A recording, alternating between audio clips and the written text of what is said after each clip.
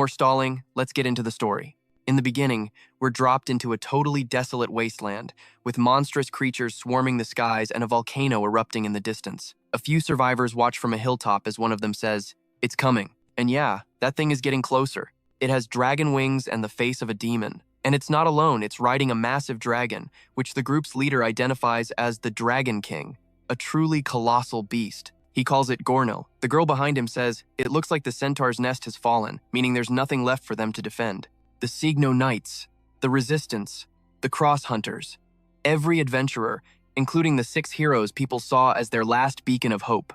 They're all dead, and their leader is the only one left, the last adventurer, El Palm. And so he rallies them. This is it, their final adventure, facing down a gigantic dragon ready to swallow them whole. He immediately unleashes a fire spell, but a short time later, the battlefield is nothing but scorched earth. Palm is a wreck, completely broken, bleeding out, with the bodies of his comrades scattered across the ground. But right in front of him, the Dragon King lies dead, defeated by the boy. He wonders if this is the end for him, but then another dragon appears in the sky. It's a 3-headed beast, with one head freshly severed. But as Palm watches, the head he just cut off begins to regenerate, and he realizes it was all for nothing. The dragon dives toward the boy one last time, but he has no strength left to fight. He just closes his eyes, accepting his fate. This is the end of the world, and the end of his adventure. But then he slams his fist into the dirt, furious, thinking this whole destiny thing is garbage. He can't believe this is how it all ends, isolated and dying full of hate. He remembers watching his friends die, one by one. Philip, Jiden, and Alexis too. He whispers that they all sacrificed themselves, then lets out a raw scream of rage, refusing to accept this outcome. He forces himself to his feet and glares at Gornil, thinking it can't end like this. He gathers every last drop of his mana for one more attack, declaring that no matter what, he's going to end this. But the arrow of fire he was summoning above his head shatters as he's impaled right through the stomach. Blood pours onto the ground as the dragon takes its chance, preparing another blast of fire for the boy. As the torrent of hellfire rushes toward him, he thinks he's just a pathetic piece of crap and wonders why it had to end this way. If only he had been stronger. If he just had one more chance, things would have been different. But then, someone throws water in his face and he jolts awake, realizing he's no longer facing a dragon. He has no idea where he is, wondering what the hell is happening.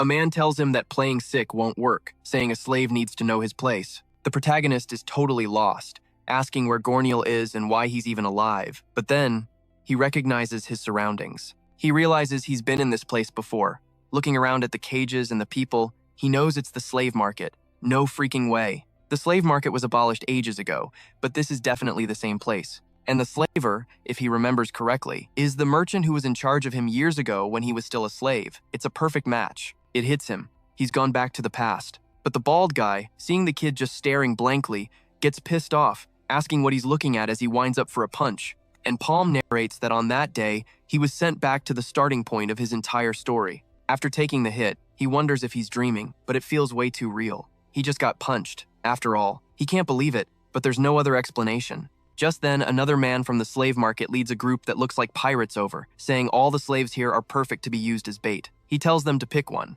assuring them they're in good condition since they were caught recently. The white-haired guy says he'll take 2. Palm, after a moment, realizes he doesn't need to overthink it. This is his second chance. But rewinding a bit, before our main character even woke up, a group of pirates had just arrived in the city, one of them thrilled to finally be there. A girl in a bunny outfit says that once he does her a little favor, she can buy some potions. Another guy is hawking fish nearby. And one of the younger guys in their crew is ecstatic to be in the port city of Elite. The white-haired guy asks if Raymond is really that happy. He asks Walter if he isn't just as excited as he is. The whole crew is buzzing with energy, because this is the start of their adventure. This was known as the Age of Adventurers. And adventurers from all over the world were creating their own legends and becoming heroes of their own stories. They head to a portal. Beyond these mysterious gates that had suddenly appeared across the globe, there were all kinds of terrifying monsters you'd never find in the Maple world. Countless adventurers died inside those portals, but the unbelievably valuable and powerful items found within drew in anyone who dared to dream big. But Walter says they need some bait, which throws everyone off. He explains they can't make a solid plan until they know what's waiting inside the portal. Too many adventurers had died because of unexpected variables, and that's exactly why they need a slave to act as a decoy. The ninja-like girl in their group figures they need someone to draw attention while they escape, calling it a solid plan and agreeing with him. They head to the slave market, commenting that the merchandise looks pretty good and worth the price. and so Walter decides to buy two, one of them being our protagonist. He hauls them both to the portal and says they'll mark the pillar to let others know they've claimed it. Looks like no one else is inside yet. That means they'll be the first ones in. He looks back at his friends and asks if they're ready. They all agree, stepping through the portal with the slaves in tow, but our protagonist immediately senses that something is off about this place. When he looks up, he sees a mysterious forest filled with giant mushrooms. He's never seen a place so bizarre. It's completely different from what he'd imagined. But Walter tells them not to be so nervous and motions them forward, saying portals usually form far away from monster habitats, so it should be clear for now. He then adds a warning, saying they can't use the same portal to get out, and that they'll have to find an exit portal first. But just as the ninja girl looks back, a monster lunges out of nowhere and sinks its teeth right into her torso. Everyone freezes, shocked that a monster was right there. They scream, "Charlotte!" But the girl is already being chewed up, and they realize they're completely surrounded by more of those humanoid monsters. Walter reacts, firing an explosive arrow straight down one of the monster's throats. He screams that something's wrong, telling them to tie the bait to the trees because they have to get out of there. But just then, one of the slaves tells them to wait, saying he wants to escape with them. But the big guy just tells him to shut his mouth and do what he says. And with that, our boy mutters that he's sorry, leaving the two behind. The other slave just keeps begging not to be abandoned. They just make a run for it. The other slave is caught almost immediately, and the creature turns its attention to our protagonist. Meanwhile, the four adventurers are running for their lives from the monsters. Walter is carrying a wounded Charlotte, screaming that they failed and that clearing the dungeon doesn't matter anymore. They have to hurry and find the portal exit, but everyone is on edge and Reynolds can barely think straight. The big guy grabs him by the collar, yelling at him to get a grip. He tells him to do what Walker says and calm down, insisting that even though they failed this time, they can always prepare and try again. So he can't give up. He has to focus on the present, promising that they're all getting out of here alive. But another one of those monsters appears, proving him dead wrong. It smashes the big guy into the ground, killing him in a single hit. Walker screams Taryn's name, but he's already gone. Nothing left but a mangled hand reaching for the sky.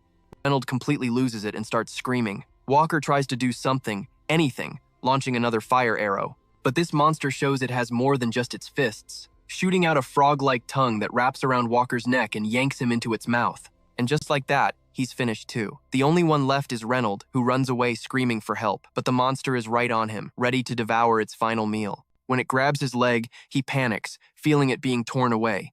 That's when he looks up and sees the bait he left behind. Our protagonist. "You're alive!" he yells. "Quick, help me! Everyone else is dead. It's just us two now," he begs, saying he's sorry for what he did, that he didn't want to do it. He whines that he can't get out alone, and that it's better to have more people. "So please," he begs, "you have to help me." But our protagonist just stares back at him with completely cold eyes. Reynolds gets desperate. Instead of just standing there watching, "Do something," he curses. But our hero just cracks a tiny smirk. He walks a little closer, saying, "I don't know. Seems like I'm a little late. Looks like you're fated to be torn in half." But Reynolds uses his last breath to laugh and curse the protagonist. "You really think you'll get out of here alone? You're next." The monster, however, finishes the job, chewing him up until only an arm is left hanging out.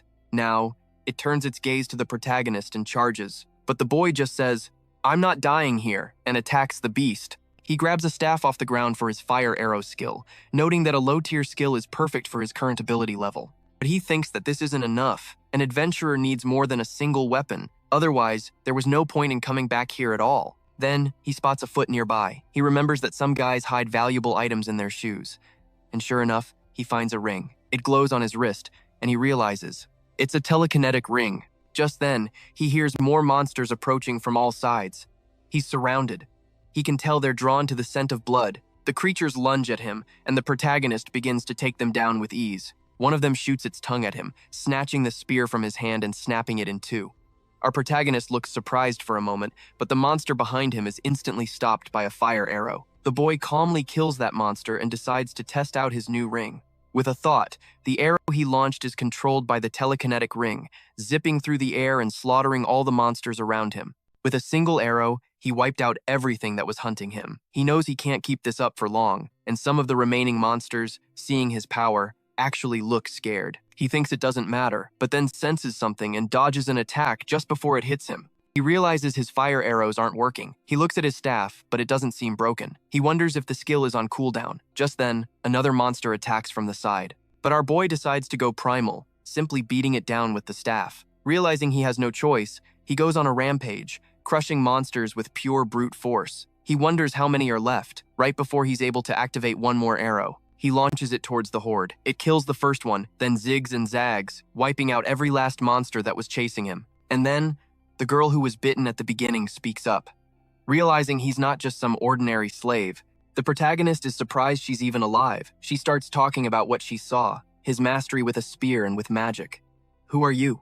she asks. He thinks to himself that she was lucky, or maybe unlucky would be a better word. She then asks why he has that staff and points out the item on his wrist. "How did you awaken your powers when you're just a slave?" Then she asks, Did you plan this entire disaster?" But the protagonist just looks at her and asks, "Are you done talking?" She's confused. He apologizes, but says she's got it all wrong. "Nothing would be different even if I had planned it. I would have killed you all anyway." "What kind of crazy talk is that?" she gasps. And our protagonist simply says, "I absolutely despise people who use slaves as bait," as he prepares a fire spear aimed right at her head. Sometime later, back in the city, everyone is stunned. A bait slave returned on his own.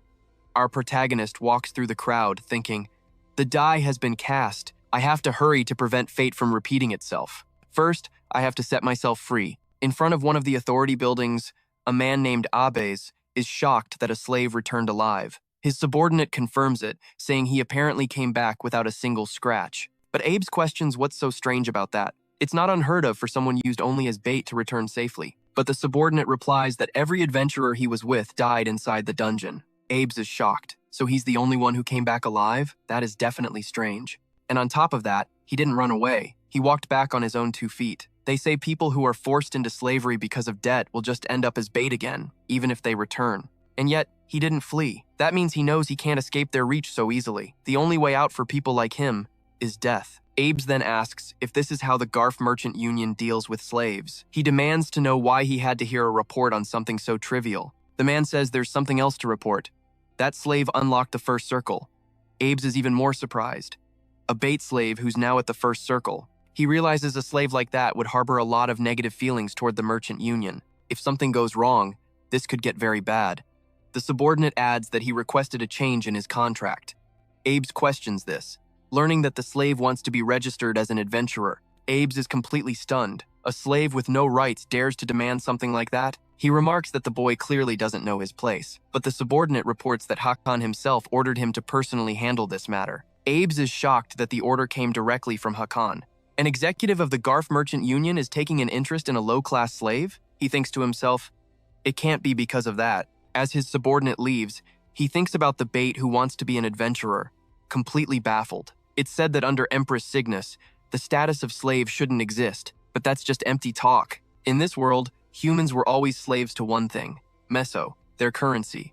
If they couldn't pay back what they borrowed, they paid for it with their own bodies. And this entire system was propped up by the so-called collateral slaves. The day his only family, his father, died from illness, our main character became one of them. The black moss he bought on credit from the Merchants Union was all it took. The union jacked up the price to an insane 1,000 meso, sealing his fate. And so, at a sham of a trial, they declared that the accused, having failed to pay 1,000 meso, was sentenced to work off his debt for the Merchants Union.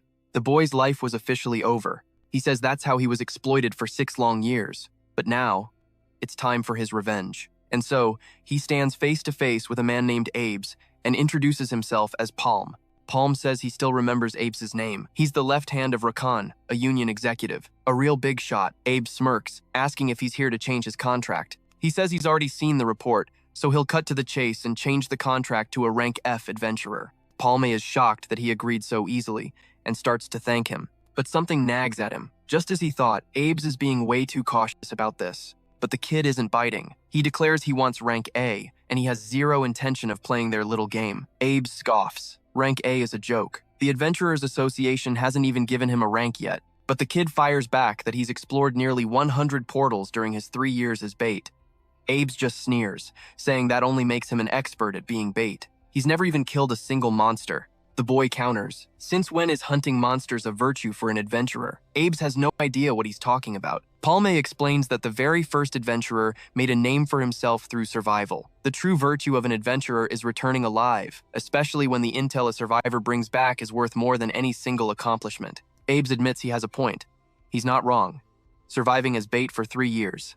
That's definitely not some ordinary feat, but that's all he is. He's only ever been in low-rank dungeons. He asks if Palm really thinks his pathetic survival skills will work in high-rank portals. Abe starts thinking the kid must see them as complete idiots. Idiots who would approve a risky contract for someone who might die before paying off their debt. He thinks the kid is a total lunatic. With his skills, he'll be dead before he can even take 3 steps. And yet, Abe's can't shake this disgusting feeling he's getting. He tells him about a portal where only 5 people can enter, a portal that holds 12 marks. That's right, the bones of the last 12 parties are buried there. He tells the boy to prove it if he's as talented as he claims. If he can make it out of that portal alive, he'll get whatever he wants. Sometime later, the boy is standing with a group of other adventurers. They ask if the newbie is coming with them. Cheve introduces himself as the party's tank, saying it's a pleasure to meet him. He mentions he heard about him from Abe's, that he was bait, but he doesn't care about that stuff. He tells him not to worry. His teammates feel the same way. Palme says he hopes they can work well together. One of the guys immediately starts sizing him up, saying they heard he can use fire magic, and the boy confirms it. The other guy asks what he means, questioning if his magic element is already set. He heard mages can't use elemental magic different from the one they were born with. Apparently, that means any item unrelated to their element is useless to them. They think it must be pretty tough. But Cheve tells them that's enough chit-chat, saying he must have heard the briefing. For this mission, their goal isn't to hunt monsters. It's to return safely with the items from the 12 parties that were wiped out before them. They just have to return the items to the Union. He heard they're offering 3,000 meso for each item, but the guy with white hair asks if they're being too blatant. They won't get anything if they can't bring the items back. And items for First Circle adventurers are worth 7,000 meso or more. This isn't even half the price. But his companion tells him to stop complaining. He snaps back, saying he never complains. Sheva finally puts an end to it, asking if they're ready, and rallying them to go make some cash. Inside the portal, they notice it's bright, but feels incredibly depressing. Cheve tells everyone there's a high chance of a long battle in the dense forest, so they're going to set up camp first. One of them suggests a spot near a huge tree, since all the branches make it easy to hide and move to other trees. He says it's not a bad spot and gets ready to head over, tossing up ropes and gear to build their base. That same guy tells Palme he can just rest, saying setting up camp is that other idiot's specialty. And just like that, after setting up a well-made treehouse, they announce the base is done. They'll split into 2 groups to search the area. Tom, Max, and Rua will be Group 1, searching east and west before returning. If anything happens, they're to send a signal and run back to base. Everyone agrees. And so, Chev heads out with Palm. He wonders why they haven't found a single monster, let alone an item. He questions if they set up camp too early, thinking they'll have to move farther out tomorrow. Besides that, he asks Palme what he thinks of his first mission as an adventurer. Palme lies, saying he feels nervous. Cheve laughs, telling him that's normal, and starts a conversation, saying he's been an adventurer for a long time. And yet, every step he takes inside a portal still makes him nervous, admitting he's always been a scaredy cat. But more than that, he says he can find courage because he has people by his side. It might sound weird to praise them, but they really are good people. He says he felt really sad when he heard his story. As bait, he can only imagine how tough it must have been. On that topic, he asks Palm if he'd be okay with joining their party. But Palmy stops right there, sensing something strange. Cheve notices and says he wasn't being serious, telling him not to worry about it. But Palme's eyes are fixed on a footprint on the ground and some moss. Later that night, as they sit around the fire, one of them tells everyone to stop talking about work while they eat. They can talk about it tomorrow. Palme just keeps quietly drinking his water. Late into the night, they go over to Palme to see if he's asleep. Everyone is awake, except for the boy. Palme is only pretending to be asleep. And that's when Tom asks what the captain is doing, revealing his true intentions. He says the kid is lost in dreamland, asking how he could have possibly responded. He tells Chevy he's being way too cautious, asking if he forgot they mixed something into his food. That sleeping herb could even make a 100-kilo mother mushroom pass out. Tom says he chugged so much of it, he'll be lucky if he's not dead. He then asks, "Where's that fire arrow staff? That thing is worth almost 10,000 meso."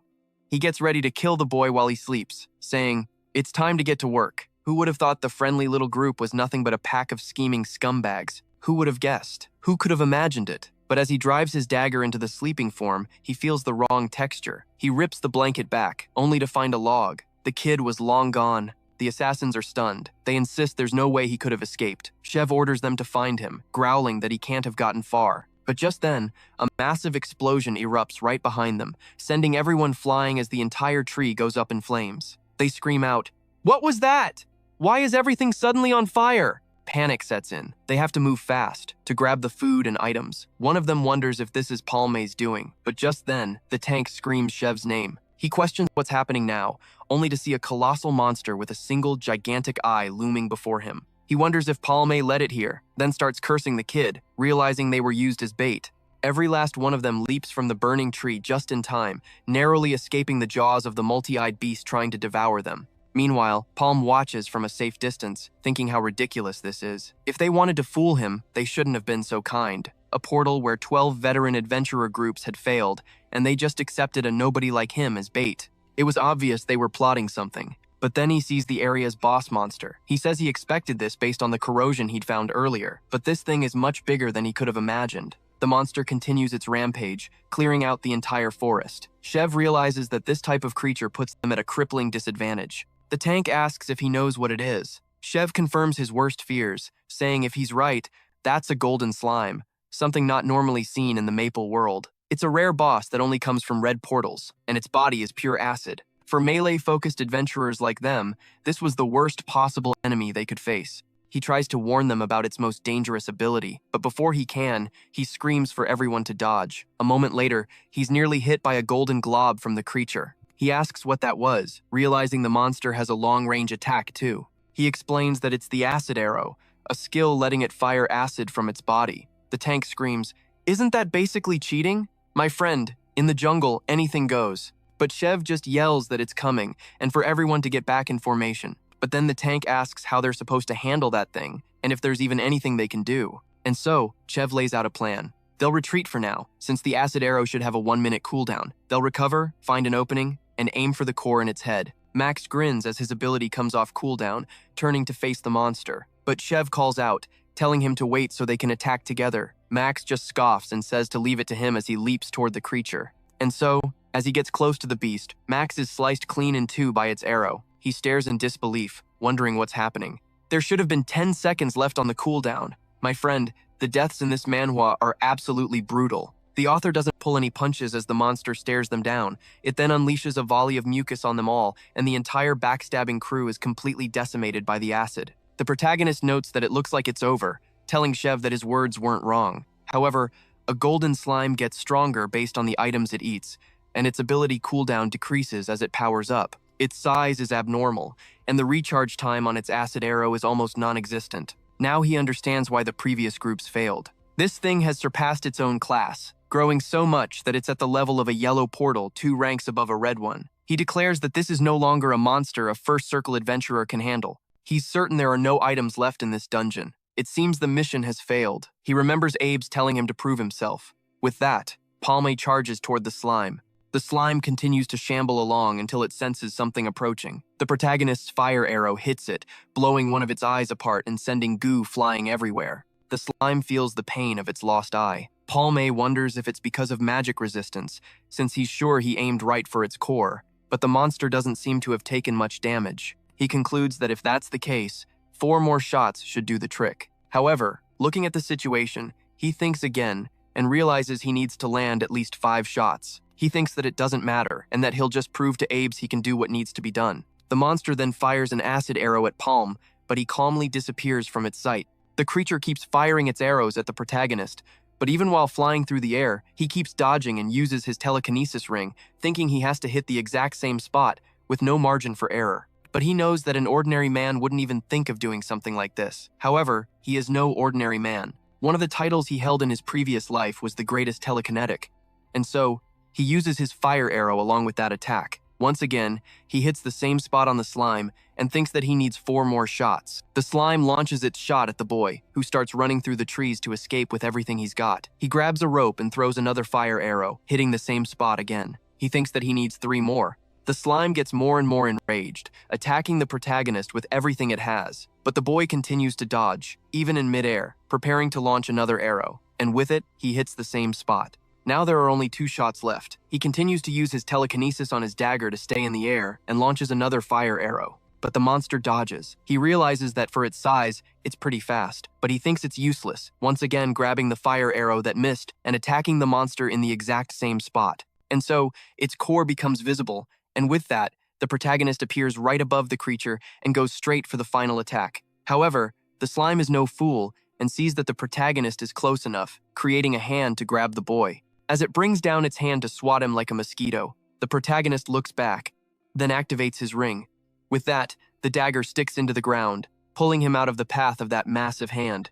The moment he lands on the ground, he activates his fire arrow once again towards the monster's face, but the slime puts its hand in front to protect itself. Palme just smiles as the arrow heads toward the hand, but then it makes a beautiful curve right in front of it, hitting the core exactly.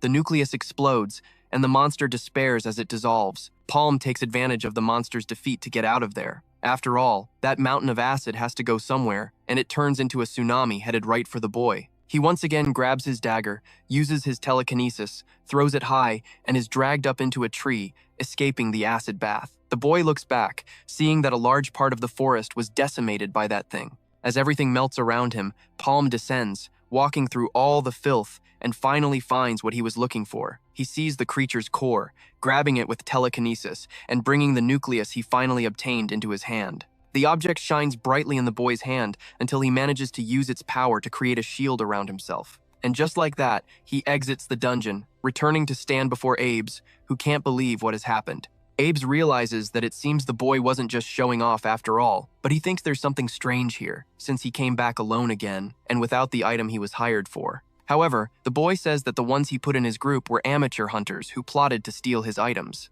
And when he left to avoid them, they encountered the boss, and it seems they all died. Abes is surprised that they died to the monster. A gold slime, he stated. Abes' mind reeled. If that thing was in there, then every single item inside that portal was melted into slag. The kid confirmed it, and Abes was pissed. All that rented gear from the Merchant Union was completely destroyed, a loss he couldn't just ignore. But the real problem was that this kid actually came back alive. See, there are some hard rules when it comes to portals. First, there's a strict head count, and only the number of people marked on the entrance pillar can go in. After that, the gate locks down until every last person inside is wiped out. And second, there are entry limits based on the gate's difficulty and a person's circle level. The difficulty levels are color-coded, from red to purple. Anyone with a circle level higher than the gate's rank can't get in. And third, you only get one shot, which is the biggest pain when dealing with these things. If someone who enters actually survives and gets out, the portal they used shatters, gone forever. So, if the adventurers inside don't die, there's no second chance to run that portal. Abes knew the gate was a lost cause. Honestly, a gold slime was way out of a first circle mage's league. He sighed, saying he understood that only the kid made it out alive. And since all the gear melted, he gets why he couldn't return it. But, he continued, no matter the reason, the fact is, you failed. The kid just smirked. You're pretty patient, Abes. I'm not finished explaining yet. He had no idea what the kid was talking about. Then Palme mentioned the gold slime again, showing Abes something that made his eyes go wide. He said he ate the slime, leveling up his circle once more. Abes was stunned. The kid had 2 circles now. He'd absorbed the gold slime's mana stone. Palm just shrugged, thinking that should be proof enough. Now, as promised, Abes had to give him a rank E promotion, but he shook his head. I'll give you rank D. Palme was shocked. Abes pushed further. Better yet, start working with me, and I'll treat you like a C-rank adventurer. And with that, the kid signed the contract, and the collar was finally taken off his neck. He knew that giving C-rank treatment to someone who wasn't at the 3rd circle was a huge deal. Adventurer ranks are heavily tied to their circles. A veteran is rank A or B, a junior is C or D, and a rookie is stuck at E or F. Circles are a raw symbol of power, and the difference between them is crystal clear. But the punk standing in front of him wasn't normal. You can't just jump a circle by absorbing 1 mana stone. He questioned if the kid called it a survival instinct. He thought, yeah, he has that, along with an absolutely overwhelming talent. Someone who had barely become a 1st circle mage had come back as a 2nd circle mage in no time at all. He'd never witnessed that kind of growth speed before. He knew he absolutely needed this kid on his side. He noticed his treatment had improved faster than he'd imagined. It seemed Abes was seriously impatient, but that was fine by him, because the first 100-member Red Rank Portal Raid was right around the corner. This was the first major event that the Merchant Union and the guilds were all watching, and obviously, the Gaff Merchant Union would be extremely interested. This was no problem for him. He was in a hurry too.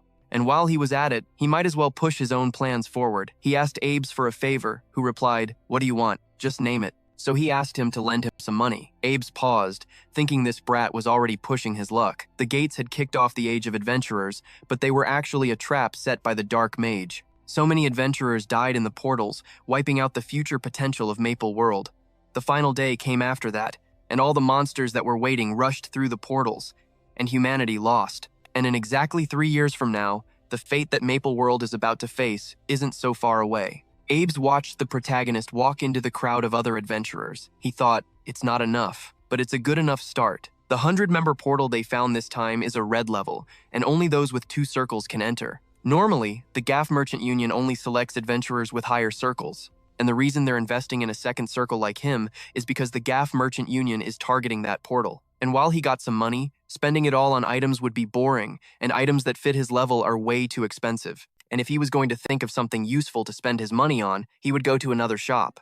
And so, one of the vendors there happily greeted him for choosing the light slave market. He said the boy must be an adventurer and offered to guide him, asking what kind of companion he was looking for, whether it was a bait slave or a warrior to fight alongside him. And the protagonist said there was someone he was looking for and asked the vendor to lead the way. That guy didn't quite understand, but said that this was the punishment field, and that they use that place to punish those who act like the person he was looking for. He took the boy to a cell, but was afraid of who was inside and asked if he was sure he wanted that guy. The protagonist said he was aware, looking at that man and saying that he was the one he was looking for. He said that the death of a certain individual accelerated the destruction of the world in his previous life. This was the axe heroine, Aren, and this was that girl's killer. And the perpetrator was none other than the only apprentice she ever had, Debo, the hero killer. This was the incident that marked the beginning of the end. Then Debo asked why the boy came for him, saying that he didn't know him and telling him to go away. And so the vendor started apologizing to the client, saying that his mental state was a little complicated.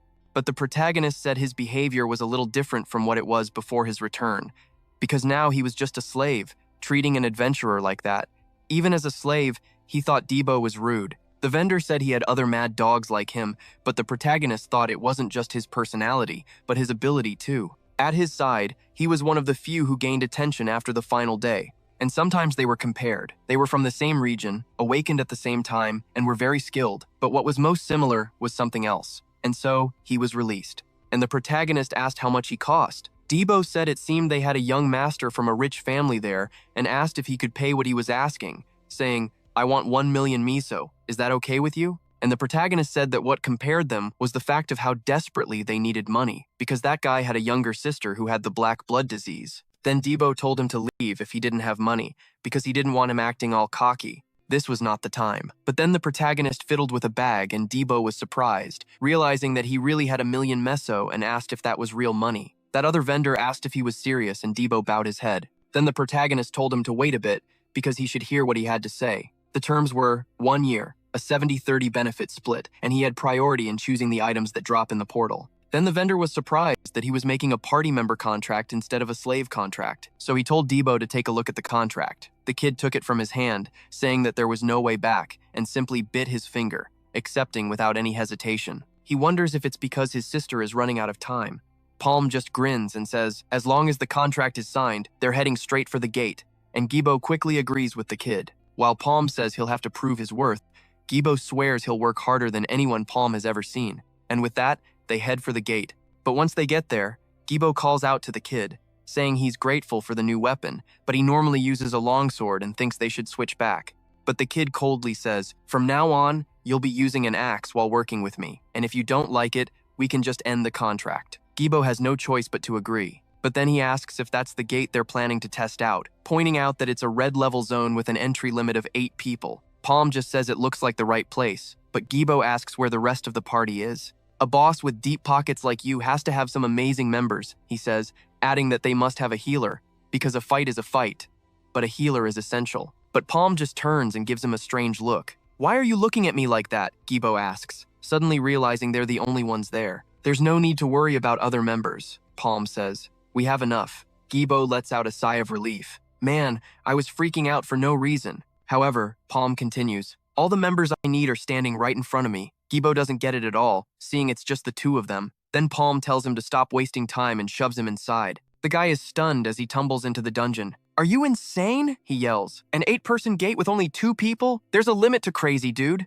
Does this look like a joke to you? On top of that, he has to use a weapon he's not even used to. But Palm just stares at him with a dead serious expression, and Gibo immediately spots monsters spawning behind him, their tree stumps with 3 eyes. He realizes they're stamps, and figures he screwed up by shouting so much. He grips the axe and gets ready for a fight. He mutters that they're known for their tough bark that swords and spears can barely scratch, not to mention their sheer numbers. But then Palm tells him to get out of the way. Gibo begs him to wait, but the kid unleashes a fire arrow, effortlessly slicing one of them clean in half. Gibo is speechless. Palm then uses telekinesis on that fire arrow, wiping out swarms of those things in front of him. "This is disappointing," Palm says flatly, looking back at him. "To think you'd act like that the second we entered a gate. Don't make a mistake like that again." And Gibo can only wonder, what kind of monster is this guy? Meanwhile, somewhere else, a girl reports that the merchants took the bait and that they're still buying time for the plan, but they've already captured the people they were going to send. A man with a seriously villainous vibe listens to her report while sipping wine. The girl asks if they have his permission to proceed. That guy says yes, and the girl vanishes from behind him. He murmurs that everything will be done according to that person's will and wishes for freedom for the Maple World. After Palm deals with all the stumps, Gibo gathers all the mana stones, getting a total of 27 of them. Palm then tells him it's time to move, and Gibo quickly agrees. As they walk through the wasteland, Gibo thinks, "I thought he was just nuts, but this kid is no joke." He's stunned that his power is telekinesis, saying he's never seen or even heard of anyone using a fire arrow like that. He thinks that since he's teaming up with someone so powerful, he should be able to make a lot of money. The idea is incredible, and since the split is 70-30, he should be able to save up for medical expenses and food for a while. The thought makes him grin like an idiot.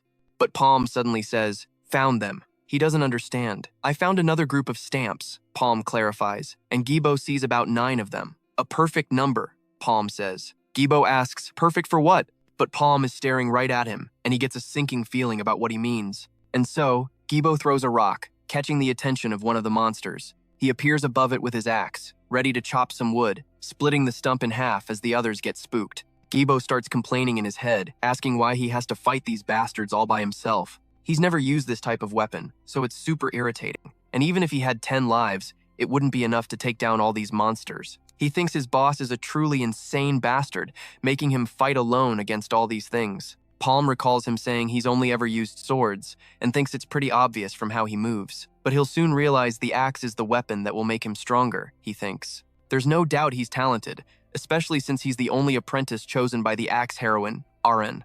And so, the monsters rush him, attacking with everything they've got, but the guy continues to slice through them easily. He starts to notice something. The axe has a much longer reach, not to mention insane attack power. It's way more comfortable than using a sword, and after he calmed down a bit, the axe started to feel lighter. He wonders what would happen if he just wielded it more freely. He manages to cut through all those monsters with ease, spinning the axe on pure instinct. Palm notes that he picked it up really fast. He hasn't even awakened a circle yet, but he's already this strong. But while he's praising his performance, he senses something, and the ground starts to tremble. Gibo wonders if it's an earthquake, looking up, and from the middle of a wall, the leg of one of those monsters bursts out. He has to dodge fast to avoid being hit, questioning what the heck that is. It's actually a gigantic stamp.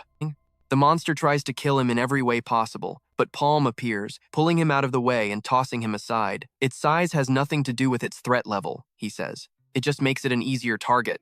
Gibo thinks magic might work, and the kid throws his arrow at the stamp, but it turns out the monster can block the attack. Palm realizes its reaction speed is faster than expected, so he prepares to try again, using his staff like a bow. He readies another one of those arrows, activating his telekinesis. The monster watches the arrow spin around it, trying to track it with its eyes. But Palm fakes it out, aiming for its back, thinking he only needs one shot. But even then, the monster stops the attack with one of its branches, making it totally useless. Palm realizes he blocked that too, and actually looks a little nervous. Gibo screams at him. "So magic doesn't work either? Why are you still standing there? Run if you don't want to die." Palm tells him it's not that the attacks don't work, because it wouldn't have bothered blocking them if they were useless. The problem is the branches. And just like that, all those branches come flying at them. They barely get hit. The monster sees that they've jumped into the air and prepares another branch to hit them. Gibo is shocked when he sees it, but Palm uses a rock to give them a foothold, and with that rock, they manage to get out of the way. Gibo says the kid did a great job, thinking he was about to die, and thanks him. But Palm says it's no problem and tells him he should take care of the stamps behind them. He questions since when those monsters were there, and Palm says he'll take care of the other bastard. Gibo tries to scream for him, but he ends up being left behind, and he wonders, why is that kid so fast? Palm then rushes the monster, launching another one of his arrows. Gibo is desperate, thinking they can't possibly beat this thing without a plan and that they need to run. Watching Palm's fight, he sees the monster block his arrow one more time and says, "See? Just like I said," but the monster ends up getting hit in one of its eyes. Debo was stunned that he actually managed to land a hit, while the protagonist unleashed arrow after arrow. He muttered that the branches were moving way faster than he expected, making it impossible to use telekinesis and attack at the same time. However, since he was a second circle mage, he could cast 2 spells consecutively, so he fired one arrow to bait the monster's defense, and a second one to rip its branch clean off. Debo thought it was absolutely incredible. Hiding a fire arrow right behind the first one was just insane. No matter how fast that thing was, there was no way it could block 2 attacks in a row. He was shocked, realizing that even the mighty stamp was defenseless against an attack like that. This kid was more of a monster than he thought. But as he was watching the fight, he realized something was terribly wrong and screamed for Palm as several smaller stamps were creeping up on the boy. He yelled for Palm to watch his back, realizing in horror that he'd let some of the creatures slip past him. But Palm just smirked, redirecting the arrow downwards and wiping out all the monsters surrounding him. He glanced at Debo, asking if he couldn't even handle those little ones. That just made the big one furious, and it launched another attack on the boy. But the protagonist was too quick, vaulting over the rocks and dodging the creature's rampage. He knew that if he showed an opening, even for a split second, the monster would take it. While he was mid-air, a vine whipped through the air, nearly taking his head off. But Debo appeared at the last second, tackling the protagonist to the ground and slicing the root with his axe. He growled that he just saved Palm, and that he'd better take back what he said. Palm just grinned, saying that he was finally acting like a partner as he knocked more arrows. Together, they were fired up to finish off the damned beast once and for all. With their morale boosted, Palm launched 2 fire arrows at the monster, causing a huge explosion across its body as it struggled to block one of them. Debo then charged in, slicing at it with his axe. The protagonist, seeing this, noticed he was attacking from the sides and was about to be hit. But Palm shouted for Debo to take the right while he handled the left, and the 2 cut through the roots, rushing the monster again.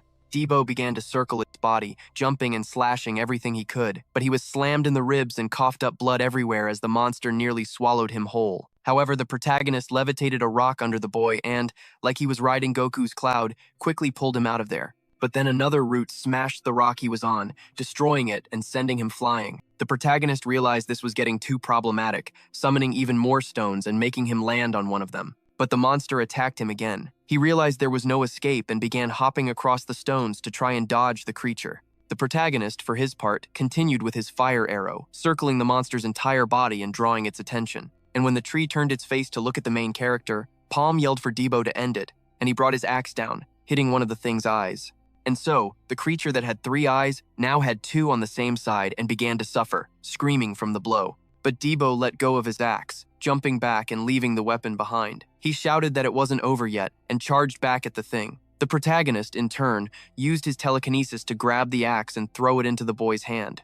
Debo caught it in midair and told the thing to get ready, because it was time for dessert.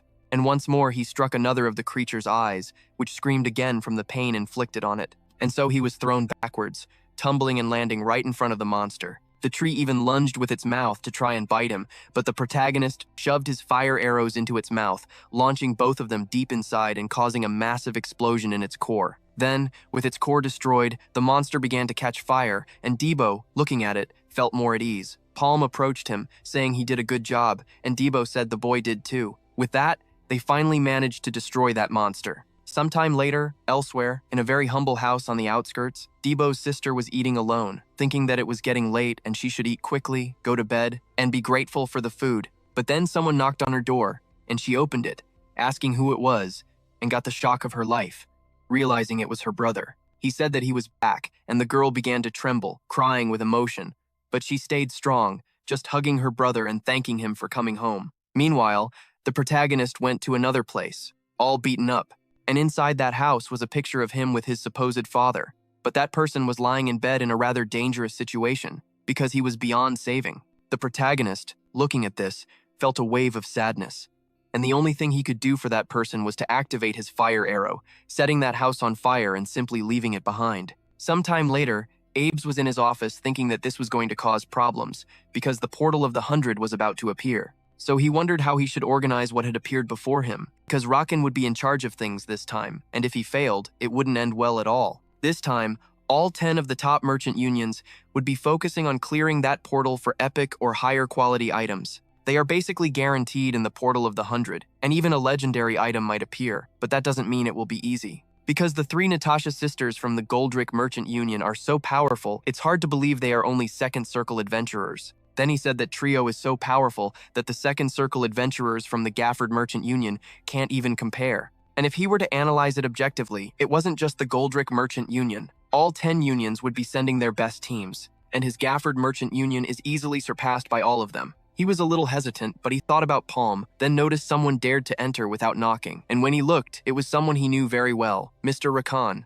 He asked if Abe's had already prepared the list of groups that would clear the portal. Then he apologized, getting up from his chair and letting Rakan sit. He said it's not like him to be late, asking what he thinks of the boy from before. Then he said that damn Palm has some circumstances to consider, because they know he's talented, but they have no way of knowing how much. And last time, Shev's entire group was killed, and that's the reason for his skepticism. So Rakan asked if he wanted to test him again, because it just so happens there's a great place for that. And he said that, of course, he should just gather all the groups he's considering, all to be practical.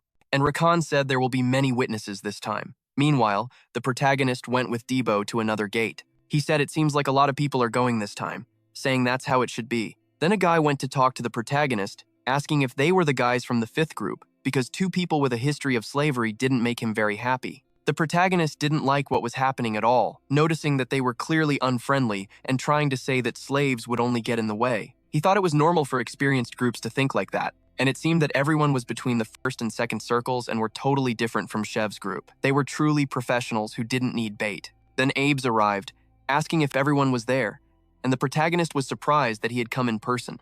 Abe said he would be direct, and they would proceed with a test now, and he would give them a chance to show their skills. And that pirate-looking guy asked if he was going to give them a chance, and Abe said that's right, a chance to go to the portal of the 100.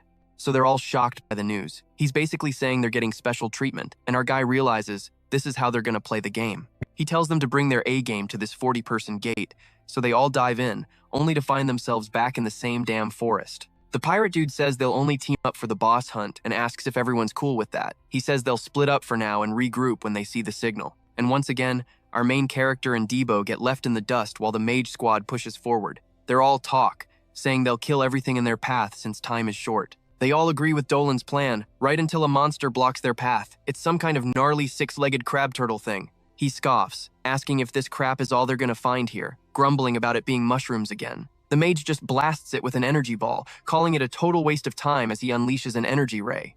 He thinks to himself how tedious this is, telling his buddy to just grab the magic stone so they can move on. But the monster completely tanks his magic attack and gets seriously pissed. That's when they realize it's still alive. The mage is stunned. His magic didn't even pierce it and yells that it's not working, telling the others to do something, anything. But then, a noise starts rustling in the woods all around them. He screams for everyone to be careful, because they're already surrounded. This cocky group is totally screwed, swarmed by monsters. But somehow, the monsters start dropping one by one. After a brutal fight, all 4 of them are exhausted, but they manage to wipe them out. One of them turns to Dolan, saying the monsters are stronger than usual, and asks what the hell they should do now. Dolan figures winning by kill count is off the table. If they keep this up, they'll burn through all their stamina before the main boss. So, even though it's risky, he decides to just ditch the alliance and go straight for the boss. Our protagonist figures that's what most groups will end up doing. Debo agrees, saying that's probably the move, since these things are so tough. Then he tells our guy to forget it, calling him out for just standing there and not helping at all. Our protagonist just says there were only 3 of them. He should have been able to handle that many himself. Debo snaps back, asking if he's saying they should just waste their time on trash mobs. And our protagonist just says yeah, telling him to get a move on. But now they're at a standstill. Debo wants to rush the boss, while our guy wants to clear the trash. So he asks what the kid actually wants, reminding Palm he just said they were going for the boss. Palm clarifies that he was just saying what the others were thinking, and that based on the numbers, killing the boss is the only way to get a good score. But how you deal with the small fry is important too. Besides, the boss is dangerous, and the competition is going to be fierce. They have no idea what tricks the other teams will pull. Debo figures they probably won't cross the line, but you never know. Then he complains that our protagonist always talks like he knows everything. Right then, Palm adds that he can sense something seriously dangerous about this gate. Meanwhile, Dolan's group keeps pushing ahead until the girl on his team calls out to him, telling him to look. She points out an escape portal. She says she wasn't planning on looking for one, but it's good to find it, telling them to leave a mark nearby. But then, one of the members behind Dolan starts laughing hysterically, He asks what that was all about and tells Vant he's being way too loud. But Vant just keeps screaming and laughing. Dolan yells, asking if he can't hear him, saying he's going to attract more monsters. But Vant is completely out of control, laughing against his will, tears streaming down his face. Dolan can only ask, "What is happening?"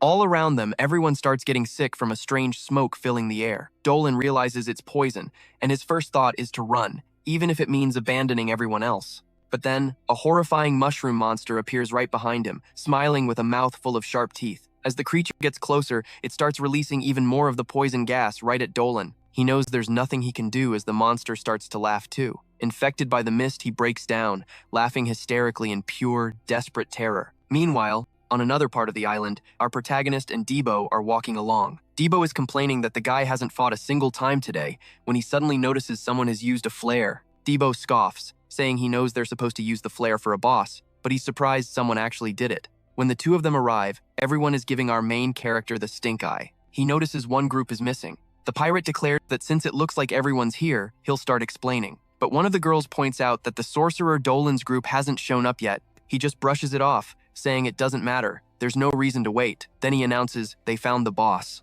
And when they found it, they all witnessed Dolan's party get completely wiped out. The last one was eaten alive by the monster, the boss of this area, the madness poison mushroom. Seriously, if there's one thing the author of this manhwa knows how to do, it's draw some ugly monsters. The girl is shocked, asking what he means by the madness poison mushroom. She says they're in deep trouble, because her group is in no condition to handle a boss like that. She insists that if the madness mushroom is really the boss, they have to give up on the hunt. They need to find the escape portal as soon as possible. And of course, Debo asks about this madness poison mushroom, wondering if it's really that dangerous. Our protagonist is stunned that this is the boss, thinking it's the absolute worst kind of boss to run into at their level. While he's lost in thought, Debo keeps pestering him. Our protagonist explains that it's because of the spores it spreads. It makes it impossible to get close, which means they can't use their numbers to their advantage. But Debo just keeps running his mouth, nagging our protagonist non-stop. He explains that if they want to take it down, they'll have to rely on ranged attacks. However, half-assed attacks won't do any damage, since it's super tough and fast. Then the pirate adds that, unfortunately, the boss is blocking the way to the escape portal. It's impossible to get out without facing it, but Debo just scoffs, asking if he's getting scared. He claims the boss is nothing, and that one shot from his invincible fire arrow will solve everything.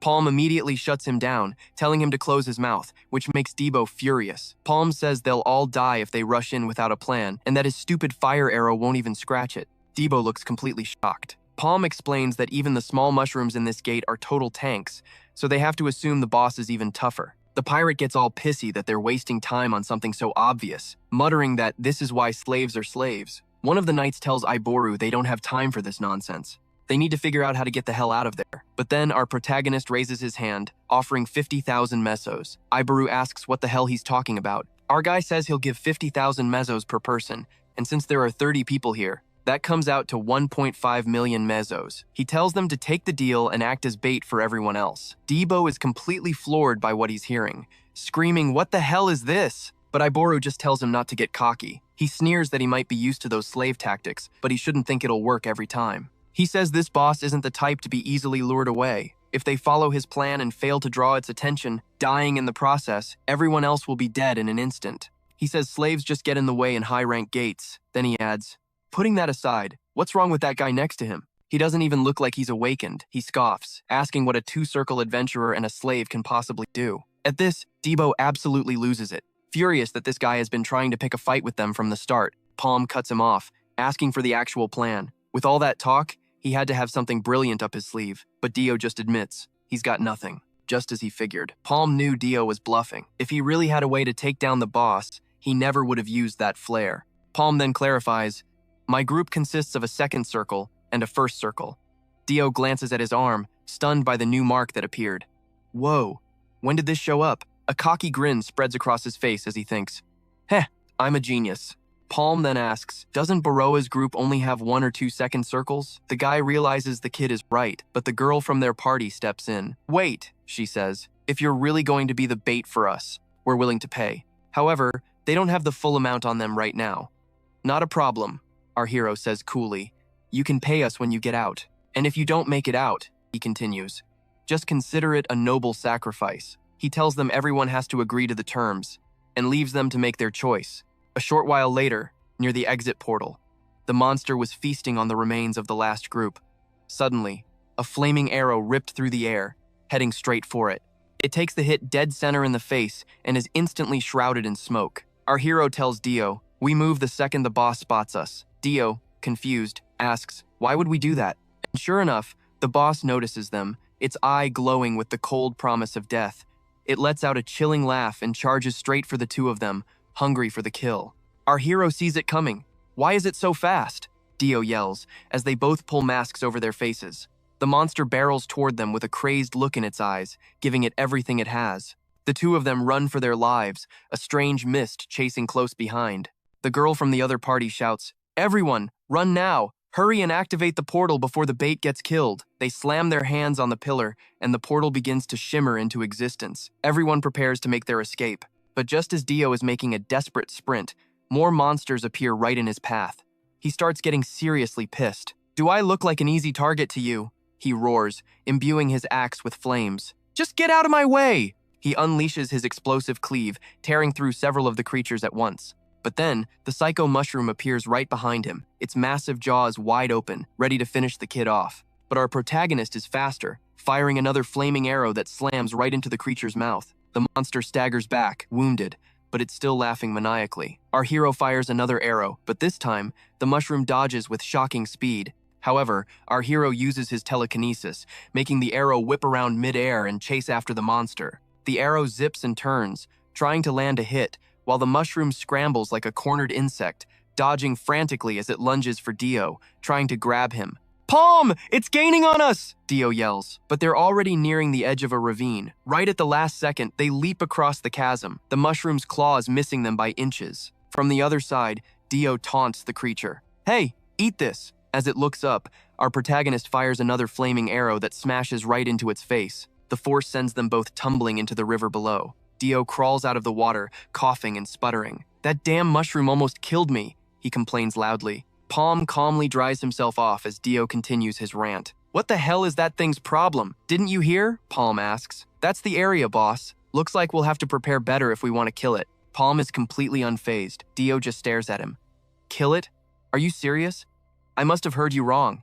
"No, you heard me right," the kid replies. Dio can't believe it. "Are you kidding me?" Palm just shrugs. "What's the problem? Isn't that why we came here? To hunt the boss?" Dio throws his hands up in frustration. "That was before we knew the boss was the infamous madness mushroom. Haven't you ever heard of a strategic retreat?" Palm calmly states. "You can't re-enter a portal you've escaped from." "I know that," Dio yells back.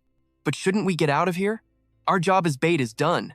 How are we supposed to kill that thing when your arrows didn't work? Didn't you say we'd die if we tried to fight it?" But then, Palm replies coolly, "The situation has changed. Now that our competition is gone," he explains, "we're basically a free meal. Besides, we're in line for a massive bonus." "What's the problem? Are you really thinking about breaking our contract?" Dio stammers, "No, I wasn't thinking that. Fine, but you better give me a huge bonus for all this." "Of course," the kid says. "But just tell me one thing, Palm," Dio demands. "How are we supposed to kill that thing when melee and ranged attacks don't even work? I'm not throwing my life away on an impossible mission. Is there even a way to kill that thing?" Meanwhile, back outside the portal, Abe's is surprised to see them emerging. "Isn't that a little too fast for a 40-person portal?" He turns to Jabari. "So, how'd it go? Looks like you're missing a few people." She just shakes her head. "We failed. Dolan's entire group was wiped out, and Palm is still inside. We only escaped because Palm and his partner acted as bait. It's impossible to kill that boss with our party." Abe scoffs. "What are you talking about? So you did nothing but run with your tail between your legs?" "The boss was the infamous madness mushroom," she protests. "There was nothing we could do." He throws his cigar to the ground and crushes it. "All right, everyone, let's head back," she pleads. "Abe's, wait. Palm's group isn't out yet. The portal is still active, so they must be alive." But Abe's just sneers. "They're not going to survive. It's only a matter of time. You said it yourself. It's the madness mushroom. If you want to wait, be my guest. I don't have time for this." He starts muttering, cursing the useless adventurers. "Looks like their luck just ran out. It's impossible for a two-circle mage to kill a madness mushroom. Average adventurers like them are worthless to me," he thinks. "The kind of person I want is someone who can overcome any obstacle." Back inside the dungeon, our hero aims his flaming arrow into the deep woods. Abe's continues his inner monologue. "What I need is someone who makes the impossible. possible. At that exact moment, the boy is about to release his arrow. He turns to Dio and says, "Let the hunt begin." And with that, he lets it fly.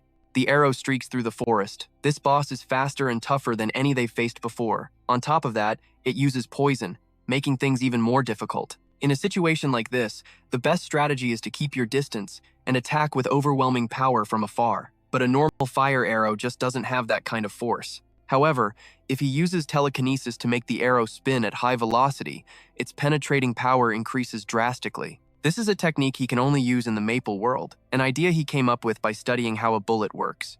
The skill that makes the impossible possible. Revolver.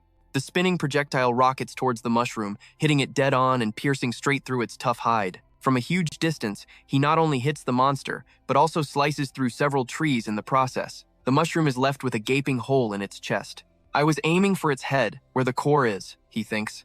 "But it looks like I missed." The madness mushroom begins to bleed its toxic purple blood everywhere. "This is about to get even more problematic," he mutters. The monster whips its head around, searching for its attacker. Then, it finally spots the faint glow of our hero's mana and begins charging straight for him. But the kid lets another arrow fly. Only this time, he misses, failing to hit the thing's head. He grumbles that it's tough using the revolver while it's moving, and the real issue is the reload time. He has to finish this before the beast climbs up. But it's already so close, scrambling on all fours like some rabid dog. The monster reaches the base of the cliff, but as it gets closer, it senses something is off. That's when Palm shouts to Gibo that it's time. He preps their plan and yanks a rope, tripping the monster. It stumbles and face plants right into the mud. From the middle of that gooey mess, the creature looks up, confused, and Palme yells to get its attention. Just then, Gibo charges from behind, slamming his huge explosive axe right in the monster's face with everything he's got. The axe flies back to his hand as the monster readies its venom.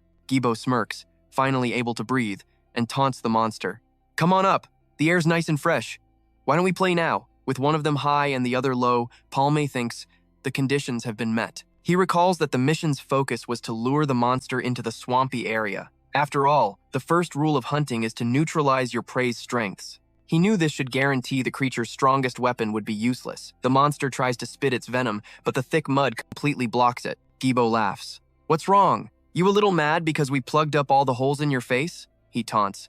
"Too bad for you," then swings his axe wildly, blasting the monster with explosions. He whips his axe like a chain, sending it flying straight for the creature. But the mushroom freak actually catches the axe right out of the air. But Gibo just flips his axe, swinging it around and hitting the mushroom from all sides.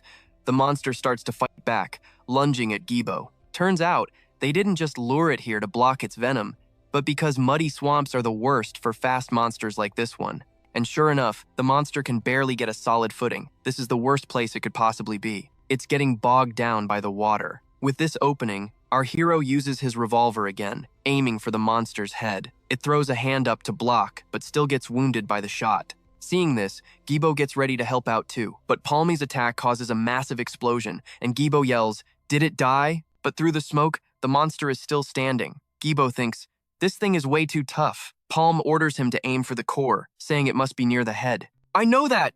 Gibo shouts back, hurling his axe.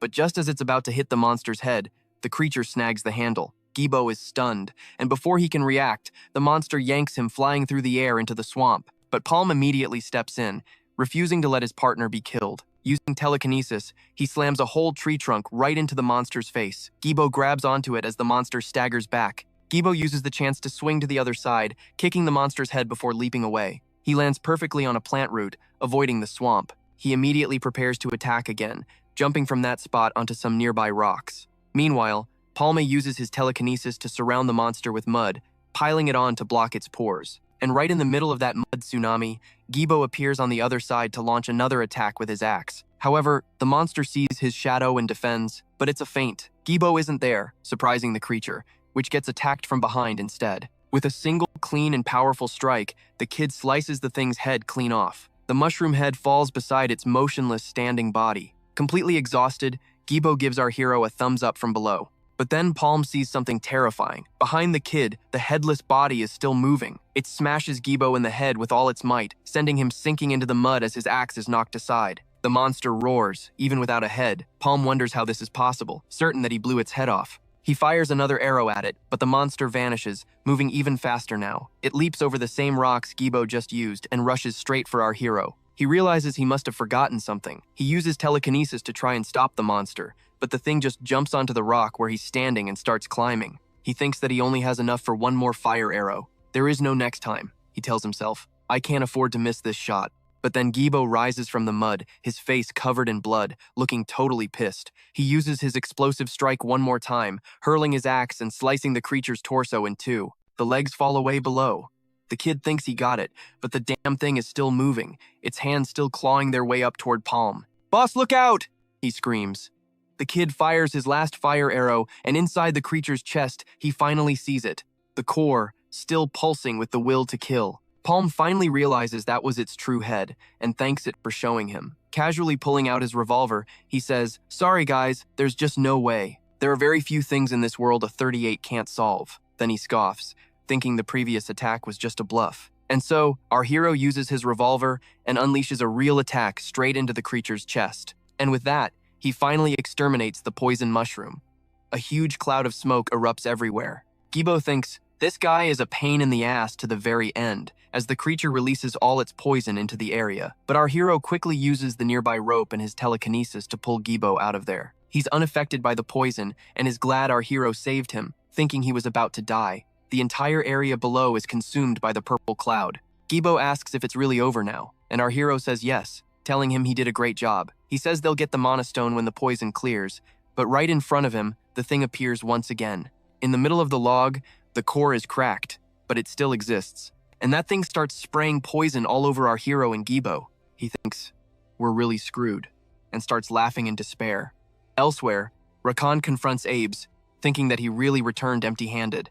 He says his temper hasn't changed at all, and Abes apologizes, saying they should leave this matter to the Cygnus Knights. Just then, someone knocks on the door and he tells the person to go away, saying he already told them not to bother him. But then Palm just opens the door, not caring at all. Abes asks, "What the hell?" cursing the boy out. Then he's shocked to see that it's Palm. He simply says, "I'm back," and Rakan breaks into a huge grin, thinking this is very interesting. At this, Rakan asks Abes what's going on, wondering if someone crawled out of their grave. Introducing himself as Rakan, he says it's a pleasure to meet the kid. He asks if he's Palm, saying his survival skills are just as the rumors say, and that he's the type they need now in Gotham. Hearing this, Palm thanks him for the compliment. He says he'll only ask one question, questioning if he would be able to show that skill again at the 100-Men Gate. Palme looks directly at him, but says it would be difficult, and Rakan does not like that answer at all. Abes fires back. "Is that how you talk to Hakan now? You think you're some big-shot adventurer who can pick and choose missions? Don't forget, you still owe me." But Palm, remembering the kid said it was difficult, realizes that doesn't mean impossible. He cuts him off. "I don't do mind games. Let me rephrase the question. What do you want?" A little while later, Gibu is already sipping his beer, completely stunned. He said 5 million meso per person? For the two of us, that's 10 million meso. That's insane. But our hero doesn't even hear the crap he's spouting. The guy had just thrown his beer right in his face, forcing him to apologize. Gibu questions him. "Aren't you being a little too greedy? They're definitely going to back out now, and this was our first big mission in a while." But Palm just tells him, "That's not my problem. It's their decision to make." Gibu notices he's acting strangely after causing such a mess. If this falls through, Abes is gonna blacklist us. Just then, Iboru shows up, saying, "You seem relaxed. Not like us. We feel like we're dying over here." Gibu snaps. "What's that supposed to mean? Is this how people thank you for saving their lives these days? Look, I didn't like you from the start. Let's just go. Ranks aside, let's just fight." But then, both of them suddenly apologize. They admit they were biased and unfairly questioned their skills. Iboru says he's ashamed of himself as an adventurer and wants to sincerely apologize. Okay, I was not expecting that at all. I definitely wasn't expecting an apology from an NPC. He explains that this is the promised amount from all 30 people, totaling 15.5 million meso. Everyone apparently pitched in a little extra as a thank you, and Gibu just accepts it. Palm, however, says, "We don't need this. The agreement was for 15.5 million meso. I just did the job I was paid for. You can keep your thanks. Don't get things twisted." Gibu mutters under his breath, "Well, I got excited for nothing," and says he'll count the money. But our main character speaks to Iboru. "Is that your name?" he asks. "Can you just do the job you're paid for?" leaving the other guy confused. Later, Abes complains to Hakan. "He can't do that. 10 million meso is way too much. That's what you pay third or fourth circle adventurers." Even if he's the best of the candidates, accepting his terms will set a bad precedent. It's possible he's just bluffing. We should probably call him back in to renegotiate the payment terms. But Hakan shoots back. You really think so? It wouldn't be strange if he asked for double that amount. Abes finds Hakan's response completely bizarre. Hakan tells him to read a document, explaining, "We'll be sending only Palm's group to represent the Gaff Merchant Union this time." Abes wonders what just two people could possibly do, but his face drains of color as he reads the file. Is this for real? Hakan replies, "I'd be in deep trouble if it wasn't. I paid a huge sum for that information." Abes reads about the Dark Lord Jin and thinks, if this is true, they're screwed. Hakan tells him not to be fooled. The war has already begun. So, at the 100-person gate, various groups are camped out, chatting amongst themselves, until one of them spots our hero and Gibu approaching. Palm warns, "Don't get too hyped. Stay focused." Gibu replies, "Don't worry. I'm an experienced adventurer now, too." The crests they're wearing prove it, and suddenly, all eyes are on the two of them in total surprise. Gibu immediately notices the hostile atmosphere, as if everyone was looking at them with disgust. Then, one of those guys with a seriously punchable face asks if they're from the Gaff Merchant Union. "It's a pleasure," he says, introducing himself as Shodan, a ranked adventurer from the Jenny Merchant Union. Our protagonist introduces himself as a C-rank adventurer, and Shodan is completely floored. He thought only 2 circle adventurers could enter due to the restriction, asking how C-ranks could possibly be there. Just then, a girl interrupts. "Could you give us some space? We have business with them." Shodan seems annoyed, asking if they were with these guys and muttering that he just wasted his time. Palm, meanwhile, remembers a conversation he had with Abes, asking why he had to take on a mission he was being handed. Abes had ordered him, "Just do as you're told. Why are you asking so many questions? Our Gaff Merchant Union will be working with the Cygnus Order of Knights at that gate." It's explained that they follow the teachings of Empress Cygnus, the strongest in their order. Apparently, the one called the Symbol of Power has shown a special interest in this gate. Abes explained that the slots for the gate had already been taken by another merchant union and knights, so they decided to team up. Even though they're knights in training, the social visibility will be huge, and even if they have their own reasons for coming to the gate, the offer wasn't bad, so they agreed to work together. Our hero simply said he understood, stating, "It won't be a problem if it's a cooperative job." Abes was surprised by the kid's quick decision, not expecting it to be so easy. Back in the present, he realizes something about them smells fishy. The girl introduces herself as Kier, the leader of the Cygnus Order's newbies. She says, "Don't think we're on the same level just because we exchanged a few words. I don't want any extra trouble, so just follow my orders and follow me in silence." Gibu immediately asks, "What kind of attitude is that?" "Yeah, I'm also questioning what the hell kind of attitude that is. They're supposed to be allies, but this girl comes in acting all high and mighty. Don't you dare think we're on the same level. What a stuck-up brat. She acts like her crap doesn't stink. Unbelievable." Then she asks our hero, "Are you two the only ones sent by the Gaff Merchant Union?" He replies, "Looks like it." And Kier wonders if Gaff is even taking this seriously. Just then, the Dig Merchant Union's Krokos group arrives. A whole crew of tough-looking people. Another mid-sized union. You've gotta be kidding me. No. There's no way. The name of the next merchant union is Merd. No, you can't just name your group that. And that over there is the Kogels group. Gibu is shocked to see the elites from all the respective unions, saying the atmosphere has completely changed. Finally, the 3 sisters arrive, stealing everyone's attention. That's the Goldrick Merchant Union and their famous 3 sisters. They're all high-grade adventurers, so he immediately starts getting jealous, calling them arrogant. But then, another guy calls for everyone's attention, greeting them as the chosen guards for this raid. He introduces himself as Longico and says they're here to provide support as they enter the gate. He says, "Although you've probably been informed of all the details by your respective unions, I'll explain it one more time as a reminder. Any legendary item from this gate will not belong to any of you, not even the one who finds it. The item will belong to your respective merchant unions. You will be paid according to the terms you agreed upon. You can, at least, keep the mana stones, so be happy with that. And remember, if you're caught trying to steal an item, you'll have to face my squad of B-rank adventurers." As he points to his group, he makes sure everyone can see the 5 circles on his arm. Gibu is shocked by this, wondering if they all have that level of power. "That concludes the warnings," he says. "You are all now cleared for entry." And of course, Kier continues to be annoying, calling our hero to follow her, declaring that she will lead and they will be the victors. Gibo shot her a look, grumbling, "What's her problem? Do I really have to work with someone like this?" But the main character tuned him out. All his efforts had led him to this very gate. It was a gate he'd never encountered, not even in his past life, but he had to conquer it. This is where everything begins. He simply motioned for Gil to follow him. Gibo tagged along, still complaining. Don't come crying to me for help later, he griped. In the middle of a wheat field, the portal shimmered. People were already heading inside. As the guide led them on, Gibo whined, "Why is the grass so tall here?" Kiri instantly shot back. "You think this is a field trip, kid? Stop messing around and keep up with the group." He started to fall behind, absolutely pissed off. He turned to Palm. "Dude, are we really going to take that from her?" But when he looked back, Palm had his ear pressed to the ground. Gibo thought it was super weird. "What the hell are you doing?" he asked. Then he heard a stampede thundering right for them. One of the others heard it too, but it was far too late. A tide of massive monsters, a herd of ribbon pigs, was charging straight at them. They realized there were over 1,000. Kiri screamed, "What are you all doing? Get out of the way!" "Most of the groups haven't even entered yet," she yelled. "Isn't there a rule about not luring danger to the gate's entrance?" A guy started shouting for the merchants to rally, but one portly merchant refused. "I'm going the other way," he declared, and took off alone. And just like that, the stampede crashed right through them. These weren't normal pigs. They had razor-sharp teeth, ready to tear someone apart. "This is good," someone said. "We'll keep them running, lure them somewhere with more obstacles, and hunt them there." But then, a subordinate reported, "We have a problem." The members of the Garfor Merchant Guild seemed to be missing.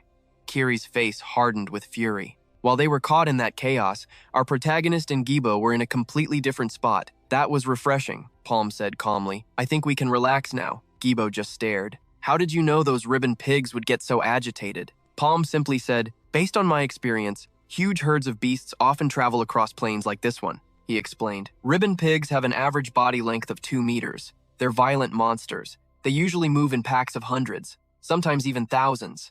And while they're tough to handle," he added, "they aren't impossible to kill. The other merchant groups could probably take them, but they'll avoid a fight to save energy this early on. No one knows what kind of boss they'll face in this gate. And you can't clear it just by killing ribbon pigs." He remembered clearly. Before his return, the attack on the 100-man gate in Sleepywood was a total failure. Every single adventurer who participated had been killed. "Hey, what are you spacing out for back there?" Gibo asked. As the idiot marched forward, he stepped right on a trap and was almost impaled. But the protagonist yanked him out of the way, saving his life. "What was that?" Gibo shouted, realizing it was a trap. "Who would do something like this?" A dark look crossed Palm's face as more traps sprung, catching other adventurers and nearly killing them. A bald-headed man scoffed, "This is so childish." His friend added, "I just cleared this area. That must have been the last of them." But another warned, "Babble, don't lower your guard." He recognized Kroros. "Even if we disarmed a few small traps, they're still dangerous enough to kill you on the spot. Besides," Kroros continued, "they're copying human hunting methods. That alone tells you these aren't ordinary monsters. If they have this level of intelligence, then they're probably ogres. They're much harder to deal with. A single ogre is equivalent to the final boss of a red gate. With this, we know what to expect," he announced. "The difficulty of this gate is sky high. We'd all be dead if there weren't high-level adventurers here. We need to use this situation. Everyone, follow me!" Just then, someone tripped. Kroros yelled, "Be careful, don't leave anyone behind." But then, Babble's head suddenly fell to the ground beside his body, leaving Kroros completely horrified. The same invisible force that beheaded one man sliced through the others. Kroros himself tried to scream, "What's going on?" But his own head was already flying through the air, spun completely backward. A man appeared as he died, looking down on him. Kroros managed to ask, "Who?" The man just called him an idiot. "You acted like you knew everything. And yet, you died just like all the rest." The killer mused, using the ribbon pigs to distract everyone entering the portal. "I don't know whose idea it was, but it worked out well for us. With this opening, I need to start moving." He thought, "That guy is annoying, but we can't do anything about it. We're short on time. Should I begin?" The Natasha sisters stood grim-faced, unable to move. "Don't even bother trying," the killer said. "My magic will keep you paralyzed for the next 30 minutes. One of them managed to ask, "Why? Are you doing this?" The man looked impressed. "Amazing. You can still think and talk even under my spell, just as I'd expect from a Natasha," he said. "Since you're the most dangerous one here, I might as well get rid of you first." He summoned a fireball and blasted it right through the girl's stomach, killing her in front of her sisters. The other two began to tremble and cry. He tilted his head. "That is, in fact, a hard question to answer. Why am I doing this?" Then, a twisted smile appeared on his face. "Maybe this will make it easier to understand. It is all for the Dark Mage, Lord." He unleashed a fire arrow at the other two, slaughtering them without another word. Their dismembered bodies collapsed onto the ground. "This never ends," he thought with a sigh. "I just wanted to take a break." As explosions echoed around him, he remembered his master, William. "We have stayed in the shadows for a long time," his master had said, "hiding from them, growing and spreading our power, all for this one moment." His master had turned to him, saying, "The time has finally come to reap the fruits of your labor. I will not disappoint you," he had vowed. Then his master had told him, "Take this, it is a gift, from Times, that Times person." "I will not accept failure," William had warned. The memory made him tense. He couldn't just do this half-heartedly after that. "I cannot fail," he thought. "I need to take this a little more seriously. Man, I was not expecting this level of brutality. I mean, sure, this series has been savage since moment one with those adventurers dying, but damn, he killed them in cold blood." Meanwhile, in a village, a group of ogres was gathered, ready for a fight. Arriving on the scene, Gibo started to panic. "What is this? They're all boss-level monsters." Palm told him, "I'm sure I told you earlier. There's only one boss among them. They just have high resistance and are naturally strong. Facing even one of them is risky enough. It looks like they stole a bunch of items from dead adventurers. That's going to make this even more complicated, since some adventurer weapons let the user use a skill." Hearing that, Gibo started to seriously freak out. "What are we going to do now?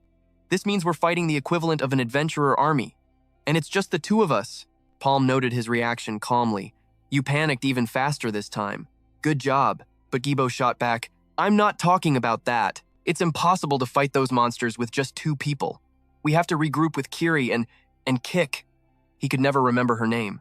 He asks, "Why the hell would I do that?" Since Gibo himself wanted to split up as soon as possible. But the guy says that was before he knew about these monsters. Bottom line, there's no way the two of them can beat this army, and our hero knows it. A little later, a couple of ogres get separated from the pack, and Gibo moves in for the kill. The ogre ducks at the last second, barely dodging the kid's attack. "Are you serious?" he grumbles. Pretty sure the bastard is messing with him on purpose. He mutters that he never wanted to do this alone. While he's on the ogre's back, the monster swings a massive fist at him, but he just slams his axe into the ground and vaults clean over the creature, flipping around to land behind it. The monster keeps trying to grab him, lunging at the kid with everything it's got. Gibo dodges by a hair, nearly taking a massive fist to the face. He smacks it with the handle of his axe, shouting, "You scream way too loud." He follows up with another attack to its knee, forcing it to fall. Then he unleashes his attack, yelling that it's over for the creature. But the ogre moves with insane speed, dodging his strike. It winds up a punch and sends Gibo flying into a tree, but he manages to block the impact with just his axe handle. "Why won't this thing just die already?" he shouts. The monster attacks again, smashing the tree. But he's already moved, closing the distance for hand-to-hand combat and ripping the ogre's arm clean off. But the monster still has one arm left. It grabs the kid's head and starts spinning him around, before slamming Gibo into the ground and getting ready to attack again. The ogre grabs him, but Gibo grabs its arm right back, twisting the limb into a knot. The ogre decides it's better to just throw the kid. When Gibo hits the ground, he bounces right back up, going toe-to-toe with the thing. He finally defeats his opponent, while our hero defeats his own with no trouble at all. Gibo says he thought the main character was going to step in and help, but he just says it looked like Gibo had it handled, and thanks to that, they now know these things aren't impossible to kill. But the kid is not happy to hear that. He's starting to doubt the mission even more. If there's an entire army of those things, it's going to be tough. As he walks forward, however, he finds something strange. There are bodies of dead adventurers everywhere, all of them headless. He recognizes them as the Cygnus Knights. He wonders what the hell happened here for everyone to be beheaded. Just then, one of the people, still alive, groans in a corner. Gibo tells the hero to look, pointing out the survivor who's completely busted up. He asks what happened, questioning if they were attacked by an ogre, but the man says it was nothing like that, claiming it was an assassin. Meanwhile, someone thinks this makes no sense. Assassins are people who can enter certain portals that others can't. Their only purpose is to collect information and kill other adventurers. The portal would disappear right after being completed. And just like that, all the evidence would vanish too. This time, however, it's a no-win fight. They'd have to clear this difficult portal, wasting energy with a minimal crew. Even if they cleaned up their tracks, they wouldn't escape suspicion from people outside. After all, the adventurers in the portal are elites from the merchant unions, so this doesn't add up. And even if this was the assassin's goal, if the news somehow spread, they'd have to wage war with all the other merchant groups. A dangerous gamble like that isn't something a merchant union would take part in. So, if it's not another union trying to steal something, it means there's something more going on here. So what the heck happened? Gibo asks. And Paul says it's been a while since he's seen that girl. Hearing this, the other guy gets furious, since it's all his fault. The thought of a traitor among them is just absurd. He asks why Lady Kiri is like this, and Palm says he doesn't understand how she, a member of the Cygnus Knights, could be an assassin. But the other guy says he doesn't get it either, and it's still hard for him to process everything. However, he says the orders she gave at the portal's entrance now seem like part of her plan. He says that before finishing things, she herself said she was a follower of the Black Mage. The two are shocked by this. Our hero then explains about the Black Mage. He says that 800 years ago, he was a transcendent being who threatened the entire world with his followers. To stop him, the 6 heroes took command, and the war was focused entirely on the Black Mage and his forces. When he was sealed away and the Black Mage's army was in chaos, the Allied forces began to advance, killing all of his followers. The hero says any citizen of Maple World would know this. So Gibo can't believe she's a follower of the Black Mage, but Palm says this isn't the time to worry about other things, so they must go after her. He asks if the other guy is coming with them, because he must be prepared to fight her when they find her. He replies that's exactly what he wants. Meanwhile, the girl is running hard until she comes face to face with a mage. William says he was waiting for Lady Kiri, noting that it seems she was the one who dealt with the feta pigs. He says they were able to proceed with their plan without any issues, since everyone was separated. Now they can end this slowly. He asks if she received the present they sent. The girl is furious, demanding to know who the hell they are. Meanwhile, Gibo tells the knight they can go a bit slower if he wants, since the boss went on ahead anyway. The guy says thanks, but that he's fine. Then he charges straight at the assassins, but a man with a dagger attacks her. William watches from a distance, thinking it's incredible, as expected from the captain of the Cygnus Knights, but he wonders for how much longer she can hold out. The girl doesn't stop there. Instead of just fighting with her sword, she also activates her magic, unleashing the rising sun on her blade and imbuing it with that energy. An assassin gets close to the girl, saying it's time to die, and attacks with everything she has. But Kiri simply fakes her out and uses her sword to cut the woman up like a Lego, with her head, leg, and arm each flying off in a different direction from her solar strike. With that, she's exhausted. She looks at them and demands they reveal their purpose if they don't want to die right there. And William says she's annoying, asking what they're doing. He orders them to hurry up and kill her, and all 3 of them charge the girl together. But something happens. Several of them are diced up and cut down from all sides. William is terrified, and it turns out Gibo is the one who jumped in front, saving the girl at the last second. A few moments earlier, while our hero was fighting the knight, he told Gibo not to worry, because the boss is very skilled. The knight said he understood, and that it was great. He then takes his dagger and tries to kill the main character from behind, telling Gibo to give his regards to Kiri when he finds her. But his plans are completely ruined, and he ends up losing his hand from a single blow from our hero, who blasts it off with his fire shot. The guy is screaming about his severed hand, and Gibo asks what's happening. Our hero says that, just as he suspected, his little lie was pretty pathetic. He says he's sorry, but he doesn't have a habit of trusting anyone, finishing the guy off right there. Then, William thinks that this is strange, because he wasn't expecting an unwanted guest to show up. One of the minions tells William that he's from the Gafu Merchant Union. The fact that they're alive means Pitin, that cowardly rat who couldn't take his own life, simply failed. He says he even gave him a second chance. He started to wonder if he'd messed up, but William just kept complaining that this whole situation was irritating. Since the 2 of them seemed pretty tough, he declared it was time for the elite to play, and his whole crew gathered to finish them off. But Kier warned Gibo to watch out. Gibo shot back that he knew, guessing they were a bunch of creeps. The girl asked what he was even talking about, and William ordered them to end it quickly, sending in 3 more guys. Gibo bragged that the girl could handle at least one of them while he took care of the rest, but she just told him not to let his guard down. One of the assassins lunged with a wild strike, coming at them full force, but Gibo dodged and swung his axe, aiming to take the guy's head clean off, who ducked just in the nick of time. Gibo smirked. "Looks like you're done for." But just then, a piercing attack shot toward him, and he had to yank his head back to avoid getting a new ear hole. Then the girl launched a fire arrow straight at him. He realized these bastards were actually strong, as another assassin warped behind him using an upper charge. He nearly finished Gibo, but only managed to wound his back. The assassin hissed, "Not deep enough. Don't worry, I'll put you out of your misery right now." Leaping forward with another attack, he yelled, "What are you doing?" But as he closed in, Gibo vanished, reappearing right behind him with blinding speed. "Stop screaming," Gibo said.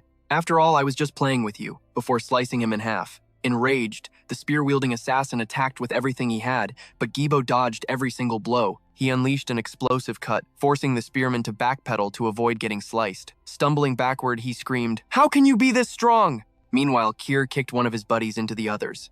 "How disappointing," she scoffed as they all tumbled over. Then she asked William, "You call these guys elite?" They were completely frustrated to be losing so badly. William sighed, It seems I'll have to interfere. This is clearly the best you can do. You've wasted enough of my time. Suddenly, Gibo saw him summon a fire arrow, and it came hurtling straight for his eyes. He realized it was even faster than the boss's arrow, and an explosion erupted right in front of him. William noted that he dropped his guard just because it was a fire arrow. He knew this attack was on a completely different level, but it wasn't like he could have dodged it anyway. "It's over," William declared. "Now, we'll finally clear this portal." But then he froze in shock. The protagonist appeared out of nowhere, stopping the explosion cold, and stared William down, even with one of his eyes knocked askew. "Who the hell are you?" he demanded. The protagonist used telekinesis, saying, "Save that for later, we have other guests," and summoned one of those ribbon pigs, except this one was gigantic. He hurled it at William's party, and the massive pig sent them all flying. After a brutal fight, William finally killed the last of them. "What a pain," he grumbled. "They ran off after throwing that thing at us."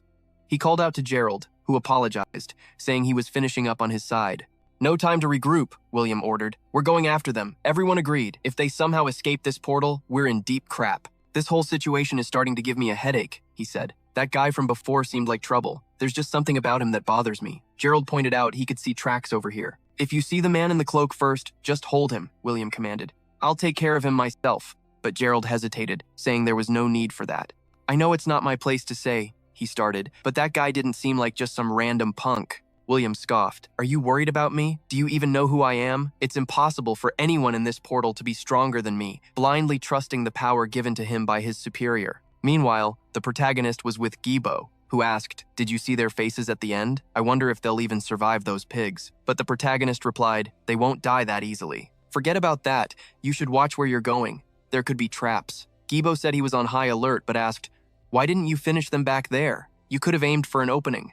But the main character simply stated, "Because William is stronger than me." Gibo couldn't even believe it. He thought back to that fire arrow aimed at Gibo, remembering its speed and power. He had barely managed to stop it. He recalled that even after setting off an explosion to slow it down, it still kept coming for him. He explained, "My fire arrow barely changed its direction, and it didn't affect his at all." Gibo refused to believe William could be stronger, asking if he was joking and why he would say something like that. "So, we really just ran away?"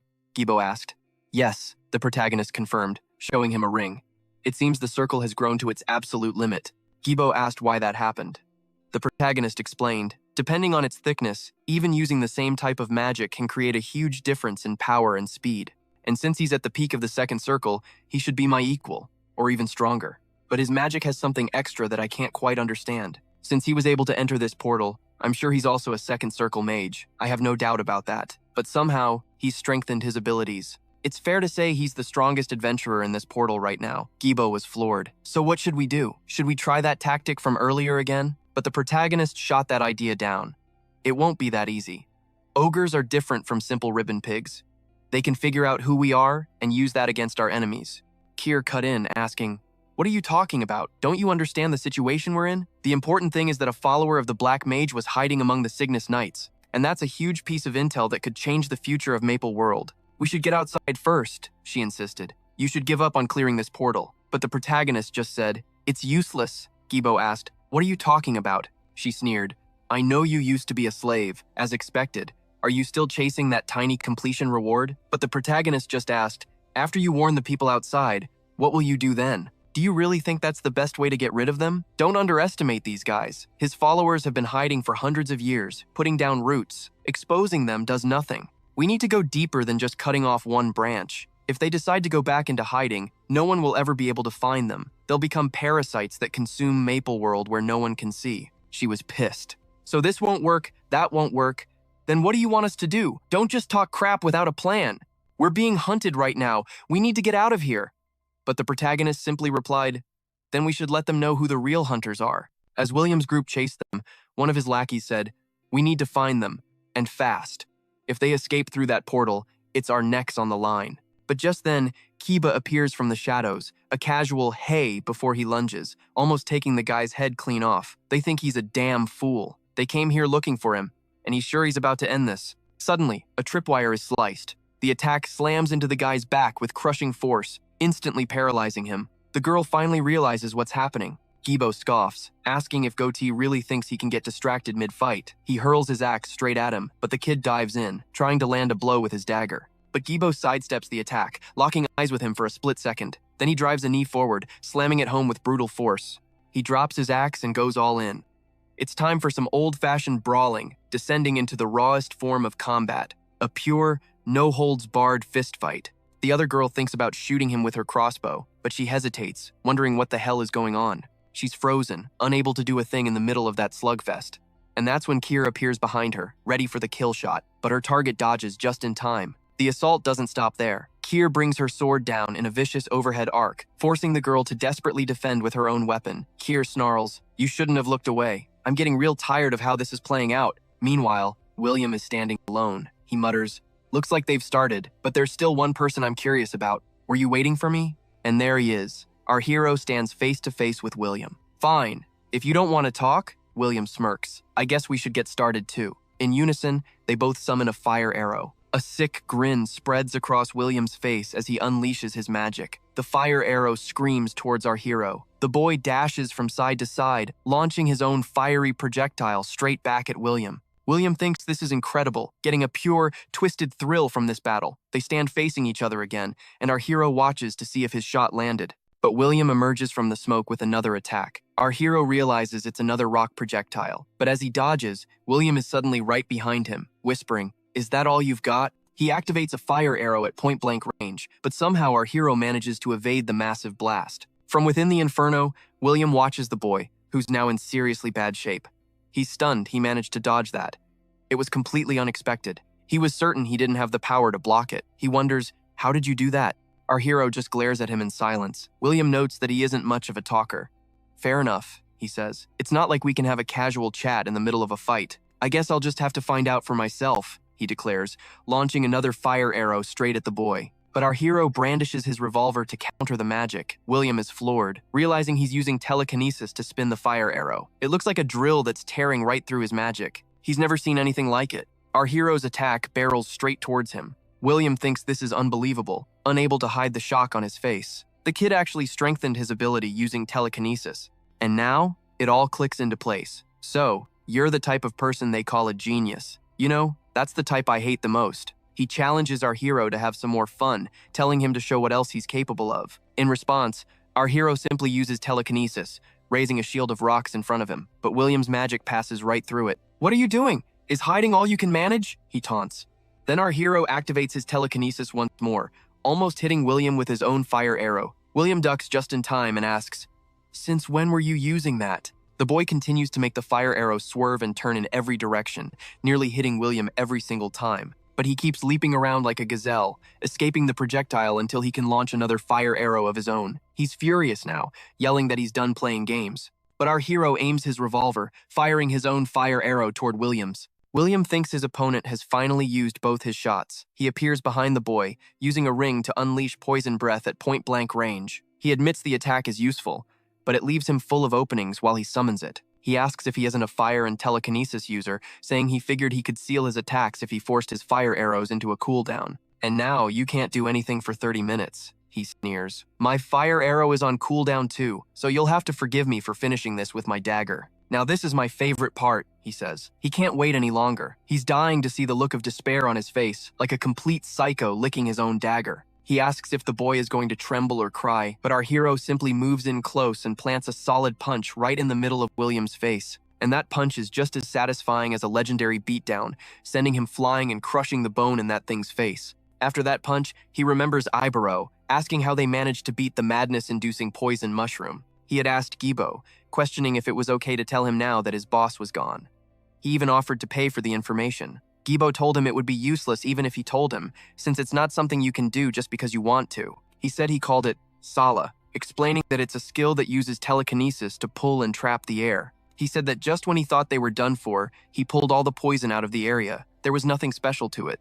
Ibero asked if that wasn't cheating. Gibo said that's what he was talking about. The boss with his skills is a complete cheat. Back in the present, our hero continues to beat William senseless, going into full barbarian mode now that his mana is gone. William is completely wrecked, trying to use his poison again. But while he's talking, our hero delivers an uppercut, making him bite his own tongue and stopping him from saying anything else. After that punch, he lands several more to the abdomen, knocking him out completely and sending him flying. He then grabs the staff, preparing another fire arrow for William, wanting to close his coffin with a golden key. After that UFC-worthy beating, our hero rips William's arm off. He falls to the ground, trembling and groaning in pain, but still activates his ring, releasing that poison towards our hero. But our main character uses telekinesis to create the Sala, trapping all the poison and keeping him from being exposed to any kind of threat. He asks if William is trying to trick him. He acts like a lunatic, but he's actually scheming something. Since his poison breath didn't work, he must be trying to get his staff back. So he tells William to come and get it,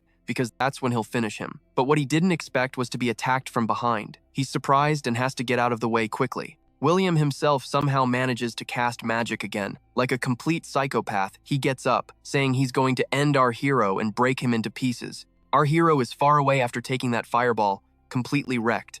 He realizes he let his guard down and didn't expect him to have an orb of flames as a trump card. He wouldn't have made that mistake if he were the him from before the regression. Another fireball comes at him as he thinks that he's lost his touch. Gibo notices that his boss might be struggling a bit. Meanwhile, Kier takes the head off the Lancer and tells Gibo to stop playing around and put an end to it, because his opponent is too strong for him to handle alone. Gibo snaps back that he was already on it, telling her to stop bossing him around, but as he moves, an arrow whistles through the air, instantly killing the man beside them. Just then, a horde of ogres crashes the scene, charging straight for the two of them. He realizes he'd been wondering where they were, but he's shocked to see they're green ogres. "Our goal is to end this, and end it fast," he declares. "Don't underestimate them. These guys are not going to be easy." He also points out a really strange one among them, probably the leader, who even has a pompadour on his head. He looks like a discount Hulk. Meanwhile, our hero is facing William, who thinks he's finally won, but then his opponent spits out a mouthful of blood. After taking such a beating, he admits his opponent wasn't half bad. He thinks maybe he went too far. He should have at least asked for his name before killing him. But a voice cuts through the silence. It's El Palm. The man is shocked. There's no way he's still alive. Our hero smirks. "You'd better remember it, since it's the last name you'll ever hear." William scoffs, calling him a disgusting cockroach. "It's pathetic," he sneers. "Even if you try to bluff with those skills of yours, it won't do you any good." But the boy admits it's nearly impossible to catch him with only 2 magic circles. And clutched in his hand is the one thing that will completely change the course of this battle. He realizes it's a mana stone and starts laughing maniacally. "You miserable psycho," he shouts. "Is this your last hope, to absorb a mana stone and raise your circle? You're such an idiot," he continues. "Just absorbing a mana stone won't raise your circle. You need knowledge gained from countless real experiences." "That's exactly right," our hero says as he begins to absorb the stone's power. "You were talking about experience and knowledge?" In that instant, William feels something wrong, as a magic circle forms automatically. "Don't worry," El Palm says coolly. "I have more than enough of both." He had finally reached the 3rd circle. William scoffs. "Are you trying to scare me with those bluffs again?" he screams. "Just die!" and launches his attack. But our hero's fire arrow cuts right through his attack with ease. William tries to use a flame orb as well, but El Palm uses his telekinesis to make the projectile spin wildly, and the bullet redirects straight for William's head, who lets out a final scream as he's hit. El Palm realizes he just did something insane, leaving nothing but a charred corpse in the middle of mass destruction. And then he remembers he forgot to ask William's name after killing him like that. At that moment, the ogres finally arrive, hunting the 2 survivors. Gibo is so injured he needs to be carried by Kiri as they hide. "This is getting complicated," she mutters. Just moments earlier, Gibo had gone on a rampage, single-handedly killing 17 of them. "What is happening to you?" she asks. "He's taking down these monsters way too easily." "It's easy," he says. "I can see their movement patterns clearly now." An ogre lunges at the boy, trying to hit him, but Gibo moves like a blur through the trees, gracefully dodging all of its attacks. But as he charges at another ogre, he's hit. The leader managed to snipe him with a perfect shot. Kiri stares in shock. That was an orbital flame. She wonders how a monster could possibly use that. A monster being able to use a magical item is something she never could have expected. This is way too problematic. She thinks they have no choice but to stay hidden until they can find El Palm, and she just hopes he's still alive. But suddenly, an ogre ambushes them, nearly grabbing them both, and she's forced to run while carrying Gibo. The monsters continue to chase them down, and one of them blocks their path. The girl has to throw Gibo high into the air while using her sword to kill the creature. As he falls, she catches him again, realizing how much help he is. She can't leave him behind. She thinks she can handle the situation if they come one at a time. But just then, a fireball nearly takes her head off, and the monster laughs. She thinks everything will be fine, as long as that thing isn't her opponent. It keeps launching fireballs at her, and she's nearly hit while running. But the explosion is suddenly blocked by Gibo, who has woken up. She's on the ground as he shields her. He doesn't show any emotion at all and simply charges back at the monsters. He starts cutting them down in a totally new way, one after the other, eliminating each with just a single blow. He kills them effortlessly, causing enormous explosions, and Kiri thinks this is unbelievable. He walks straight toward the leader, and she wonders if this boy is really just at the first circle. Gibo has a crazed look in his eyes. The ogre, seeing the axe coming at it, gets excited and unleashes another fireball at point-blank range. Gibo is thrown back on top of Kiri with his axe, and she has to catch him to keep him from smashing into the ground. And the monster looks happy, or it should have been, because it ends up getting hit by Gibo's attack anyway. It gets extremely pissed and summons another fireball. Kiri tells Gibo to fall back, because she's going to handle things from here on out. And when it launches the attack, they don't have many options, except for the girl to try and stop it herself. But then, one of our hero's shots pierces the fireball and goes straight through the ogre leader. The beast wonders what's happening, and there he is, our main character, transformed, with his fireball and telekinesis. He says, "Looks like I didn't get here too late. Man, this is on another level." This main character knows how to make an entrance. Meanwhile, the guard who stayed outside says it's already been 4 days, but there's been no sign of them. He says he was happy to get some easy money, but his body is starting to get restless. He says lazing around isn't his style and that he's going to have to turn down defense missions from now on. But then he wonders why it's so noisy, and the portal begins to collapse. He's shocked to see it. The gate is closing. A woman in front of him shouts for him to go get the bishop now. He asks Kiri what's going on, demanding a situation report. She tells Long that some people have returned, and seeing the gate disappear, the raid has been completed. He's surprised that those 3 made it back. A while later, our hero wakes up in an infirmary, and Lonko says that it seems he's finally awake. He asks where he is, and Lonko tells him to listen. "You better tell the truth about what I'm about to ask," he says, "because it seems that of all the groups, only the 3 of you from the Garford merchant group survived." Then he asks, "What happened inside that portal?" Hearing this, our main character starts to feel uneasy about what he's being told. He says he thought this might happen, but to think that everyone else died. Lonko tells him to answer properly, unless he wants to lose the life he fought so hard to save. So the main character starts talking about a demon that was inside, and Lonko is surprised. Our hero asks for a paper and a pencil, saying he'll draw it for him. He says he doesn't know what it's called, but when Lonko sees the drawing, he closes his eyes and just accepts it. A while later, they tell him it makes no sense at all, because there were a total of 100 people, and on top of that, they were all elites, each one representing a merchant union. And even if it was a portal for 100 people, it was still just a red portal. He asks if they really expect him to believe that everyone died because of monsters, saying they shouldn't have even broken a sweat fighting any monster in there. The lady from the Sky Merchant Union says that her cousin was among them. Then Lonko says that he didn't seem to be lying, saying that the boss of the 100-person portal looked just like that.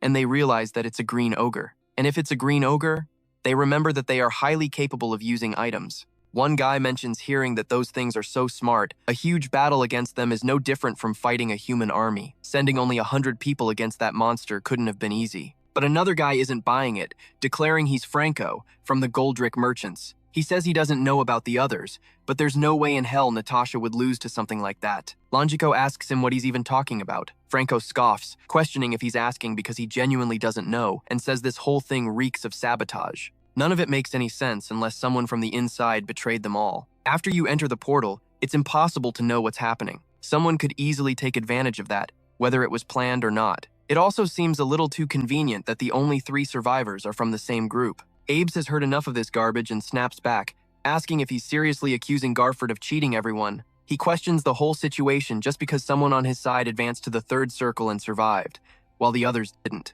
The scared little rich boy asks if he's trying to say their merchant unions aren't as good as Garford. He fires back that whether he's trying to or not, he's just stating the facts as they are. They keep going at it, because the guy in red absolutely refuses to accept the outcome. Longico wonders if they're done yet. The man with the mustache finally says that if he's going to throw around accusations, he'd better have some proof. He challenges him on that point, stating they didn't bring a single item out of the portal and had 0 motive, asking if he understands that. And just like that, after a while, the main character says he's heading back. He thanks Longico and just dips. Someone asks Longico if it's really okay to let them go like that. He asks the girl if they hadn't already reached a conclusion, and after a moment, the main character is gone. He spots a snail over there and asks if they're seeing this, because the little thing actually followed them. It's a pretty cute snail, and our hero remembers Kier asking him something while they were still inside. She had asked why he was hesitating, since they already took care of the Dark Mage's followers and wiped out the green ogres and other monsters. So all they needed to do was dump all the items and get a little banged up before leaving. But the main character hesitates, thinking about the feather that Mage was carrying. And he tells himself that's the right call.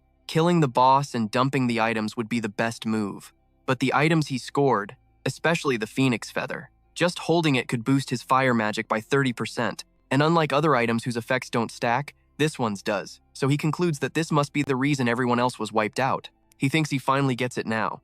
This is an unexpected jackpot, and he has to get it out, no matter what. She argues that if they take anything that wasn't registered beforehand, it'll raise suspicions of sabotage, asking if he wasn't the one who reminded them of that. Then she tells him not to get greedy and to just stick to the plan, since they already found the exit portal. But then he notices a snail, and it's the pet snail. Unlike other monsters, it has no attack power at all, but it wanders around looking for and collecting items. And the more items it collects, the larger its shell becomes. He remembers it's a life form that was discovered after the portal opened in his past life, and that little creature hands him those 2 feathers. She asks if he really managed to bring them out without getting caught, and how he even knew about using the snail. He just says he figured it was better to try something than to just accept leaving with nothing. She then questions what's next, since she did everything he asked, wondering what he's planning from here. He tells her not to rush things. Since they've successfully infiltrated the Cygnus Knights, they have to be extremely careful gathering information. If they aren't cautious, their enemies might just go deeper into hiding.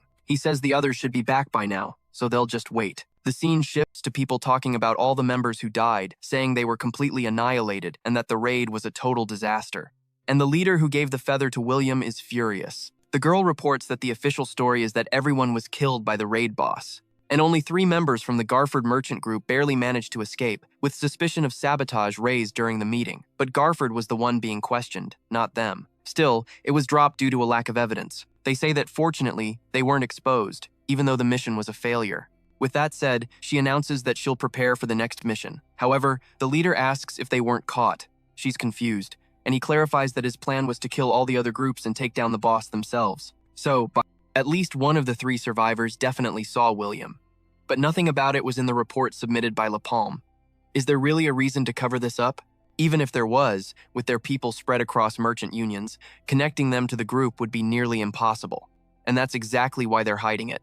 He realizes that if their enemy knows who's behind this, it's not some merchant union, but times her times followers. They would be the only ones who know the Black Mage's disciples have returned. He wonders what will happen if they decide to leak that information. The girl refuses to believe it, declaring they have to eliminate every last one of them. So, he thinks, this is an invitation, an interesting one, at that. He decides he'll accept it. However, he'll prepare a special reception, making them the first and last guests he ever receives. In another place, a boy reveals his life was a living hell, trapped in an apocalyptic wasteland, swarming with monsters. He says he suffered in crushing poverty, only dreaming of a normal life. All he could do was watch his sister wither away from the black blood disease. He couldn't even give his family a proper grave. This world has always been hell. But then, someone approached the boy, noticing he was the only one left. "Looks like you're going through a tough time," he said. "Do you want some help?" But Debo just told him to get lost. That was his first meeting with Aaron. Sometime later, they're facing off against ferocious monsters. Debo boasts he's in first place, while another guy grumbles that he would be if he were just 30 seconds faster. The girl announces the cleanup is complete. She tells Debo he focuses too much on looking cool, which just frustrates him. Aran declares that everything seems to be handled, and tells them it's time to go. He says that 1 year was all it took to make him see life in a completely different way. She was a hero who was never swayed by emotion, but possessed a kind heart. She protected people, always leading from the front, forging a new path. He says watching her made him see the world in a better light, and his goal naturally became to help her. Just then, another group member starts making fun of him for doing the dishes ever since the abandoned mine, calling it hilarious. But Debo snaps back that it's only because he wasn't in top condition. The guy retorts, "Of course this can't be all the great Sir Dio can do, not the self-proclaimed disciple of Aaron." He taunts that Debo needs to keep up if he ever wants to be recognized, but Debo just tells him to drop it already. Aran asks Sharon if this was the right direction. She confirms, pointing to a mark left on the roof, but adds that somehow it feels different. She wonders if a place like this ever even existed in the Elna Mountains. A while later, the same girl pleads with Aaron again. She begs, saying it's too dangerous to go to the abandoned mine in the As area alone. No one else is willing to go with her, and she needs Aran's help if she ever wants to find her brother. But Aaron coldly replies she's asking the wrong person, as she doesn't take personal requests like this. The plea that her presence is a necessity is useless. While she'd theoretically be a guide, someone at the third circle would just be dead weight. Besides, she says there's no guarantee her brother is even alive, telling the girl to ask another adventurer. But then Debo steps in, apologizing for interrupting. He explains that they're probably her last hope. After what happened the other day, no adventurer will go near the Cave of Challenges. He says he wants to help her, promising he'll keep her safe. He asks Erin if she can't please reconsider. Because of Debo's insistence, they head to the mine. Inside, they find a dead man. The girl confirms that's not her brother. Aran acknowledges this, wondering if she should be relieved. But the way this person died is extremely strange. It doesn't look like he was killed by monsters. In fact, he seems to have been dead for over a week. As they look closer, they realize they recognize the man. But there's no time to think. A gigantic boulder suddenly hurtles toward them, nearly crushing the entire party. Debo manages to save the girl, wondering what in the world just happened. When they look up, a monster appears. A Zakum is attacking them. Debo tells the girl to stay behind him as he charges the beast. But Erin is faster, sending the monster flying with a single axe blow. She tells Dio they'll take the left flank, and he vows to end this quickly, charging in with the others. They engage the massive, multi-armed beast, attacking from all sides. The girl who requested the mission, meanwhile, just watches from a distance, and spots a hole in the middle of the wall. They finally defeat the monster, and Debo pants that it was as tough as the rumors claimed. But the paladin with them says she can't find Sharon anywhere. Debo is shocked, but when he looks over, he only sees the girl's stuffed animal on the ground. Did she go through that opening? Why would she act alone? Aran's voice cuts through the confusion, telling everyone to get ready. Though she doesn't know what it is, there's a powerful aura coming from inside. Is something in there? They ask. I'm not sure, she replies, but I can tell it's strong, and it's going to be dangerous. Debo, however, declares he's bringing Sharon back. Protecting her is his duty, and they must secure this place. The paladin urges Debo to calm down, asking if he didn't hear what Aran just said, but Aran cuts her off. I'm going with him. She explains that whatever is in there, it's a threat to the Maple world, and it's her job to deal with it. So, they decide to enter together. They find themselves in a cavern filled with bubbling magma everywhere. They're terrified by the sight. Sharan is standing on an altar, next to a fallen person. As the group arrives, they're shocked to see her there next to the body. Sharan confirms that it's her brother, but Aran and Debo both feel something is terribly wrong. Debo shouts for Sharan to stay put and not to move, promising he's coming to get her. But through her tears, the girl begins to smile. You really came, she says. I knew you would. You're such a good person. But now, there's no turning back. He asks her what she's talking about. Debo, she asks, do you know the meaning of the name Zakum? It means the devil's tree. While many believe the moving statues are Zakum, they are merely mediums the real Zakum uses. This giant tree, asterisk this times, is the true Zakum, and you still have to deal with its real body. What are you saying? Debo demands. Aran thanks her for the information. To think it had a main body. This is incredible. She tells Sharan to stay back while she kills the tree, warning her to hide so she doesn't get crushed in the chaos. But then Aran adds a chilling question. Or, is there something else you still need to do? Like, for instance, using your brother as a sacrifice? The girl smirks. It seems you still don't understand. This all began the moment you stepped inside. She holds up a core in her hand, which ignites with dark energy before shattering. Zakum uses mediums, and they aren't limited to just statues. In that instant, the paladin thrusts her sword straight through Debo's stomach. When Aran whips around in shock, the other group member attacks her with a devastating blow. As Debo collapses, he gasps, Miriam, what are you doing? Before freezing in horror. The girl's form has twisted completely into that of a demon. You, she snarls, her voice dripping with venom, are the one who killed my friends. And Sharan just watches, coldly saying, there's nothing you can do. To them, they're nothing but targets for revenge. And now, it's time for the grand finale. She calls out to the real Zack, telling him to put on his best show and finish this performance. The girl is completely transformed, with snow-white hair, stark white clothes, and skin as pale as a ghost. She declares that this is how it must be done for the Dark Magic Lord. Alright, I was not expecting that at all. And I love how this series just keeps hitting us with twist after twist. With that, the monster starts to unleash absolute hell down on them. Dio wonders if she's been possessed by Zakun, but Aran screams at him, stop acting like a kid and end this already. That's not Amanda anymore. He just says, I know. His eyes locked on the corrupted form of his former friend. Tapping into a surge of adrenaline, Aram unleashes a devastating upward slash at the monster, slicing through stone pillars and severing part of the beast's arm. Debo was completely shattered, consumed by a storm of self-hatred, realizing he'd screwed everything up. He never should have told them to come here. Now, a member of their team was already dead. He lunges toward Mira, his mind screaming that this is all his fault. His strike lands dead center in her chest, sending a spray of blood everywhere as he finishes her, whispering a final apology. But before she falls, she surges forward one last time. He reacts instantly, cutting her down completely, only to realize it wasn't an attack. With her last bit of strength, she gently touches his face, thanking him and begging him to take care of Aaron. The weight of his failure crushes him all over again.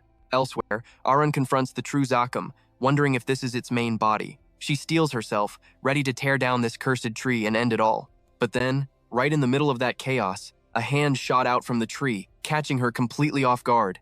It lunged for her, trying to snatch her up, but she somehow twisted out of the attack's range as Debo screamed, "We have to finish that thing now!" The two of them brace themselves, ready to unleash hell and shatter that thing to pieces. But as they move in, Debo takes a direct hit, barely stopping the massive hand before it crushes him. He starts screaming at the creature as the monster tries to pulverize him.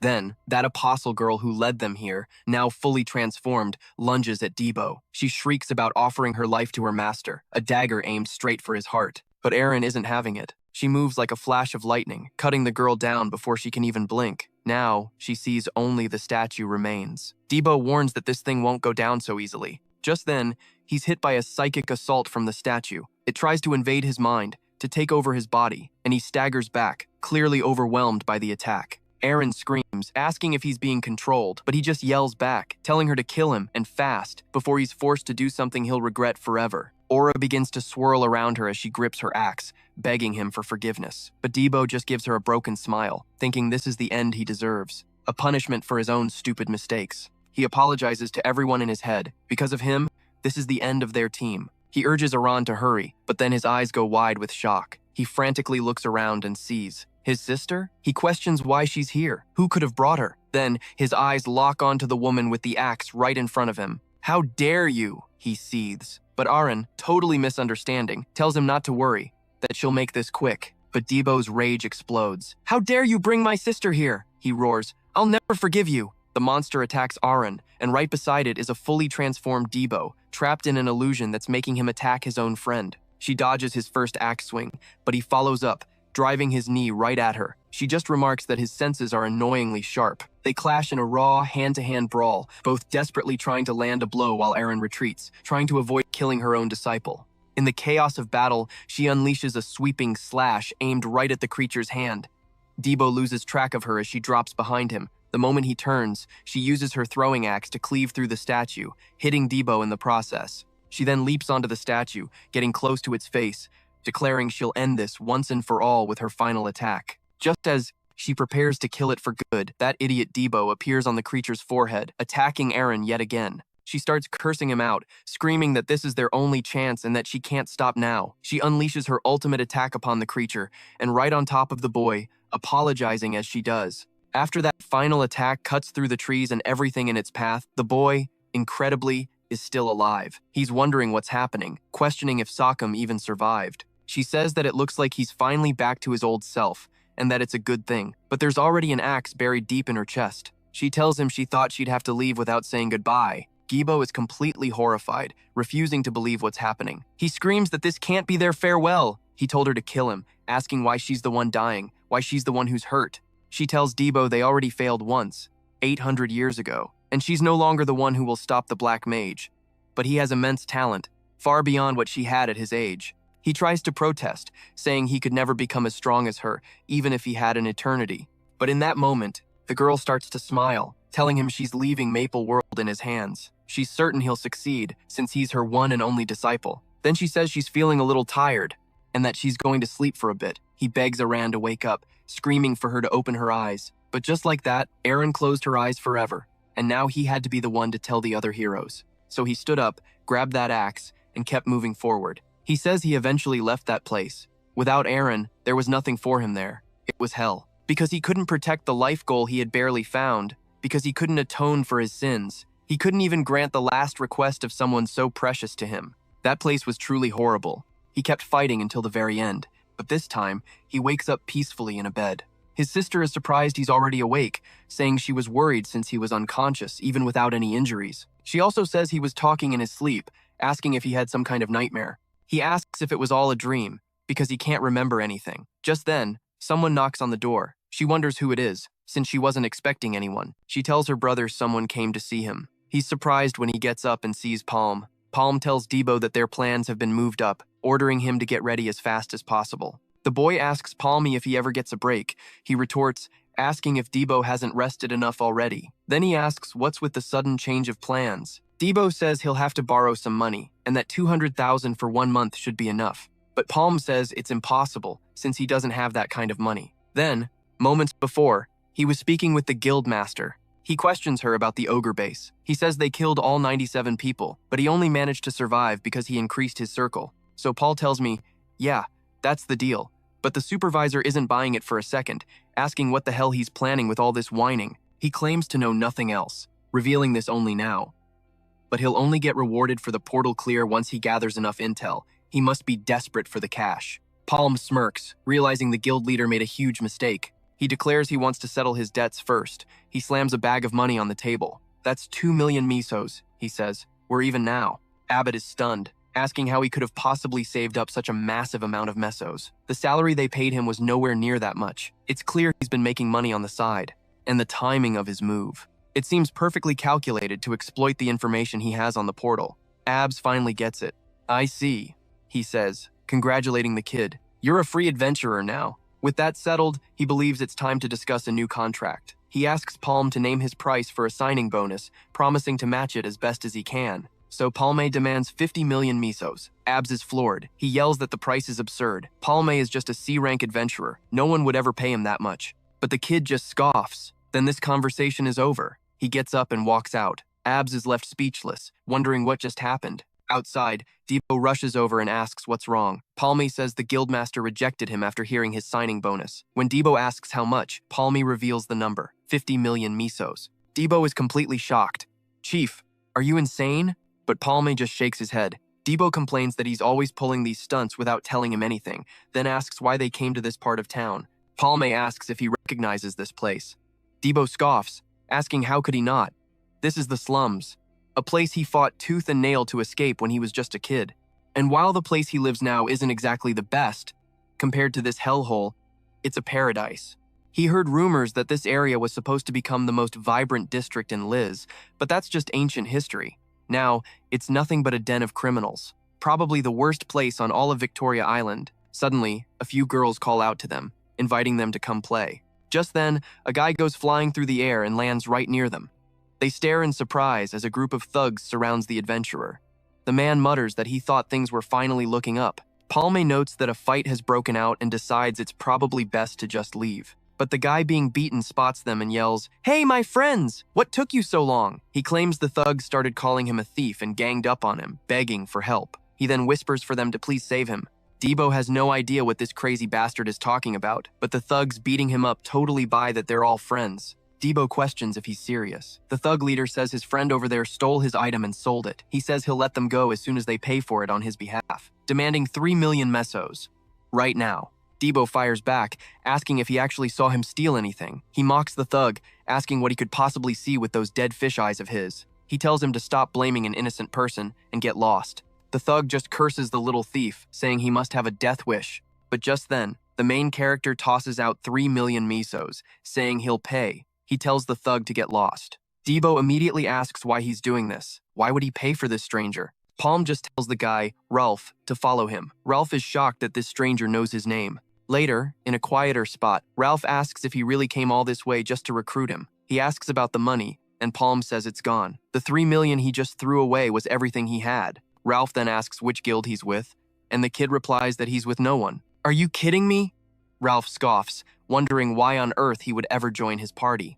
Debo starts losing his temper, telling him to give back the 3 million mesos they just paid for him. Ralph just sneers back. Did I ask you to pay for me? He says they acted on their own. Debo gets even more furious. Ralph continues, saying that since they came all this way looking for him, they must know about his skills. So you should pay me accordingly, he declares. He says he'll give them a special discount and join their party for 3 million mesos. Debo is about to explode, but someone else arrives. A girl named Beju from the Carnia Merchant Union asks if Palme is here. The boy acts as if he was expecting her all along. Ralph is stunned that the Carnia Merchant Union is here. The main character simply says, "That would be me." Beju says it's a great pleasure to finally meet him. She apologizes for the less than ideal setting, but circumstances were unavoidable. She explains that the Carnia Merchant Union highly values his skills, especially after successfully clearing the 100-man gate. She says she won't beat around the bush. They want to recruit his party. Of course, there will be a simple portal raid test as part of the procedure. They'll pay a 3 million advance and a 50 million mesos bonus once they pass the test. Ralph's jaw hits the floor. Beju continues, saying that if he wishes to join, the raid is in 3 days. She hands over the advance, wishes them good luck, and promptly leaves. Even Debo is stunned, calling it an unbelievable stroke of luck. And just like that, the main character tosses the bag of money into Ralph's hands. The money lover's face lights up. Palme says it's the bonus he asked for, explaining the contract term is for 1 year, and he'll get another 7 million after a successful raid. Debo freaks out. "What are you doing?" he yells. "Did you eat something rotten today? You're going to spend 10 million on a guy like him?" But the main character just tells him to get moving, or they'll be late for their next appointment. Debo is shocked that there's still somewhere else they need to be, calling after the main character as he walks away. Debo can't believe it. He's going to meet that blonde girl again. He complains about how noisy she is, and she immediately tells him to shut his mouth, saying she's only here to keep her promise. Sometime later, the 4 of them arrive at the gate. Debo remarks, "It's definitely a good day to raid a portal."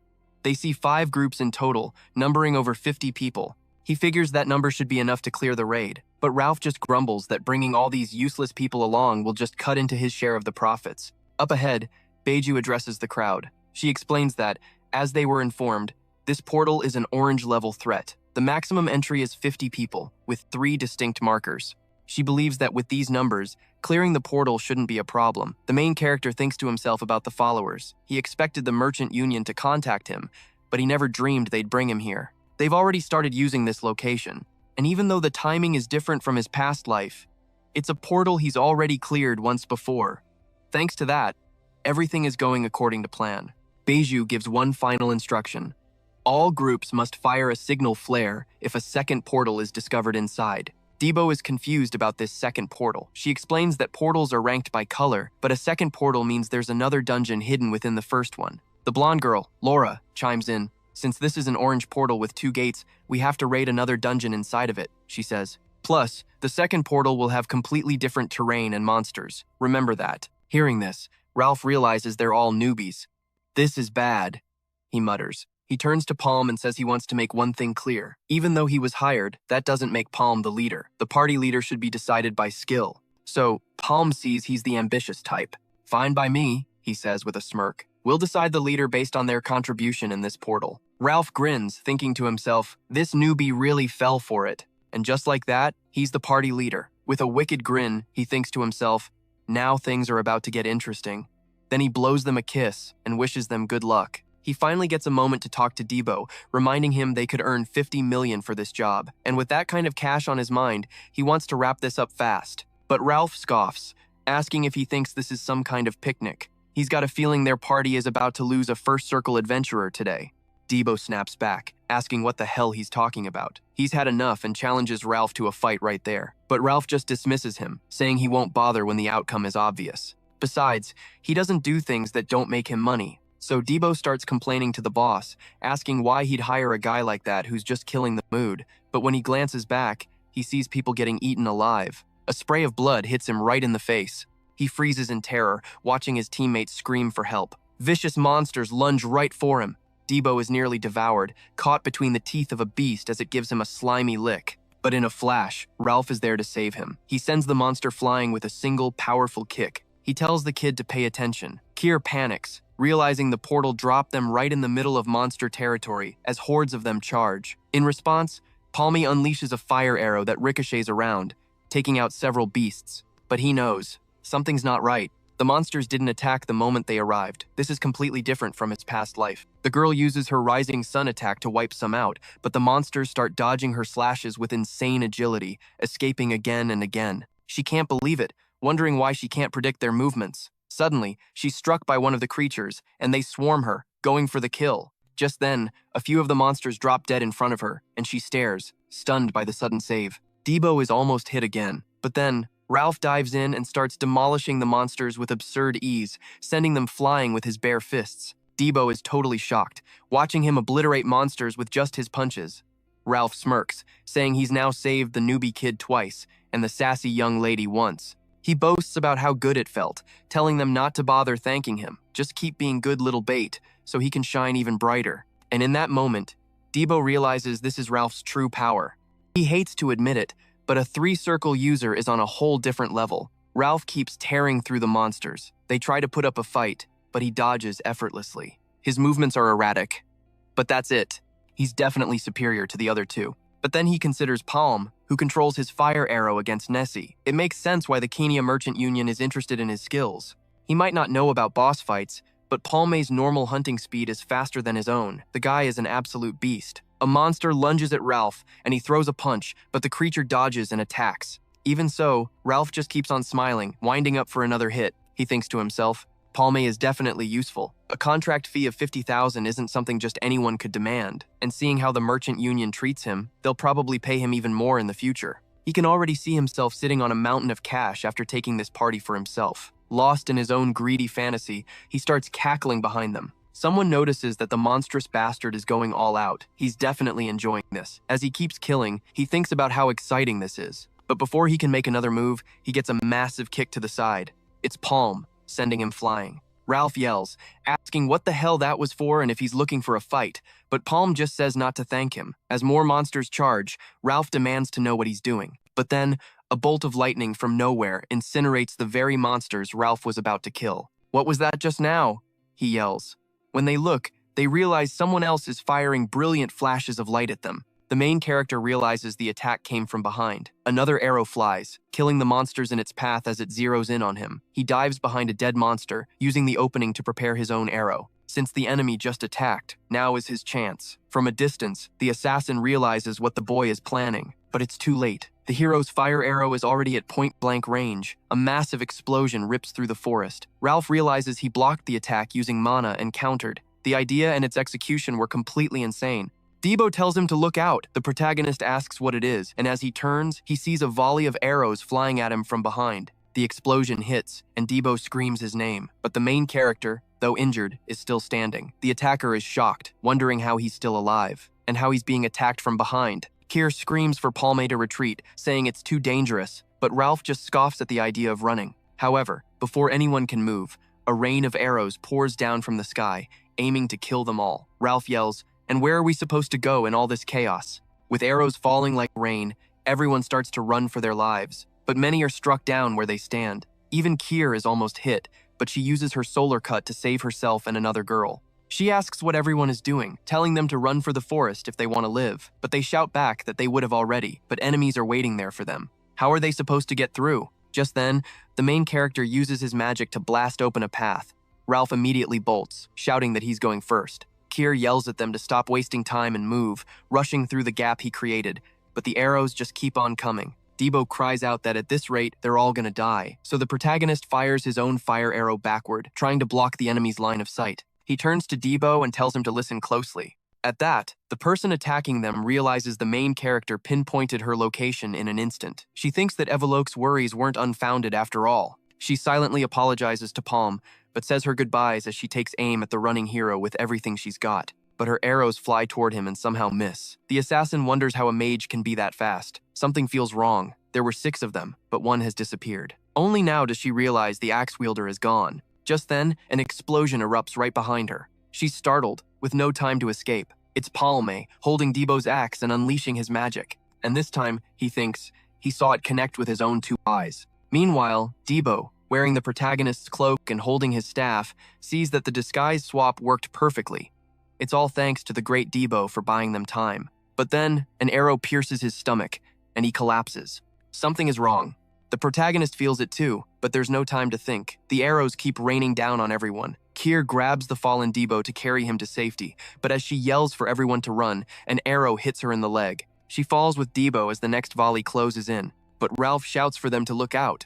He actually comes back for them, complaining that he's acting like a father when he doesn't even have kids. What a pain. They can only stare, completely shocked that Ralph returned. The assassin tells them to run wherever they want because they'll never escape his ultimate reach. But as he aims, he realizes something's wrong. Debo admits he has no clue either, but screams at Ralph to just shut up and run like the boss told them. Ralph fires back that he can barely even stand, yet he's still trying to act tough. They end up sprinting too far, bursting out of the forest.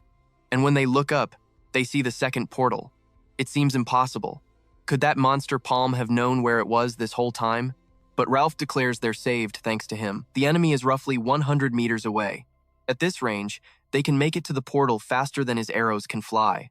Debo yells for him to wait, shocked that Ralph is actually thinking of ditching their leader. Ralph just asks if this isn't what he wanted, since the boss sent them here anyway. He decides they'll go through first and wait for that madman on the other side. But this time, the arrows fly from the front. They all go down in an instant, and Debo collapses to the ground.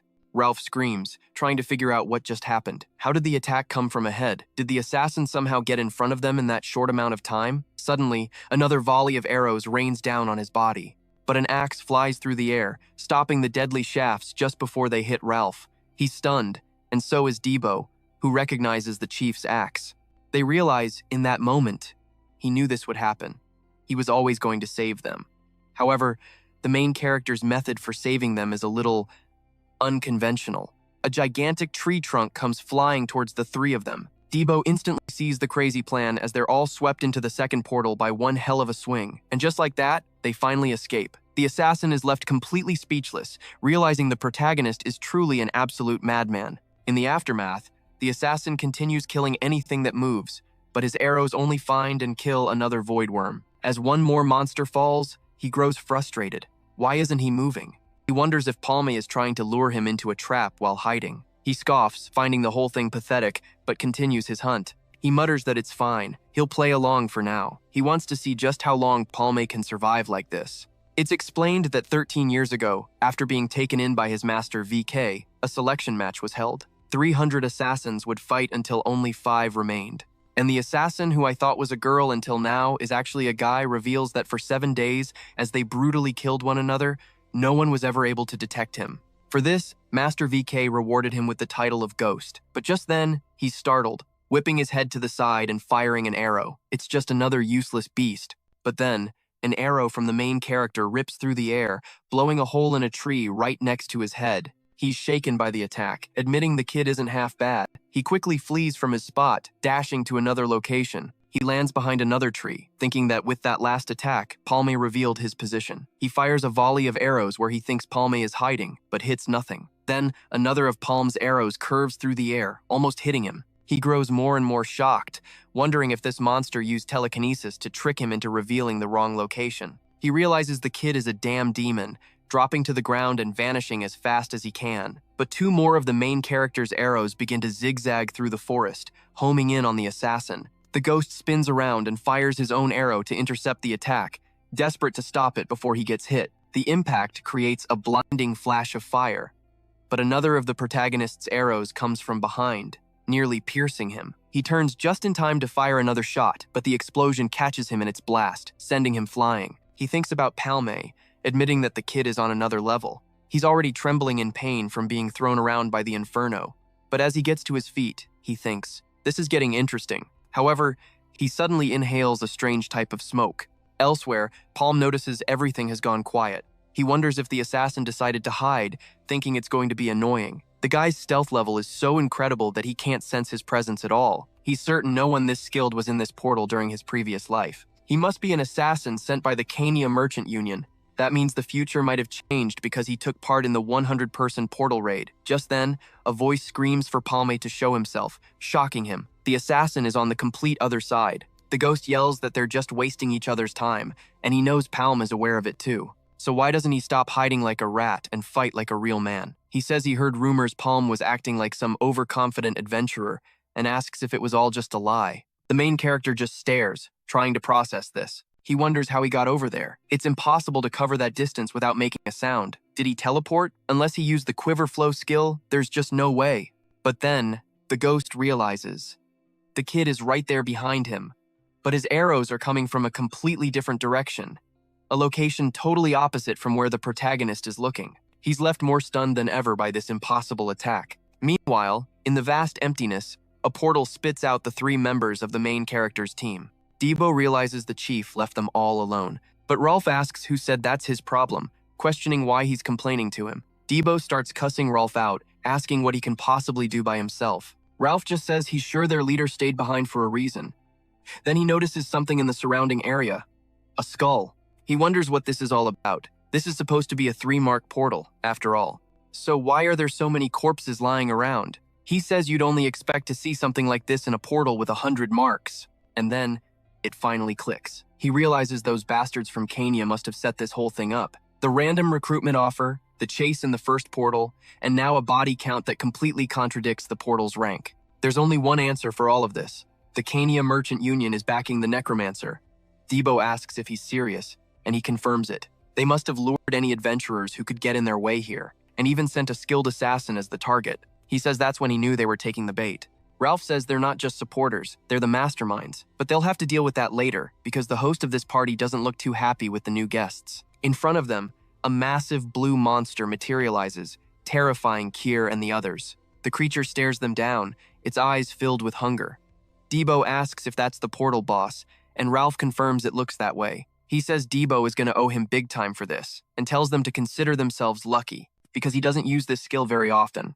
He then pulls the item from his necklace, activating its magic. If you had to describe Ralph's character in one sentence, it would be a complete and total jerk. He's also been called a piece of trash, and it's said he would do absolutely anything for money. He's a total scumbag. But when you ask people to describe him as an adventurer, they say he's useful. He might be a jerk, but the guy has skills. In fact, he's probably the best 3-circle bishop healer in existence. He begins to cast, and a powerful healing light washes over all 3 of them. Debo is shocked as his wounds completely disappear. He assumed this guy was a viper or some other damage dealer. But he's actually a bishop? That means even without using his true abilities, he was that strong. With everyone healed, he says it's time to fight. This is what they came for. That thing isn't just going to wait around, and the behemoth charges them. So Ralph tells them to at least try and be useful for once. Debo is shocked he just took off, but the monster doesn't wait for their little drama, nearly crushing them all. He grabs Kiri to keep from flying off as the monster's jaws snap shut, trying to swallow them both whole. But they manage to dodge out of the way. Debo latches onto one of the beast's massive tusks and starts climbing its face. He slams his axe right into its eye, tearing it out in a single shot. Then he swings to the other side, attacking with Debo. The monster brings a hand up to the boy, trying to pluck him from its eye socket. But before the totally vulnerable Debo gets snatched, Ralph appears, smashing into the creature's hand. He knocks it away and connects with another brutal kick. The monster tries to hit him again, but Ralph just starts running up its arm. Kiri tries to help, but gets smacked aside. Ralph yells that they need to pay attention, healing the girl yet again. Debo realizes he's not just healing, he's fighting on the front lines. On top of that, his timing is perfect. He only heals them the moment they're in real danger. Then Ralph says he forgot to mention something. The first one was free, but from now on, he's charging for any additional services as he activates his blessing, summoning angels above him. Kiri is shocked as she feels a wave of energy surge through her. He tells them it's 100 mo's per blessing, and that's a steal. The 2 of them are pissed at the mercenary who wants to charge them just to survive, telling him he can have his blessing back. A while later, they finally kill the giant beast, ending the threat. They collapse, thinking what a horrible fight it was, but he questions it. Seriously? I don't think it was that bad. In any case, it's time to talk about his payment. But then the monster starts roaring again. Debo tells it to shut its stinking mouth, saying if it doesn't, he'll shut it for good. But the monster starts freaking out, forming a huge piece of ice on its arm as the Ice King Kong begins to twist and evolve. He can't believe that thing is doing this. The monster really is evolving, coming back to life even more ferocious than before. Meanwhile, Palm is running like hell, dodging a storm of flashing attacks from the assassin. He thinks something's wrong, because he can't predict where the attacks are coming from. The teleport skill a 3rd circle archer can use is called Quiver Flow. But Quiver Flow only lets the archer return to a single, pre-marked location. They can only place 1 mark at a time, so this should be impossible. Meanwhile, the ghost starts laughing, saying it's useless. Just like he said, he calls him so slow that he's going to die of boredom. But our hero summons a fireball, launching it backward to try and hit the assassin. The assassin screams that he missed again, telling him to keep wasting skills like that and he'll experience mana shock very soon. And the protagonist is truly affected by it, coughing up blood as dark marks spread across his body. The ghost continues the chase, saying he's trying to get through the next portal by using skills as a distraction, while our hero's explosion rocks almost the entire forest. The ghost says it's way too obvious. The protagonist knows he can't keep wasting his energy like this against an enemy he can't even find. He'll be fried if he hits his limit, and he needs to get out of there as soon as possible. But then an arrow hits right where he's running, and he's thrown to the ground by the explosion. He grabs another mana potion from his bag, thinking there's no time to hesitate as the arrows keep flying. He says he'll have to risk it, chugging it down and this time using a huge flaming orb that sweeps away all the arrows coming his way. The ghost screams, calling the protagonist an idiot. But as he stops on another tree, his eyes go wide. Several arrows are flying toward him, 6 of them at once. He's completely shocked by this, and notes that it's the maximum number of skills a third circle adventurer can use at one time. He wonders if he's planning to self-destruct or something, but the protagonist continues to resist the mana curse spreading across his skin, and Palm thinks that if his guess about the secret is correct, he'll force him to reveal it. The arrows slam into the area around the ghost, giving him little to do. He notices that he's desperate, not knowing where to attack, and he's sure of it because he's completely lost control. But Palm launches a fireball in the assassin's direction, who starts to flee, jumping from tree to tree, escaping our hero's attacks. Palm gets more and more nervous, thinking he just needs a little more, and he blows up a large part of the forest with his fire and starts to suffer more and more mana reversal, coughing up more blood with every skill he uses. The ghost thinks it's useless, that he'll never be able to win like this, and says his fate is sealed. The protagonist is on the ground, already suffering from lack of mana. He says he's going to suffer terrible pain as his body collapses from the mana shock. The protagonist spits up even more blood, trembling and almost falling, but the forest begins to dissolve into fire, so he uses one more skill. This time, he finally manages to create something even bigger and creates a wall of fire around him, along with that gigantic circle above his head. And the ghost is startled, wondering what that is. Then the whole forest was swallowed by the flames. He asks if this is what Palm wanted and says it's bad, because this way he'll be burned alive. And he thinks that place looks safe, a completely open area, and thinks he needs to get there. But then he notices something, thinking there shouldn't be a safe place. And so he realizes something, and when he turns around, there's something strange. He yells for his other version to come back, because it's a trap. But then that other ghost asks what his brother is talking about. The protagonist then uses his telekinesis. The one who was running away is caught by a rock and thrown away. The ghost's brother quickly uses his arrow to break the rock behind him, also breaking the telekinesis. And his brother is almost caught. But Palm appears through the fire, thinking one is already about to kill that copy.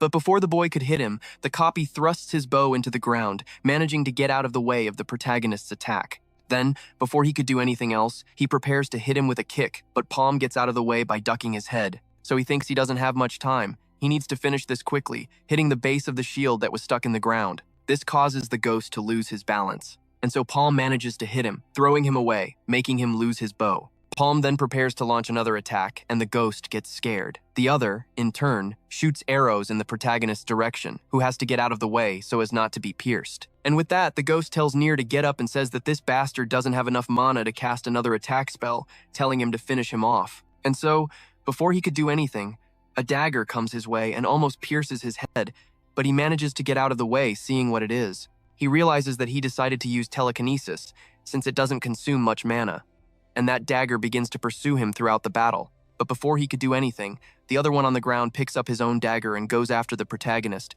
wanting to hit him while he's in the air. He's distracted, going after the ghost, but he manages to stop Nia's attack using his staff and quickly ducks. The dagger keeps chasing the other brother, who's firing off arrows trying to stop the damn thing, but he can't land a single hit on the flying blade. He says he's seen enough, pouring in a little more mana. But Palme gets crafty, now using not just the dagger, but also rocks, pelting the archer so he can't even get a clean shot. Meanwhile, he's up against the twin with the dagger, and our boy is giving him a serious run for his money using only his staff. The twin is shocked, wondering how a mage could possibly be so good at hand-to-hand combat. Then, Palme lands a solid knee right in the twin's gut and thinks that he can't stop there. He grabs that dagger again and sends it flying after the one with the bow, trying to kill him any way he can, but the guy manages to dodge the blade every single time. While that's happening, he uses his staff to knock the dagger out of the unarmed twin's hand and gets ready to bring the pain. But then, a real arrow tears right through his arm, and just like that, the archer twin thinks he's finally won. Anir tells his brother he did a good job, kicking Palmy away.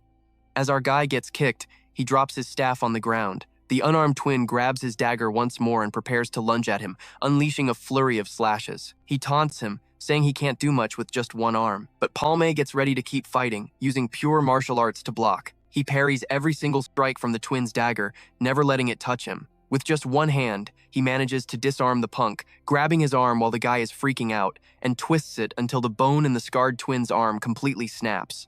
The kid screams at him to let go, cursing and threatening Palm, saying if he doesn't let go, he'll get shot again. But our guy just activates his ability again, launching a freaking fireball at himself. And that twin is totally terrified by what he's doing.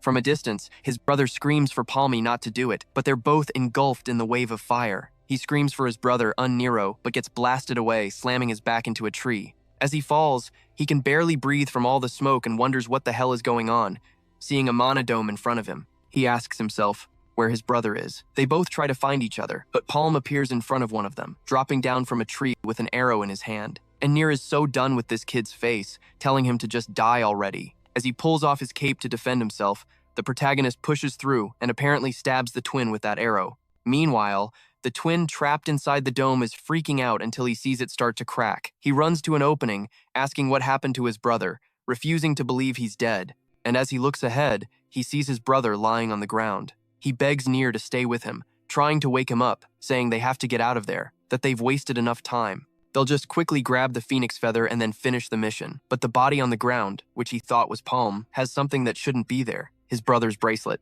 And when he realizes it, he sees that the one on the ground is Nar. The protagonist grabs his dagger and plunges it into him before he can do a thing. And finally, after killing them both, Palmy collapses to the ground, completely exhausted.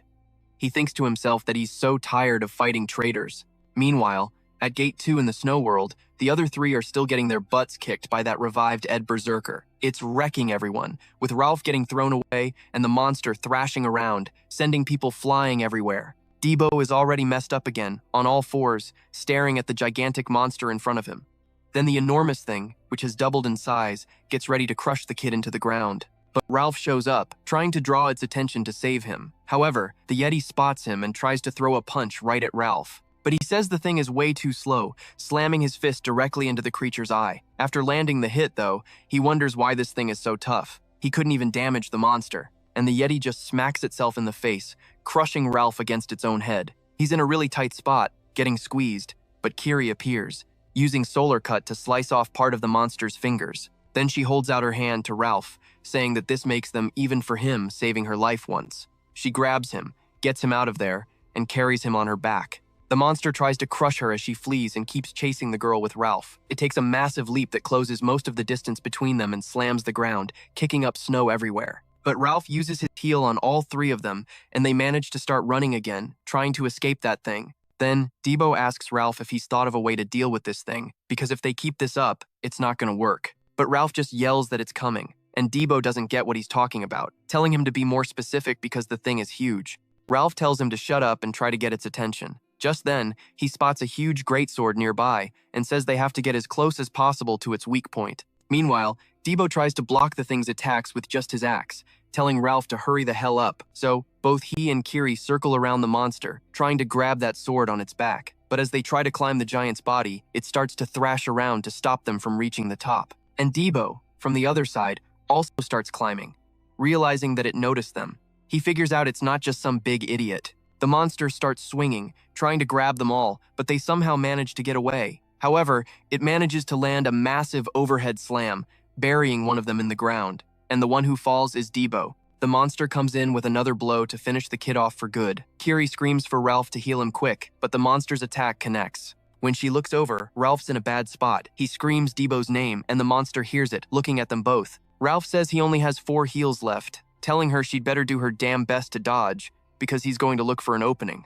So they have to get ready. As they continue the bloody battle, the monster relentlessly chases them, getting angrier and angrier, and throws Kiri into the air before she can react. Ralph is pissed at her, since she did that right after he told her to dodge. He heals the girl again as she faceplants into the ground. Then he realizes she's passed out and thinks what a waste of a skill it is to save this girl. With that, he starts running, trying to lead the creature away from the 2 who are down. And Debo is just splattered on the ground like a bug that got swatted, basically dead. Then, he starts to remember when he was talking to Palme about advancing to the next circle. Palm told him he already has enough experience to reach the second circle and said it would be better for him to level up in the future. But Debo asks him if he knows what he can do just because he wants to. Palme says that enlightenment depends on how he thinks. Debo questions him about it, asking what that is, saying it's something he should teach him. But Palme explains that it's different for everyone, and even if he shared his experience, it wouldn't be useful. So he asks what Palme wants him to do. Palme tells him he just needs to find a suitable keyword for himself, saying it could be about understanding mana, his quest for knowledge, or even an unforgettable memory.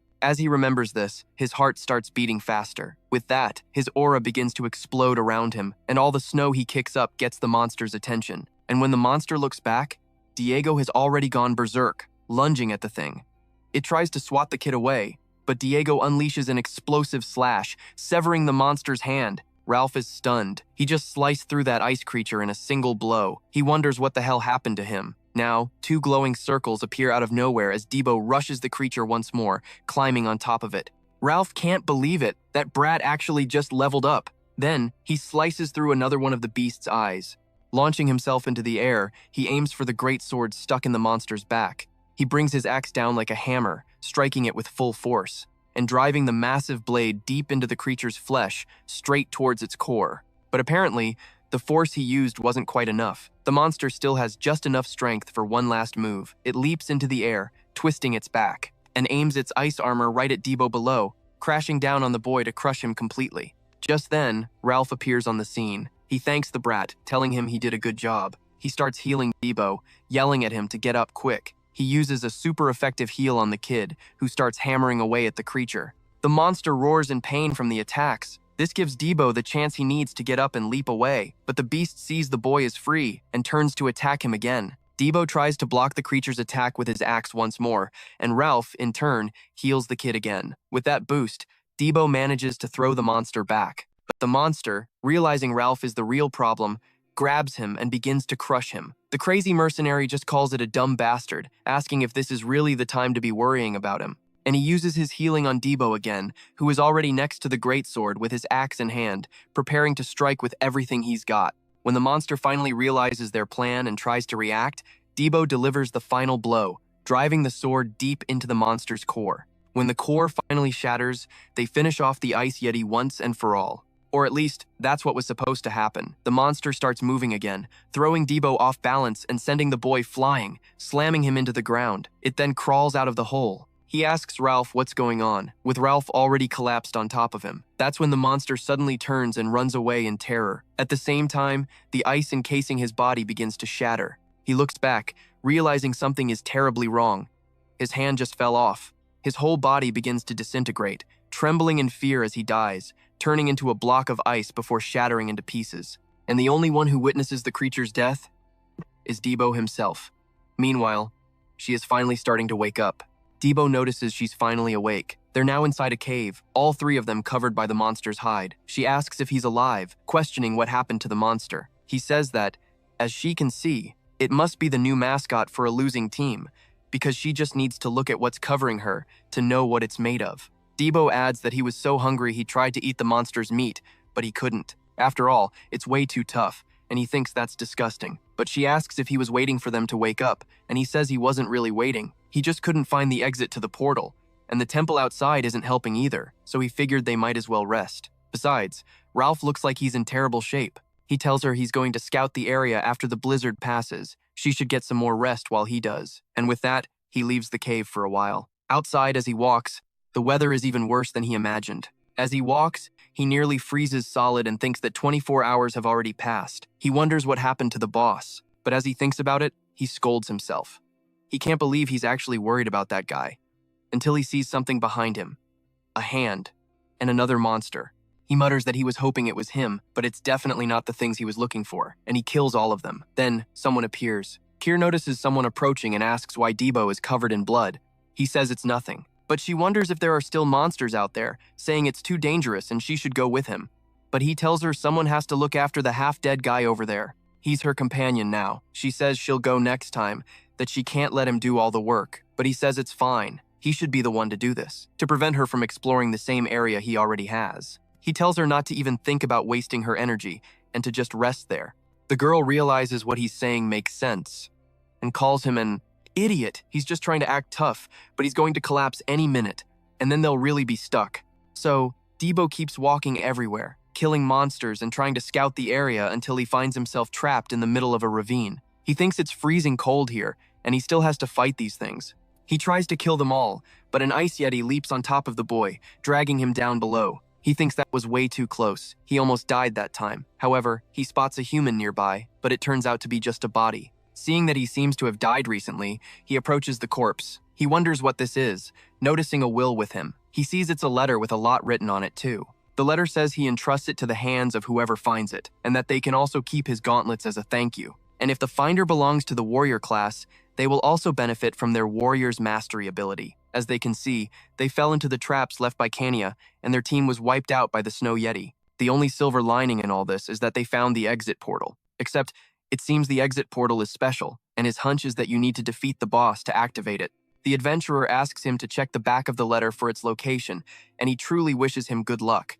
And if he can, he should deliver the letter to its intended recipient. And so, Debo reads the whole thing, makes a grave for the warrior, and buries him with his sword stuck in the ground in front. Then he walks back and leads everyone to that portal. Once there, he picks up Ralph and starts carrying him out, but she looks back, waiting for the main character. But seeing that he's not there, they cross through the portal, returning to their reality. She asks Kier what they do now, and she says they need to regroup. Neither she nor he knows what to do. But then a guy from outside says he can't believe what he's seeing, and they're both shocked. They realize the ghosts have actually returned. Debo recognizes them as part of Kanya's group. He curses, thinking this is bad. They're completely screwed. The guy in the death mask tells them not to worry so much, because they're going to end this quickly, rushing towards the three of them. She puts herself in front, protecting both Debo and Ralph, pushing him back. But another assassin throws some poisoned kunai into the girl's leg, forcing her to her knees. Debo worries about Kier, but another assassin comes from behind, only for that assassin to be instantly killed by a flash of light as the main character's fire arrow pierces through them. She's stunned, and everyone wonders what they just saw, as the arrow zigzags through the air, killing every single attacker that was behind their group. Witnessing the slaughter, they wonder what is happening. And when Debo looks back, he breaks into a huge grin, saying he really didn't want to say this, but he has to. The main character asks, "Did you miss me?" Debo says, "Whatever, man. You owe all of us a drink for being so late." My friend, look at the main character's design. The dude looks absolutely insane. Meanwhile, somewhere else, a guy is petting a purple saber-toothed tiger with demon horns like it's some fluffy kitten you'd have at home. He figures an adventurer of his caliber just appearing out of thin air is absurd. They have no idea about his origins. They're just going to have to risk drawing a little attention. And with that, Beiju returns to her master, reporting that El Paim is back. She asks if they should honor their end of the bargain, but this guy isn't having it. He just orders him to be killed. Beiju asks what he's talking about and tries to argue, but the psycho says public opinion is the least of his worries right now. El Paim's actions are beyond their predictions, and they'll just cook up an excuse later. But she says she's afraid he isn't alone. Her master questions what she means. She confirms that the main character brought company. He's definitely with someone. Meanwhile, Ralph starts complaining about the food he's eating, saying it's bland. But Debo totally flips out, telling him to just shut up and eat. He questions how he could dare to complain when his own sister made it for him. But then Alpha points out that she obviously didn't add enough salt. The girl is all smiles, talking with Kiri, telling her to let her know if she wants more, and Kiri just keeps thanking her. Debo says this is exactly why he didn't want to bring him here, but admits it's better if they stick together. The Kanya Union has probably already heard the news, and this is the best place to hide out and protect his sister. He says it probably won't be long before they're found, even if they go somewhere else. Just then, the door opens. Debo is shocked. Our hero asks how everyone is. Debo retorts he times was times fine, until just now. The main character says he was out taking care of business. They all ask, "What kind of business?" Speaking of business, Ralph remembers he wanted to know if they could settle the payment soon. He says they can put off the whole who's the leader issue, since they all contributed about equally. But what about the 7 million mesos he was promised? Debo gets furious, asking if he's crazy. Does he really think he can demand payment from Kanya right now? He reminds him that he's the one who claimed he took care of the Snow Yeti alone, even though he doesn't seem to remember it very well. Not to mention, while he was asleep, they were searching for the portal exit. And he adds that El Paim supposedly took care of 2 assassins all by himself. But Alf asks in total disbelief if anyone actually saw that happen. Debo thinks to himself that the guy is a real scumbag. Kay asks our hero what he's going to do now. He says Kanya will make another move, and when that happens, they'll do something. Just then, Abbas gets angry, asking how much longer he's expected to wait outside. Debo's sister asks who he is, and everyone is surprised. Kier recognizes Abbas lurking over there. He yells at our hero, "Can you tell the idiot who went inside to hurry up?" A few moments earlier, Lacan had told Abbas to fix the mess he made. He thinks to himself that things are getting out of control. He can't believe the Kanya Merchant Guild found El Paim. They started a portal raid before he even had a chance to do anything. He wonders if he should have made a better offer, thinking he's toast at this rate. But then someone knocks on the door. He's shocked that El Paim returned. "This is a surprise," he says. "Did your negotiation with Kania go south?" Our hero says they offered 50 million mesos up front for passing the test. And since the raid is over, all that's left is to sign the papers. Abi starts getting nervous. He asks if he's here to rub it in his face, saying he's as annoying as ever. But El Paim says if he doesn't have any offers to make, he's leaving. Abbas thinks for a moment, then gives in. "You win," he says. "I'll give you 60 million mesos. I'm offering more than you even demanded." Our hero, however, just gives him a happy little smirk and signs. Abbas says that now they're officially partners and tells him to get to the important stuff. Then El Paim reveals that Kanya was behind the sabotage of the 100-person raid. Abbas is shocked by the information. Our hero then says even the test portal was a trap they set up. They disguised the portal that caused over 100 deaths as a 3-star portal and even sent assassins. Abbas is floored by this, realizing they must have contacted him to get rid of the evidence. He starts laughing, thinking about Kania. He thinks that this time, they'll expose their betrayal for good. But then El Paim asks if that will be enough. Abbas questions what he's talking about. Our hero explains that his testimony is the only evidence against them, and they can always just deny the accusations. Abbas says of course they will, but at least their reputation will be completely tarnished. The other merchant guilds are looking for a scapegoat to blame for the failure of the 100-person raid, anyway. And if they could at least slow down Kanya's business with this, it'll end well. But our hero says they have a way to crush the Kanya merchant group. He says he's not talking about making them lose a little influence as the second biggest guild. He's talking about completely wiping them off the Maple World map. But then Abbas asks what information he's hiding from him, since they're officially business partners now.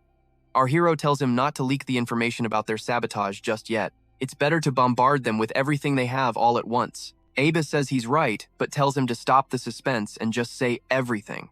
El Paim finally gets straight to the point, saying the followers of the Black Mage have started to move. Back in the present with Beiju, she says it's been a while for Abbas, asking what brings him there. He says he wanted to apologize in person. She questions him about it. He says there were some misunderstandings between El Paim and his guild. He explains that he's still young, and he lost his temper in the heat of the moment and came all the way there. But to make things clear, El Paim is an official business partner of the GFO Merchants Guild. He says he wanted to apologize for making it look like an attempt to tamper with their contract. She says she understands, and fears she won't be able to make the payment as planned, asking if that's okay. He says that's acceptable. "This is a little off topic," he adds, "but I realize the importance of having the right people working for you after this incident, and I've decided to compensate them properly." She asks him what he's talking about. Abbas cracks a huge smile and says the GFO Merchant Guild will have skilled bodyguards watching them 24 hours a day to prevent any unfortunate events. He's talking about El Paim's entire group. Since they've confirmed their teamwork is unmatched, he says that means if anyone tries to hurt El Paim's team, they'll have to face the entire GFO Merchant Guild. She is left completely speechless. Later, Debo finds out the kid managed to get 60 million mesos. He's amazed, asking how he pulled off a miracle like that. On top of that, Kiri points out that he also got them bodyguards. The thought that the GFO Merchant Union would go that far is just too much. Ralph loves El Paim's great work, saying his business sense is absolutely marvelous, but the main character tells them to calm down. Ralph says this makes him reconsider his position on the group's value. This will be a perfect team, and will finally get rid of mediocrity. But Debo just says he thinks he's the last cookie in the package. Ralph says it's worth mentioning one thing. There's no bishop like him in Leith Harbor. No. In the entire Maple world. He claims he can not only cast heals super fast, but also serve as a tank on the front lines. They think he's actually really cool. Then he asks about Debo, calling the kid a rookie. Debo gets pissed about that. But then Ralph asks where El Paim managed to recruit a beast like him. He asks about it, and Ralph admits he thought the kid was useless. Until he got knocked out. Then he gained a circle and took the guy down solo, saying there's something unexplainable about him. And Kiri points out that, come to think of it, he passed out against the goblins right before wiping them out too. But Debo says they can share stories all they want. He seriously doesn't remember a thing. The only memory he has is like a dream, and this woman he's never met keeps showing up in his visions. In the dream, he follows her, fighting in all sorts of battles by her side. It's like they've been partners for ages. But weirdly, he can never remember her face when he wakes up. He does remember she uses an axe, which surprises Palme. He notes that in his past life, Everyone knew Jill and Aran traveled together. This mysterious power, and the woman from the dream who resembles Aran, might be connected. He starts to wonder. Is he regaining the powers he had in his previous life whenever he blacks out? He questions how this is even possible. Did he screw something up by traveling back in time and completely change his destiny? But Ralph sneers that while Debo's flawless, his intelligence is seriously questionable. Debo gets all pissy, snapping back at Ralph, as if he actually thinks he's just as smart. But Ralph says he's kind of like El Palme, admitting he gained circles at an insane pace and has incredible composure for an adventurer with his limited experience. He says he finally gets why the Gayford Merchant Union is so desperate to keep him. On the other hand, he's not so sure about Kiri. He says he doesn't want to be rude, but he's going to be blunt. She's got good fundamentals and common sense, as expected from a former drill sergeant for the Cygnus Knights. For a two-circle adventurer, she's decent enough. But that's it. Nothing about her stands out. And the Gayford Union isn't stupid. They only put up with them for a reason, and they reward them accordingly. Their next move is to deliberately walk into the trap Kia set for them to secure evidence that they really are followers of the Black Mage, and for that, he's willing to do anything. He doesn't care how shady it is, as long as he gets paid, but he's not about to split the spoils with someone who's clearly dead weight. He asks her why she doesn't do them all a favor and go back to the Cygnus Knights. And the girl has nothing to say. After all, he's right. She hasn't really done much of anything so far. Her mind flashes back to her time with the Cygnus Knights. A guy tells her he heard she'd run into some trouble recently. He claims he thought she died in the 100-person portal raid since he hadn't seen her in a while. The girl sees that it's Kaishan. He asks if she's going to see the master, and she says yes. He then scoffs that she wanted to join some adventurer's party, calling it absolutely ridiculous. But maybe, he adds, it's more her speed. And maybe it's the only way to save the master's reputation, or the knight's. As he walks away, he reminds her that her master should be in his office. The girl is left looking like crap after hearing all that. She really does go to her master, who asks if she wants to resign her post. He asks what's happening, wondering if he misjudged her character. She apologizes to her master, saying she can't tell him the details at the moment, but she will when the time is right. But he questions this right time, looking her over. He says, all right, then declares that them making her join this adventurer's party will be part of her secret mission. He only asks that she come back and report directly to him every 3 weeks. He tells her not to forget it, because she is still his pupil and a Cygnus Knight until the day she ceases to exist. I'm starting to think this guy isn't well-intentioned, you know? I'm just keeping that in the back of my mind. So she says she knows how useless it sounds, but the Black Mage's followers have also infiltrated their forces. She can't go back to her master until she has something to report, and she says she's not staying for the money, just asking them to give her a little time, promising she'll improve, and asking to stay. Palme gives a little smile while Ralph says she's way too naive and it's making him laugh, telling her to get lost before he forces her out. But then Palme asks how determined he is, and they all look surprised. Ralph tells him not to say that the boy was being serious. Palme says that knowing Kiri, she would probably ask in all the wrong places to find the followers, and that would certainly make things difficult for them. Besides, he says to Ralph, he keeps talking about being skilled, so he wants to tell him something. He says Ralph seems pretty proud of the little skills he has, but he's not the only one disappointed with the group members. He sent them to the second portal first because he had faith they would easily take care of the boss there. But it turned out they would have been wiped out if it weren't for Debo. But he says they didn't fight an ordinary beast, saying Palm wouldn't know. He asks about the Snow Yeti, saying he's hunted a Snow Yeti by himself in the past, leaving all of them surprised and telling him to stop being ridiculous. So he says that although it was in his past life, in fact, he was really planning to take care of the monster by himself. But the assassin sent by the Khania Union was much stronger than he expected, so he had no choice but to change his plans. And both his group members and he were at a disadvantage. But Ralph doesn't believe the kid, saying he was just a slave before being hired by the Gayford Union. However, Palme gets serious with him, saying that if Ralph doesn't believe him, he's always ready to prove it. He unleashes that killing intent on him, making him put his tail between his legs. He says he thinks that won't be necessary, but he asks if Palme is saying he doesn't need him either. However, the boy says that's not it, saying what he wants is for all of them to get stronger together. And they have about a month until the next raid. And the best way to train is to take a good beating. This crazy guy must not be planning anything good. Meanwhile, Beiju says she's afraid things have become a little inconvenient for her master. She says fighting against the Gayford Union will draw unnecessary attention to all of them. But he asks how much she thinks the Union knows, questioning if the failure of the negotiation was all an act. And she says she's not sure, because even her spy didn't report anything related to that. And maybe their executives have information that others don't know. And he thinks about Gayford, getting a little worked up. He says the Union alone shouldn't be a threat, and when that day comes, getting rid of them won't be a problem. However, His biggest obstacle is the Maple World Alliance, and the rest is irrelevant. And it's been that way for over 800 years. The alliance formed between the Cygnus Knights, the Resistance, the Adventurers Union, the Nova, and other groups, with Empress Cygnus as the leader.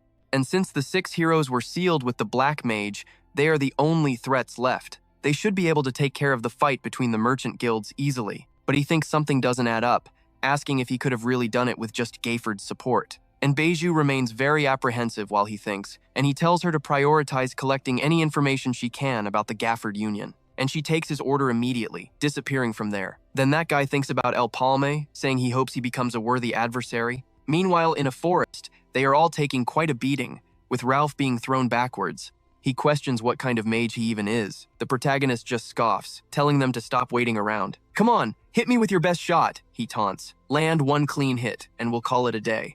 Alf tells him to back off, but Palm just keeps pummeling them as they scream. From a distance, Debo watches in disbelief.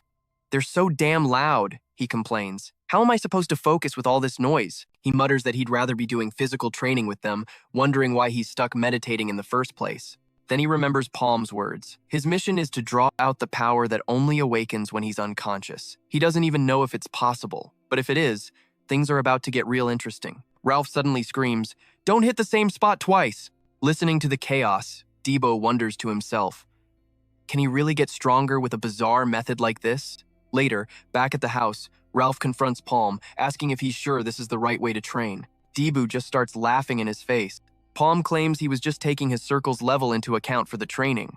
But Ralph isn't buying it, questioning why it feels so personal. Diego just howls with laughter, saying it's even better than before. But then they wonder if it's okay to leave that girl alone. Palm reassures them, saying some guards are watching over her, so it should be fine. He told her not to overdo it, since she'd have to do it all again tomorrow. Debo then tells Palm there's something he wants to ask him.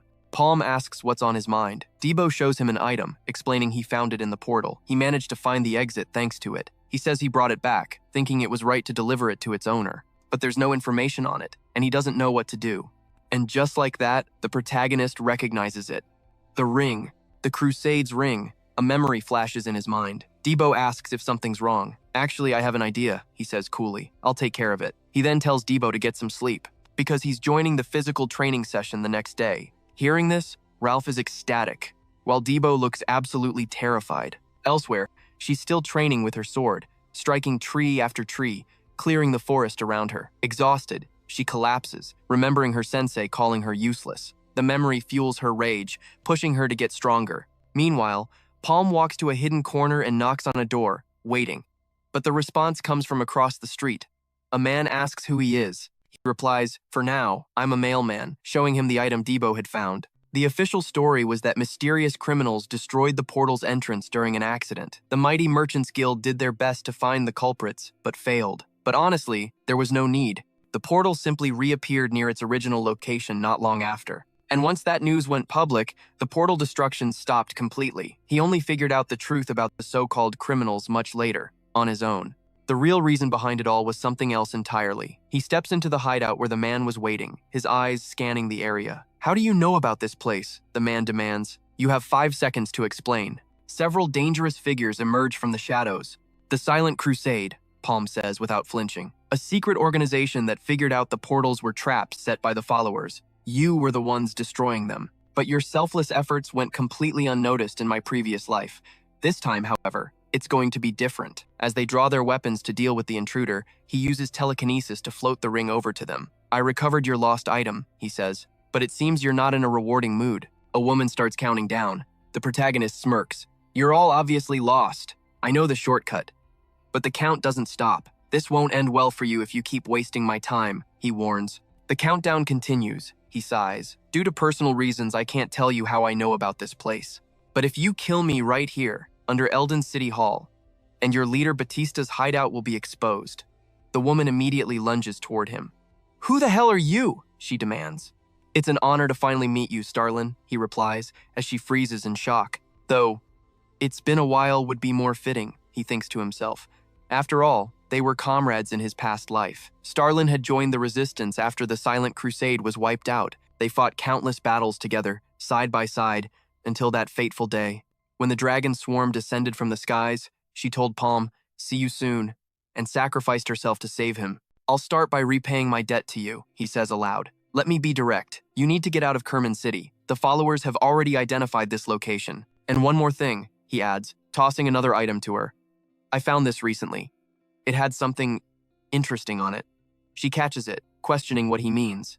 If this is some kind of provocation, it's not gonna work, she snarls. That's for you to decide, he replies, gesturing to the girl next to her. Starlin looks, and her eyes widen in horror.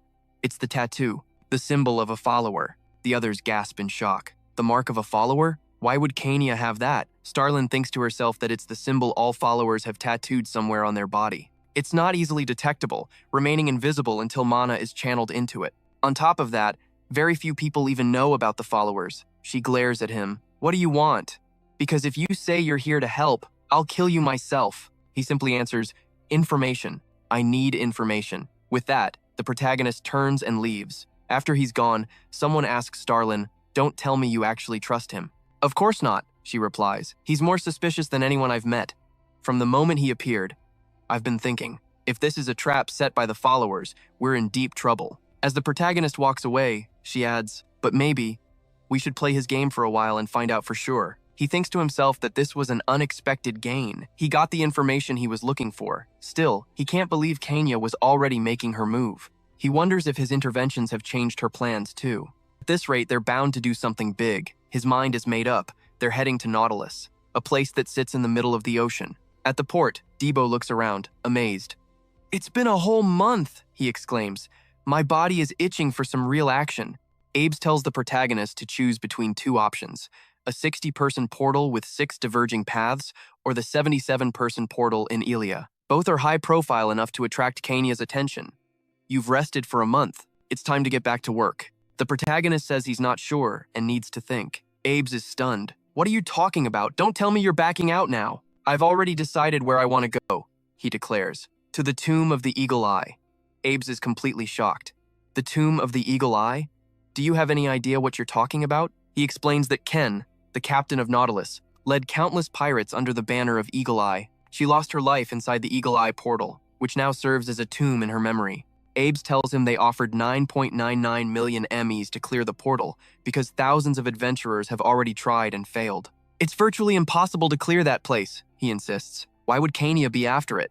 How did you even hear about it? Just then, Raka appears. Sounds like you're talking about something interesting. Abe's is shocked, asking what brings him here. I heard you were starting a raid soon, and I wanted to give you something. He's stunned that Raka's superior wants to give the protagonist a gift. He hands over 2 phoenix feathers. Consider this a special present from the Garfor group. He admits he has great hopes for the boy. Meanwhile, in the present, Palme stands ready. This meant the pressure was on to clear this raid. But with 4 phoenix pins in hand, it was a welcome surprise. Debo wondered why they weren't boarding yet. The main character said he was waiting for someone.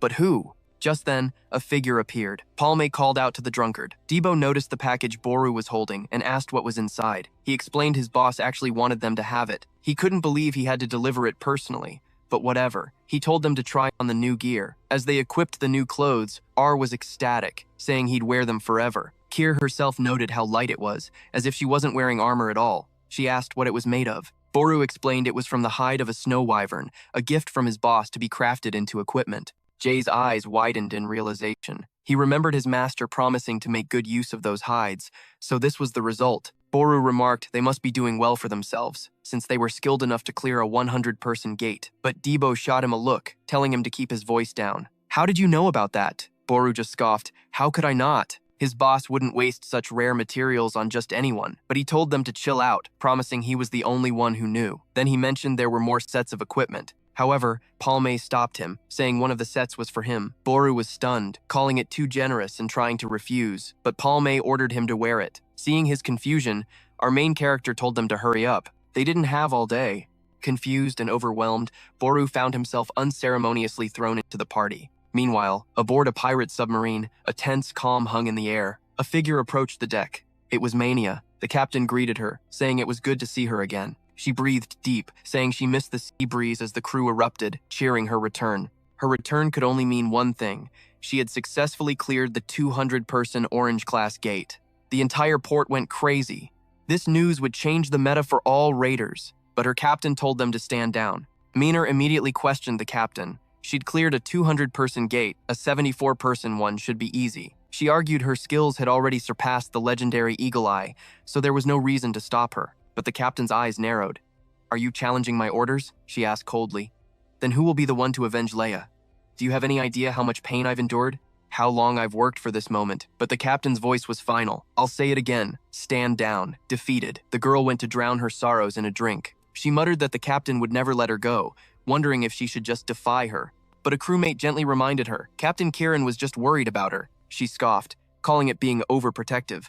Suddenly, someone rushed toward them yelling for Mania, "You need to come with me! Some idiots just accepted the mission for the Eagle's Eye tomb!" She was shocked. That suicide mission? Who in their right mind would go there? It was, of course, our protagonist's group. As they arrived, Debo commented on the bad vibes. Palm reminded him that they were in enemy territory. A sharp voice cut in, "You just violated our golden rule. You're lucky we haven't put a bullet through your skulls yet." Palm questioned this golden rule. The woman explained, starting with the written laws. In Nautilus, whoever rips the post from the board gets first priority on the gate. And once you take the job, you have to enter sooner or later. But besides the written rules, she continued, there's a golden rule. You never, ever snatch a post someone else is watching.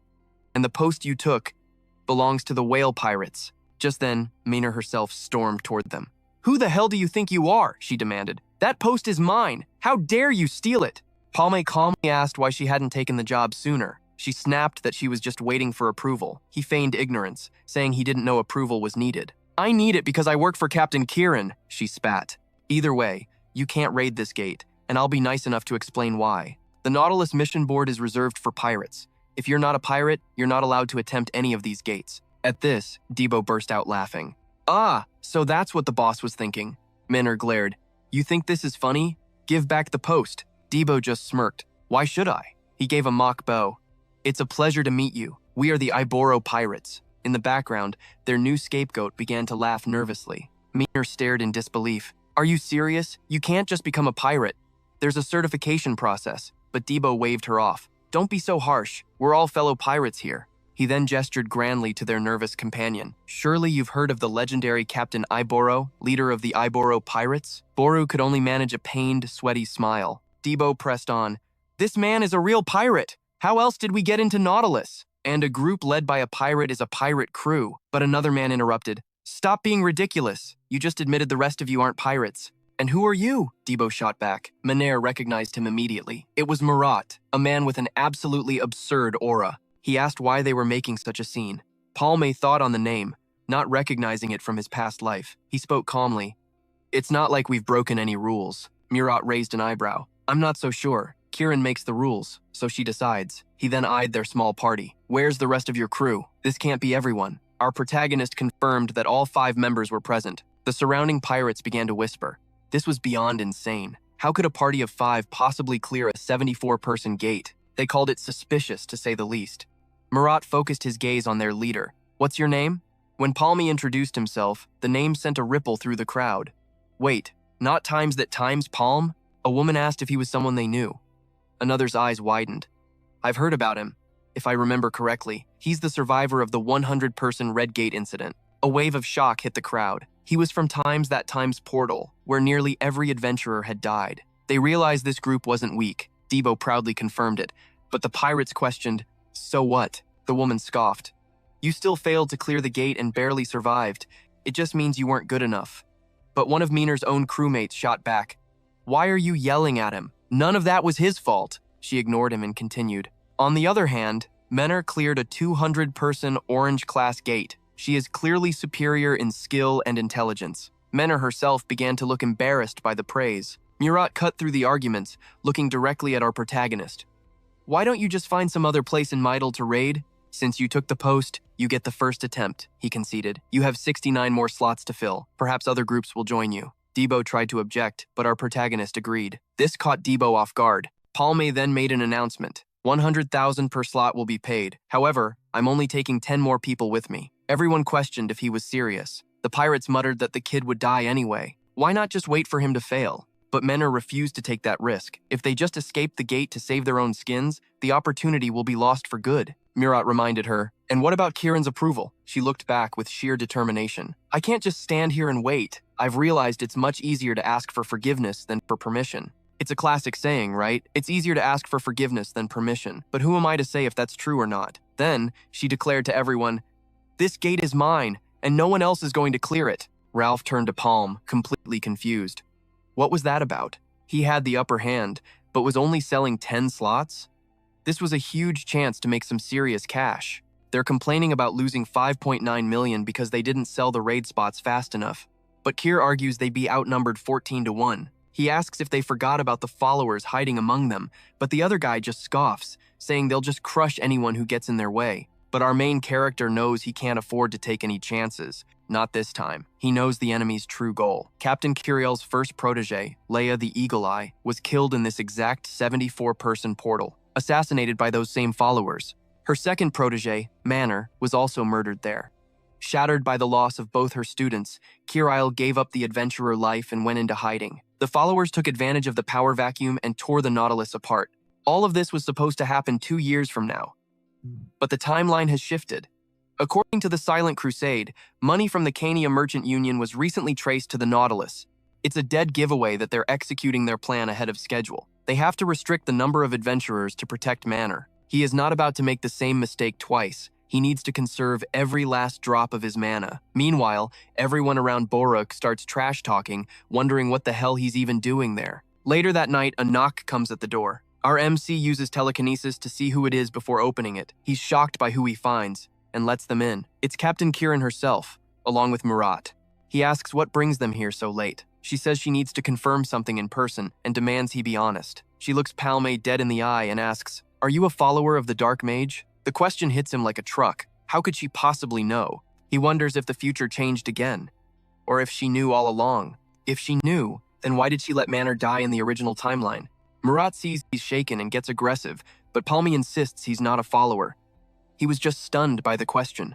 But Kieran is sharp. "You certainly don't doubt their existence," she says. He admits there's no point hiding what he knows. She fires back. "Then how do I know you're not one of them? Do you have any proof?" Palme says he can't really prove it, but he knows she already has her answer. She knows who the followers are, and she knows what his relationship with them is. Otherwise, he says, I would have been greeted with a bullet to the head, not a question. He asks if the Silent Crusade was the one who tipped her off, noting her impressive connections. She confirms it. The Cania Merchant Guild times are times the followers, and he's their enemy, but she makes it clear this doesn't make them allies. However, they can work together against a common foe. Palm figures that's why she's here and asks what she wants from him. She tells him the situation is grim, and she knows the followers of the Dark Mage were behind the death of Leia the Eagle Eye. The problem is, they've infiltrated the Nautilus so deeply that she can't trust anyone besides a few loyal crew members and Murat himself. Palm is surprised they've already gotten this far, muttering that things are moving way faster than he anticipated. Kieran says her sources told her they're making their move soon, and she has every reason to believe their next target is Manor. With Leia gone, she's become the new icon of the ship. If Manor, the one pirate everyone looks up to, also dies, the Nautilus will descend into total chaos, and not even Kieran will be able to restore order.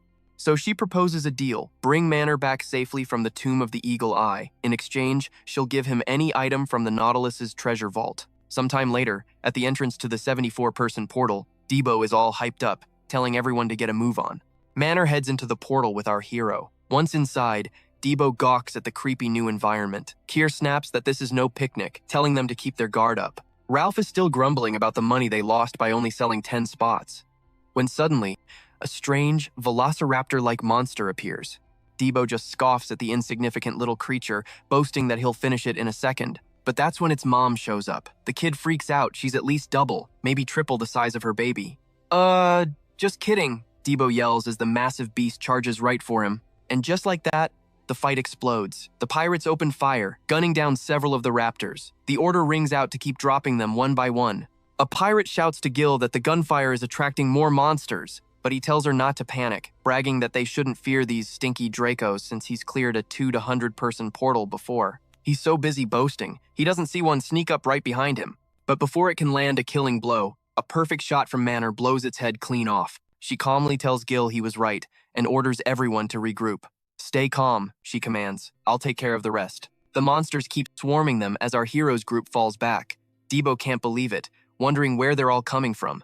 Then he remembers Palm suddenly ditched them, saying, "Go on without me, there's something I need to do." He gets pissed off, thinking Palm ran off to do something alone yet again. Just then, Debo gets cornered against a wall. He dodges out of the way on pure instinct as a monster slams its head into the rock, dazing itself. He seizes the opportunity and finishes it off, declaring, "All right, we can do this." He remembers Palme's harsh words from earlier. "Your teamwork on the battlefield is horrible. Fighting like this, you're just wasting energy. You need to work together as a team. And from now on, you'll think of each other as family." Of course, all three of them were totally shocked and hated the idea at the time. Palme's plan started with Debo. He now tears through everything in his path, recalling the instructions. Charge the enemy formation and wreak havoc. Don't focus on killing them in one hit. Instead, just concentrate on inflicting damage. Keep pushing forward, no matter what happens behind you. Ignore any attacks from the rear, because Ralph will be protecting your back perfectly. In the present, Ralph taunts Debo, "What would you do without your daddy?" And Debo just tells him to shut his mouth. Palme's order to Ralph was clear. You will act as Debo's shield. Abandon your selfish solo combat style. From now on, you fight for Debo. Protect him at all costs. And that's an order. Against all odds, the crazy plan is actually working. They now stand back to back as two monsters approach from either side. "Let's see what you're made of," Ralph yells, as they each lunge at a different beast. But then he's horrified to see Debo is trapped and about to be hit. "Son," Ralph yells, diving in front of him to take the blow. He dramatically muses if this is what a father's love feels like, calling the moment touching. "Can you please stop talking crap?" Debo yells. He remembers Palm's final instruction for their female teammate. "Last but not least, your role is crucial. A burn from your skills isn't easily healed. You will use that ability to finish off the creatures they injure." And she puts the plan into practice perfectly, unleashing her solar cut to kill the monster with a single attack. Palm reflects that she's the one who's made the most progress of them all, reaching the third circle in just a month. "Hey, this isn't as bad as I thought," she says, a new confidence in her voice. "We can handle this quick, even as a fresh horde of Dracos charges right for them." Meanwhile, someone is guarding the portal. Action when they spot figures arriving. It's Cadrell, and he's not alone. The guards demand to know their business, saying there's no more room, but Cadrell shoves past them. "This is an emergency. We don't have time to play by your rules." They have to warn Menor immediately. Meanwhile, deep inside, her crew is endlessly slaughtering drakes. Everyone congratulates Menor, but she just brushes it off. That was too easy. Another pirate girl says they've hit the jackpot, pointing at a massive mana stone. "Look at the size of that thing. It'll fetch a fortune on the market." Just then, an arrow pierces straight through her. She can't believe what just happened. Neither can Menor. The shot came from Palm, who immediately targets another pirate, nearly killing him before he's pulled to safety. "Menor, take out that threat," someone screams. She fires instantly, shattering Palme's arrow mid-flight. But another one flies in from behind, almost taking her head off. Those were magnum shots. Menor whirls around, furious. "Explain this now." The main character just smirks. "I'm just cleaning house." He looses another volley of arrows. "Just stay perfectly still. This won't take long." Elsewhere, Boru realizes he's been completely forgotten. "I can't believe they just ditched me," he mutters, especially after acting all high and mighty. Why did they even bring me in the first place? He knows he'd be dead meat if not for a small hole he slipped through. He can't stay here. Once they all escape through the exit portal, he'll be trapped for good. But he's a two-circle adventurer, he reminds himself. He won't go down in a miserable place like this. He grits his teeth and takes off, fleeing from the drakes. He eventually stumbles upon a second portal, wondering what to do. Should I wait here? Suddenly, something pops up right behind him, scaring him half to death. It's the protagonist's snail familiar. "You nearly gave me a heart attack. How long have you been there?" Boru yells. But in his shock, he accidentally stumbles back into the portal and gets sucked in. The snail seems to pity the fool and follows him right through. Meanwhile, our hero warns the pirates. "Don't move a muscle. It won't be long before you're all barbecue." He intends to kill every last one of them. "Explain yourself, now," Menor demands. "Was I not clear enough?" She fires at the main character, but he activates an item over his eye, and a huge explosion erupts out of nowhere. Just then, Cadrell arrives on the scene. "Looks like we made it just in time," he says, acting like a savior. But then, the main character starts to get back up. "The enemy's still alive! Get him!" Cadrell shouts. "So this is how El Palm's group survived a 100-person portal alone. I found out about him and sent you all after him." Menor asks, "Kieran ordered this?" But the protagonist pushes forward, raining down arrows and picking off his pursuers one by one. "What are you all doing?" they yell. "He's just one guy using rapid shot on Alpalm." One of them thinks he's got him cornered, but a massive fireball engulfs him and two others. 3 down, the hero thinks. But some of these guys shouldn't be here. Did they find out? Suddenly, Manhwa appears right in front of him, firing 2 quick shots. Palme dodges by a hair's breadth. "You're not going anywhere," she snarls, unleashing another barrage. The two are locked in a tense face-off when he finally spots the nearby portal. At the same time, Cadrell yells for everyone to get down as he hurls something forward. Seeing the projectile, our hero uses his telekinesis to throw up a barrier. The shield catches the full force of the blast, reflecting it right back at Cadrell's crew and sealing the portal shut. They curse in frustration as their escape route vanishes. What the hell is this? Manhwa wonders. The main character closes the distance, pressing his staff against her, point blank. She immediately raises her own weapon to his throat. "You idiot," she seethes. "What do you think you're doing? You better have a damn good explanation, or you will suffer." But Palm's voice is cold. "Are you ready to hear the truth?" A tremor runs through her. The others are confused. What's he doing? Manhwa's been taken. Cadrell just plays innocent. I was only trying to help. Suddenly, an explosion rocks the area behind the sealed portal. Manhwa's crewmate panics. "Manhwa, tell me you're okay." Just then, an arrow flies out from the dust, and Manhwa herself fires, shooting Cadrell dead. "Why?" he gasps. Her entire demeanor has changed. The man who'd been by her side this whole time is stunned. "What is the meaning of this?" she simply asks. "What was the result?" The protagonist sighs. "I wasted a lot of mana because of your stubbornness. But I was right. They were all new recruits." She turns to Dio. "Get the original crew to safety. Those are orders from Kirin," she says, showing her pendant. Meanwhile, on the other side, Boru regrets his life choices. "I shouldn't have come in here. Now all I can do is wait for them to find me." He realizes he's in a totally different cave. Please don't let there be monsters. He looks up and thinks he sees an adventurer running toward him. The snail is just floored by this guy's total lack of a survival instinct. "Hey!" Boru shouts at the figure. "I got separated from my group. Do you mind if I tag along with you for a bit?" But the snail suddenly tackles him, stopping him in his tracks. "Why'd you do that?" he yells. "What's your problem, you stupid snail?" The snail desperately tries to warn him. "That thing isn't human. That guy's no monster." Boru scoffs. But when he looks again, a hideous beast is lunging right at him.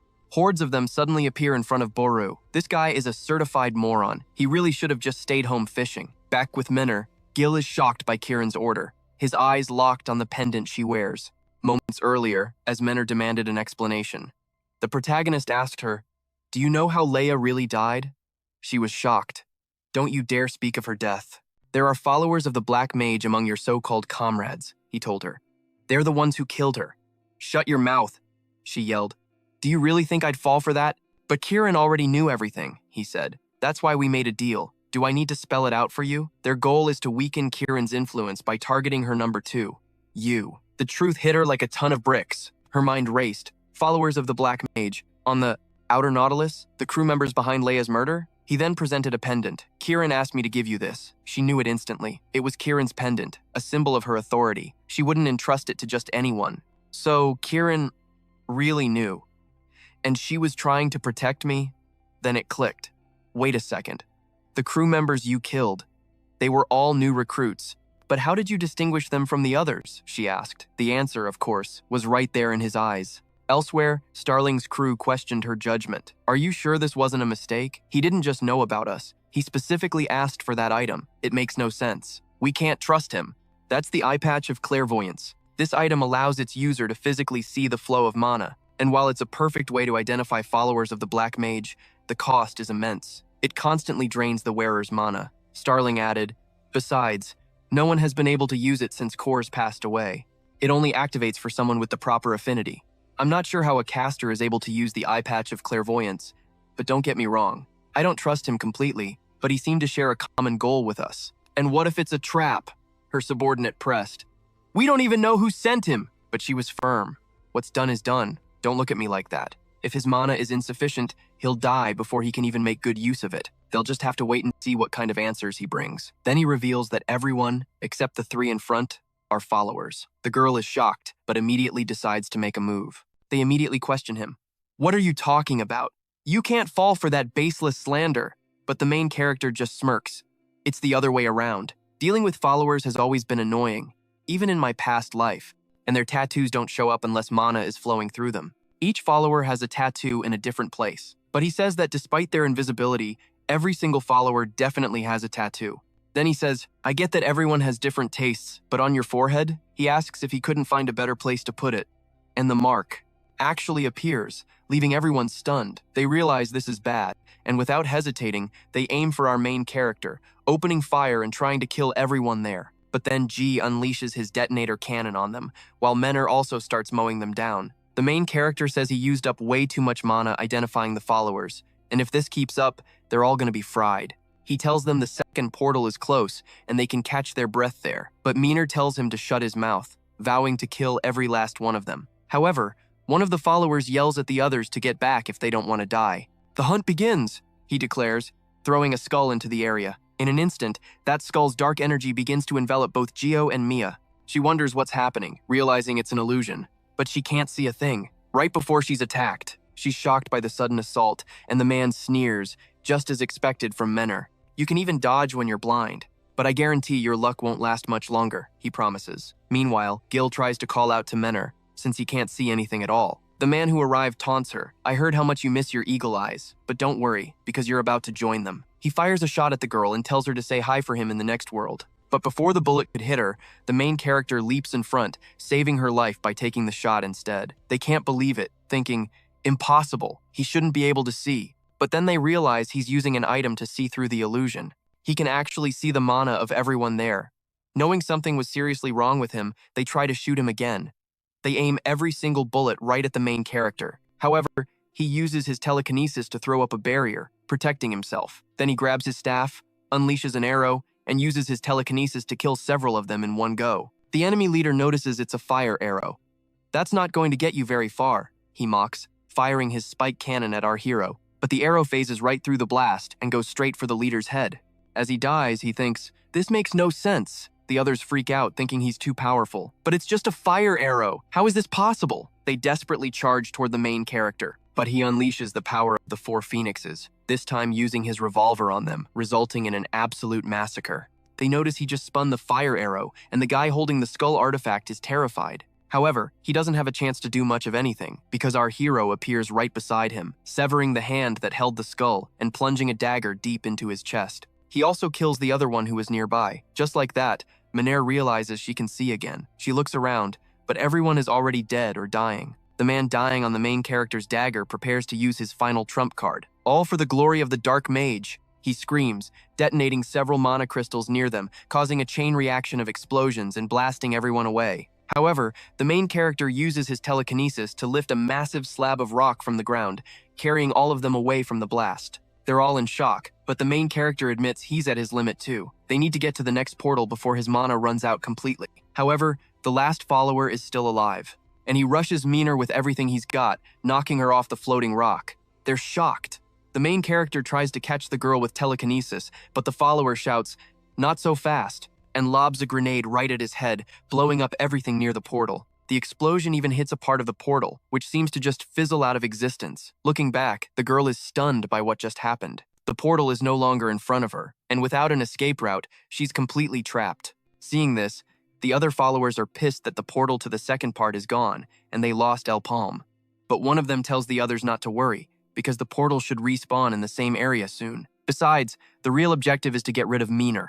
They immediately move in on her, and one of them uses a corkscrew attack, but the girl manages to land a shot on his arm. He just scoffs. That won't work, and uses the Admiral's wings to heal himself. She realizes her attack isn't working. He was hiding his skills this entire time. He tells her she's too weak, firing at point-blank range, but she still manages to dive away, barely dodging the shot. She ends up behind him and unloads her own gun at the back of his head. The shots tear down his body all the way to his feet, and he screams in pain. But while she's clinging to him, the others open fire, so she locks her legs around him in a flash, spinning him around to take all the bullets meant for her.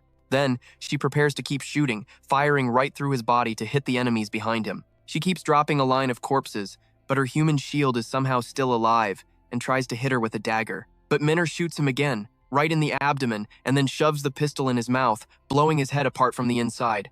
And just like that, the guy drops hard. She says, "I don't have time to waste. What are you all waiting for? Come on."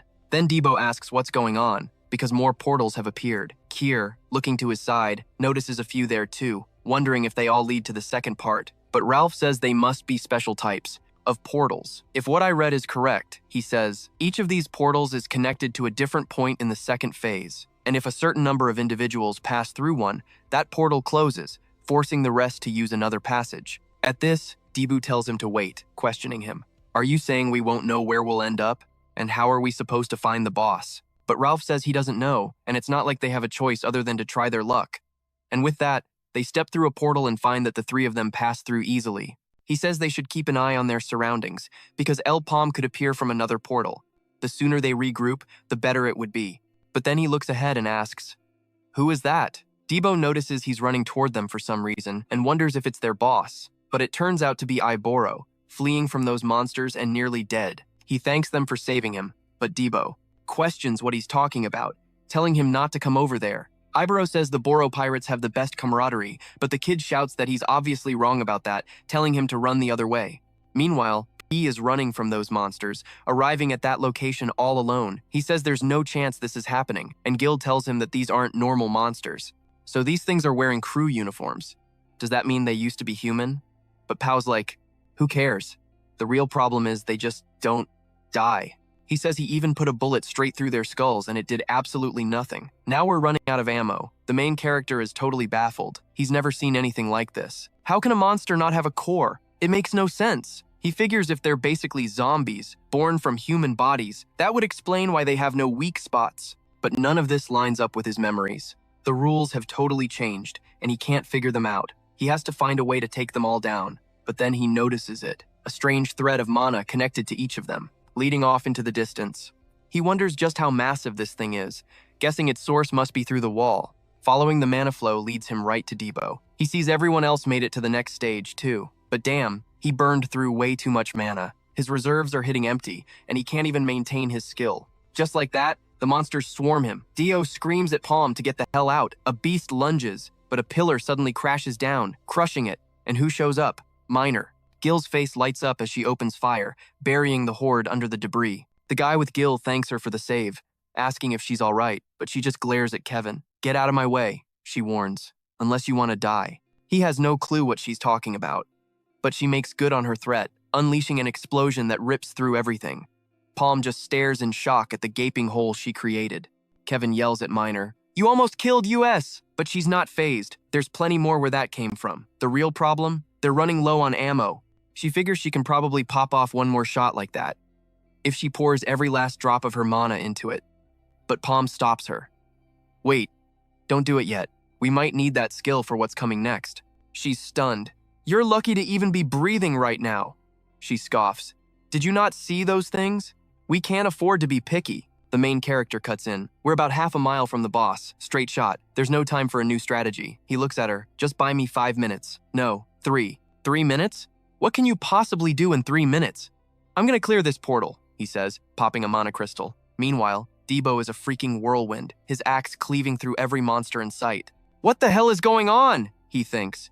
He knows they spawn from human corpses, but he's been taking their heads clean off. Before he can figure it out, a monster's hand clamps around his throat and his world starts to go dark. But just in time, Ralph swoops in for the save. Debo gasps for air. Is it even possible to kill these damn things? Quit whining, Ralph snaps. If you have time to complain, you have time to swing your axe. As they fight, Ibaru tries to help, but his shot goes wild, hitting a massive stalactite. It crashes down, completely flattening the zombie. Everyone cheers, calling it a brilliant move. And of course, he plays it off like he totally meant to do it. But the creature they crushed starts to rise again. Only this time, it's way, way bigger. Debo's eyes go wide. You've got to be kidding me. It's the freaking mother! He glares at Iburu. What did you do? You woke it up! So the one useful thing Iburu's done all day has massively backfired. And the poor idiot actually thought he'd made a brilliant play. Surrounded by a sea of zombies, everyone is fighting for their lives. Behind them, Palm gathers his aura, feeling his heart pounding like it's about to burst. He swore he'd never take a risk this huge again. But they're out of options. He's not ready to advance to the next circle. Forcing it now would be catastrophic. But there's only one path left. He's faced this same wall countless times in his past life. The monsters get stronger, but his power can't keep up. Even after reaching the legendary 6-circle rank, the absolute peak, he had to find another way to break his limits. His solution? He gambled it all on mana stones. Normally, mana stones are just for advancing to the next circle, but they contain a monster's pure life force. He theorized he could convert that energy directly into mana. By consuming the core itself, in theory, it would instantly regenerate his lost mana. As long as he could control the insane power surge, it would work. But there's a catch. He has to circulate raw mana through his bloodstream, all the way to his heart. If his body can withstand the strain, he'll succeed. Just then, Minor, mid-fight, feels a chill and whips her head around. The main character nods. You did good. Then he unleashes a massive fireball at the horde. She calls out to Palm, but he's totally transformed. Get ready, he commands. Use that skill from before. She's confused. He seems like a completely different person. Our main character is now on a whole other level. Elsewhere, Kier and the others are holding their own, but Ralph gets blasted back by a monster's tongue. Its saliva melts his arm, and he sees a mushroom sprouting from the wound. He realizes in horror this is how the others became zombies. Without a second's hesitation, he rips the infected flesh from his own arm. Then he immediately starts healing the wound. He shouts a warning to the others. Avoid direct contact with the tentacles, unless you want to end up like one of those disgusting freaks. Debo spots at the boss monster. He can see everyone's movements getting sluggish. At this rate, we're all gonna die. He charges forward, yelling, "Leave this to me! Get to safety!" But they all scream for him to wait. But he knows he has to do times something asterisk. He barrels forward, cutting a path through the horde. The giant mushroom boss whips its tongue at him, and it connects, sending him flying and spitting up blood. Somehow, he manages to roll out of the way just in time. Just as the monster is about to land a final blow, he opens his eyes to see a spray of blood. Kier threw himself in front of the attack. Across the battlefield, Palm yells to Minor, "Concentrate. Focus on your skill. I'll handle the aiming." "We're gonna blow through this wall! We only get one shot at this," he yells. "Do it now." She focuses her power, unleashing her crushing bullet skill with Palm's guidance. The projectile drills a spinning vortex through the wall. As it tears through the stone, our hero uses his telekinesis, forcing it to go even faster, drilling even deeper. He fires his revolver into the blast, but it's still not enough. Just a little more, he thinks. We're not there yet. He summons multiple fire arrows, blasting them into the projectile for more force. It carves a tunnel straight towards their friends.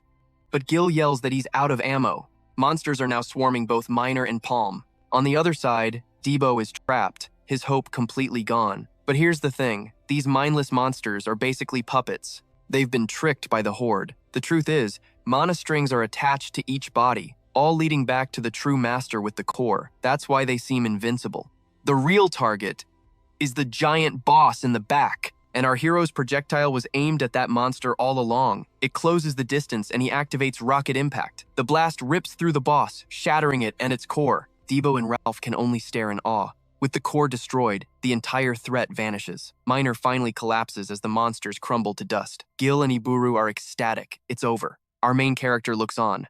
The portal is finally clear. Later, Minor opens up. "We were abandoned by our parents," she says, "and abused by adults. As orphans, she was the only one they could rely on. Leah was like a big sister to us.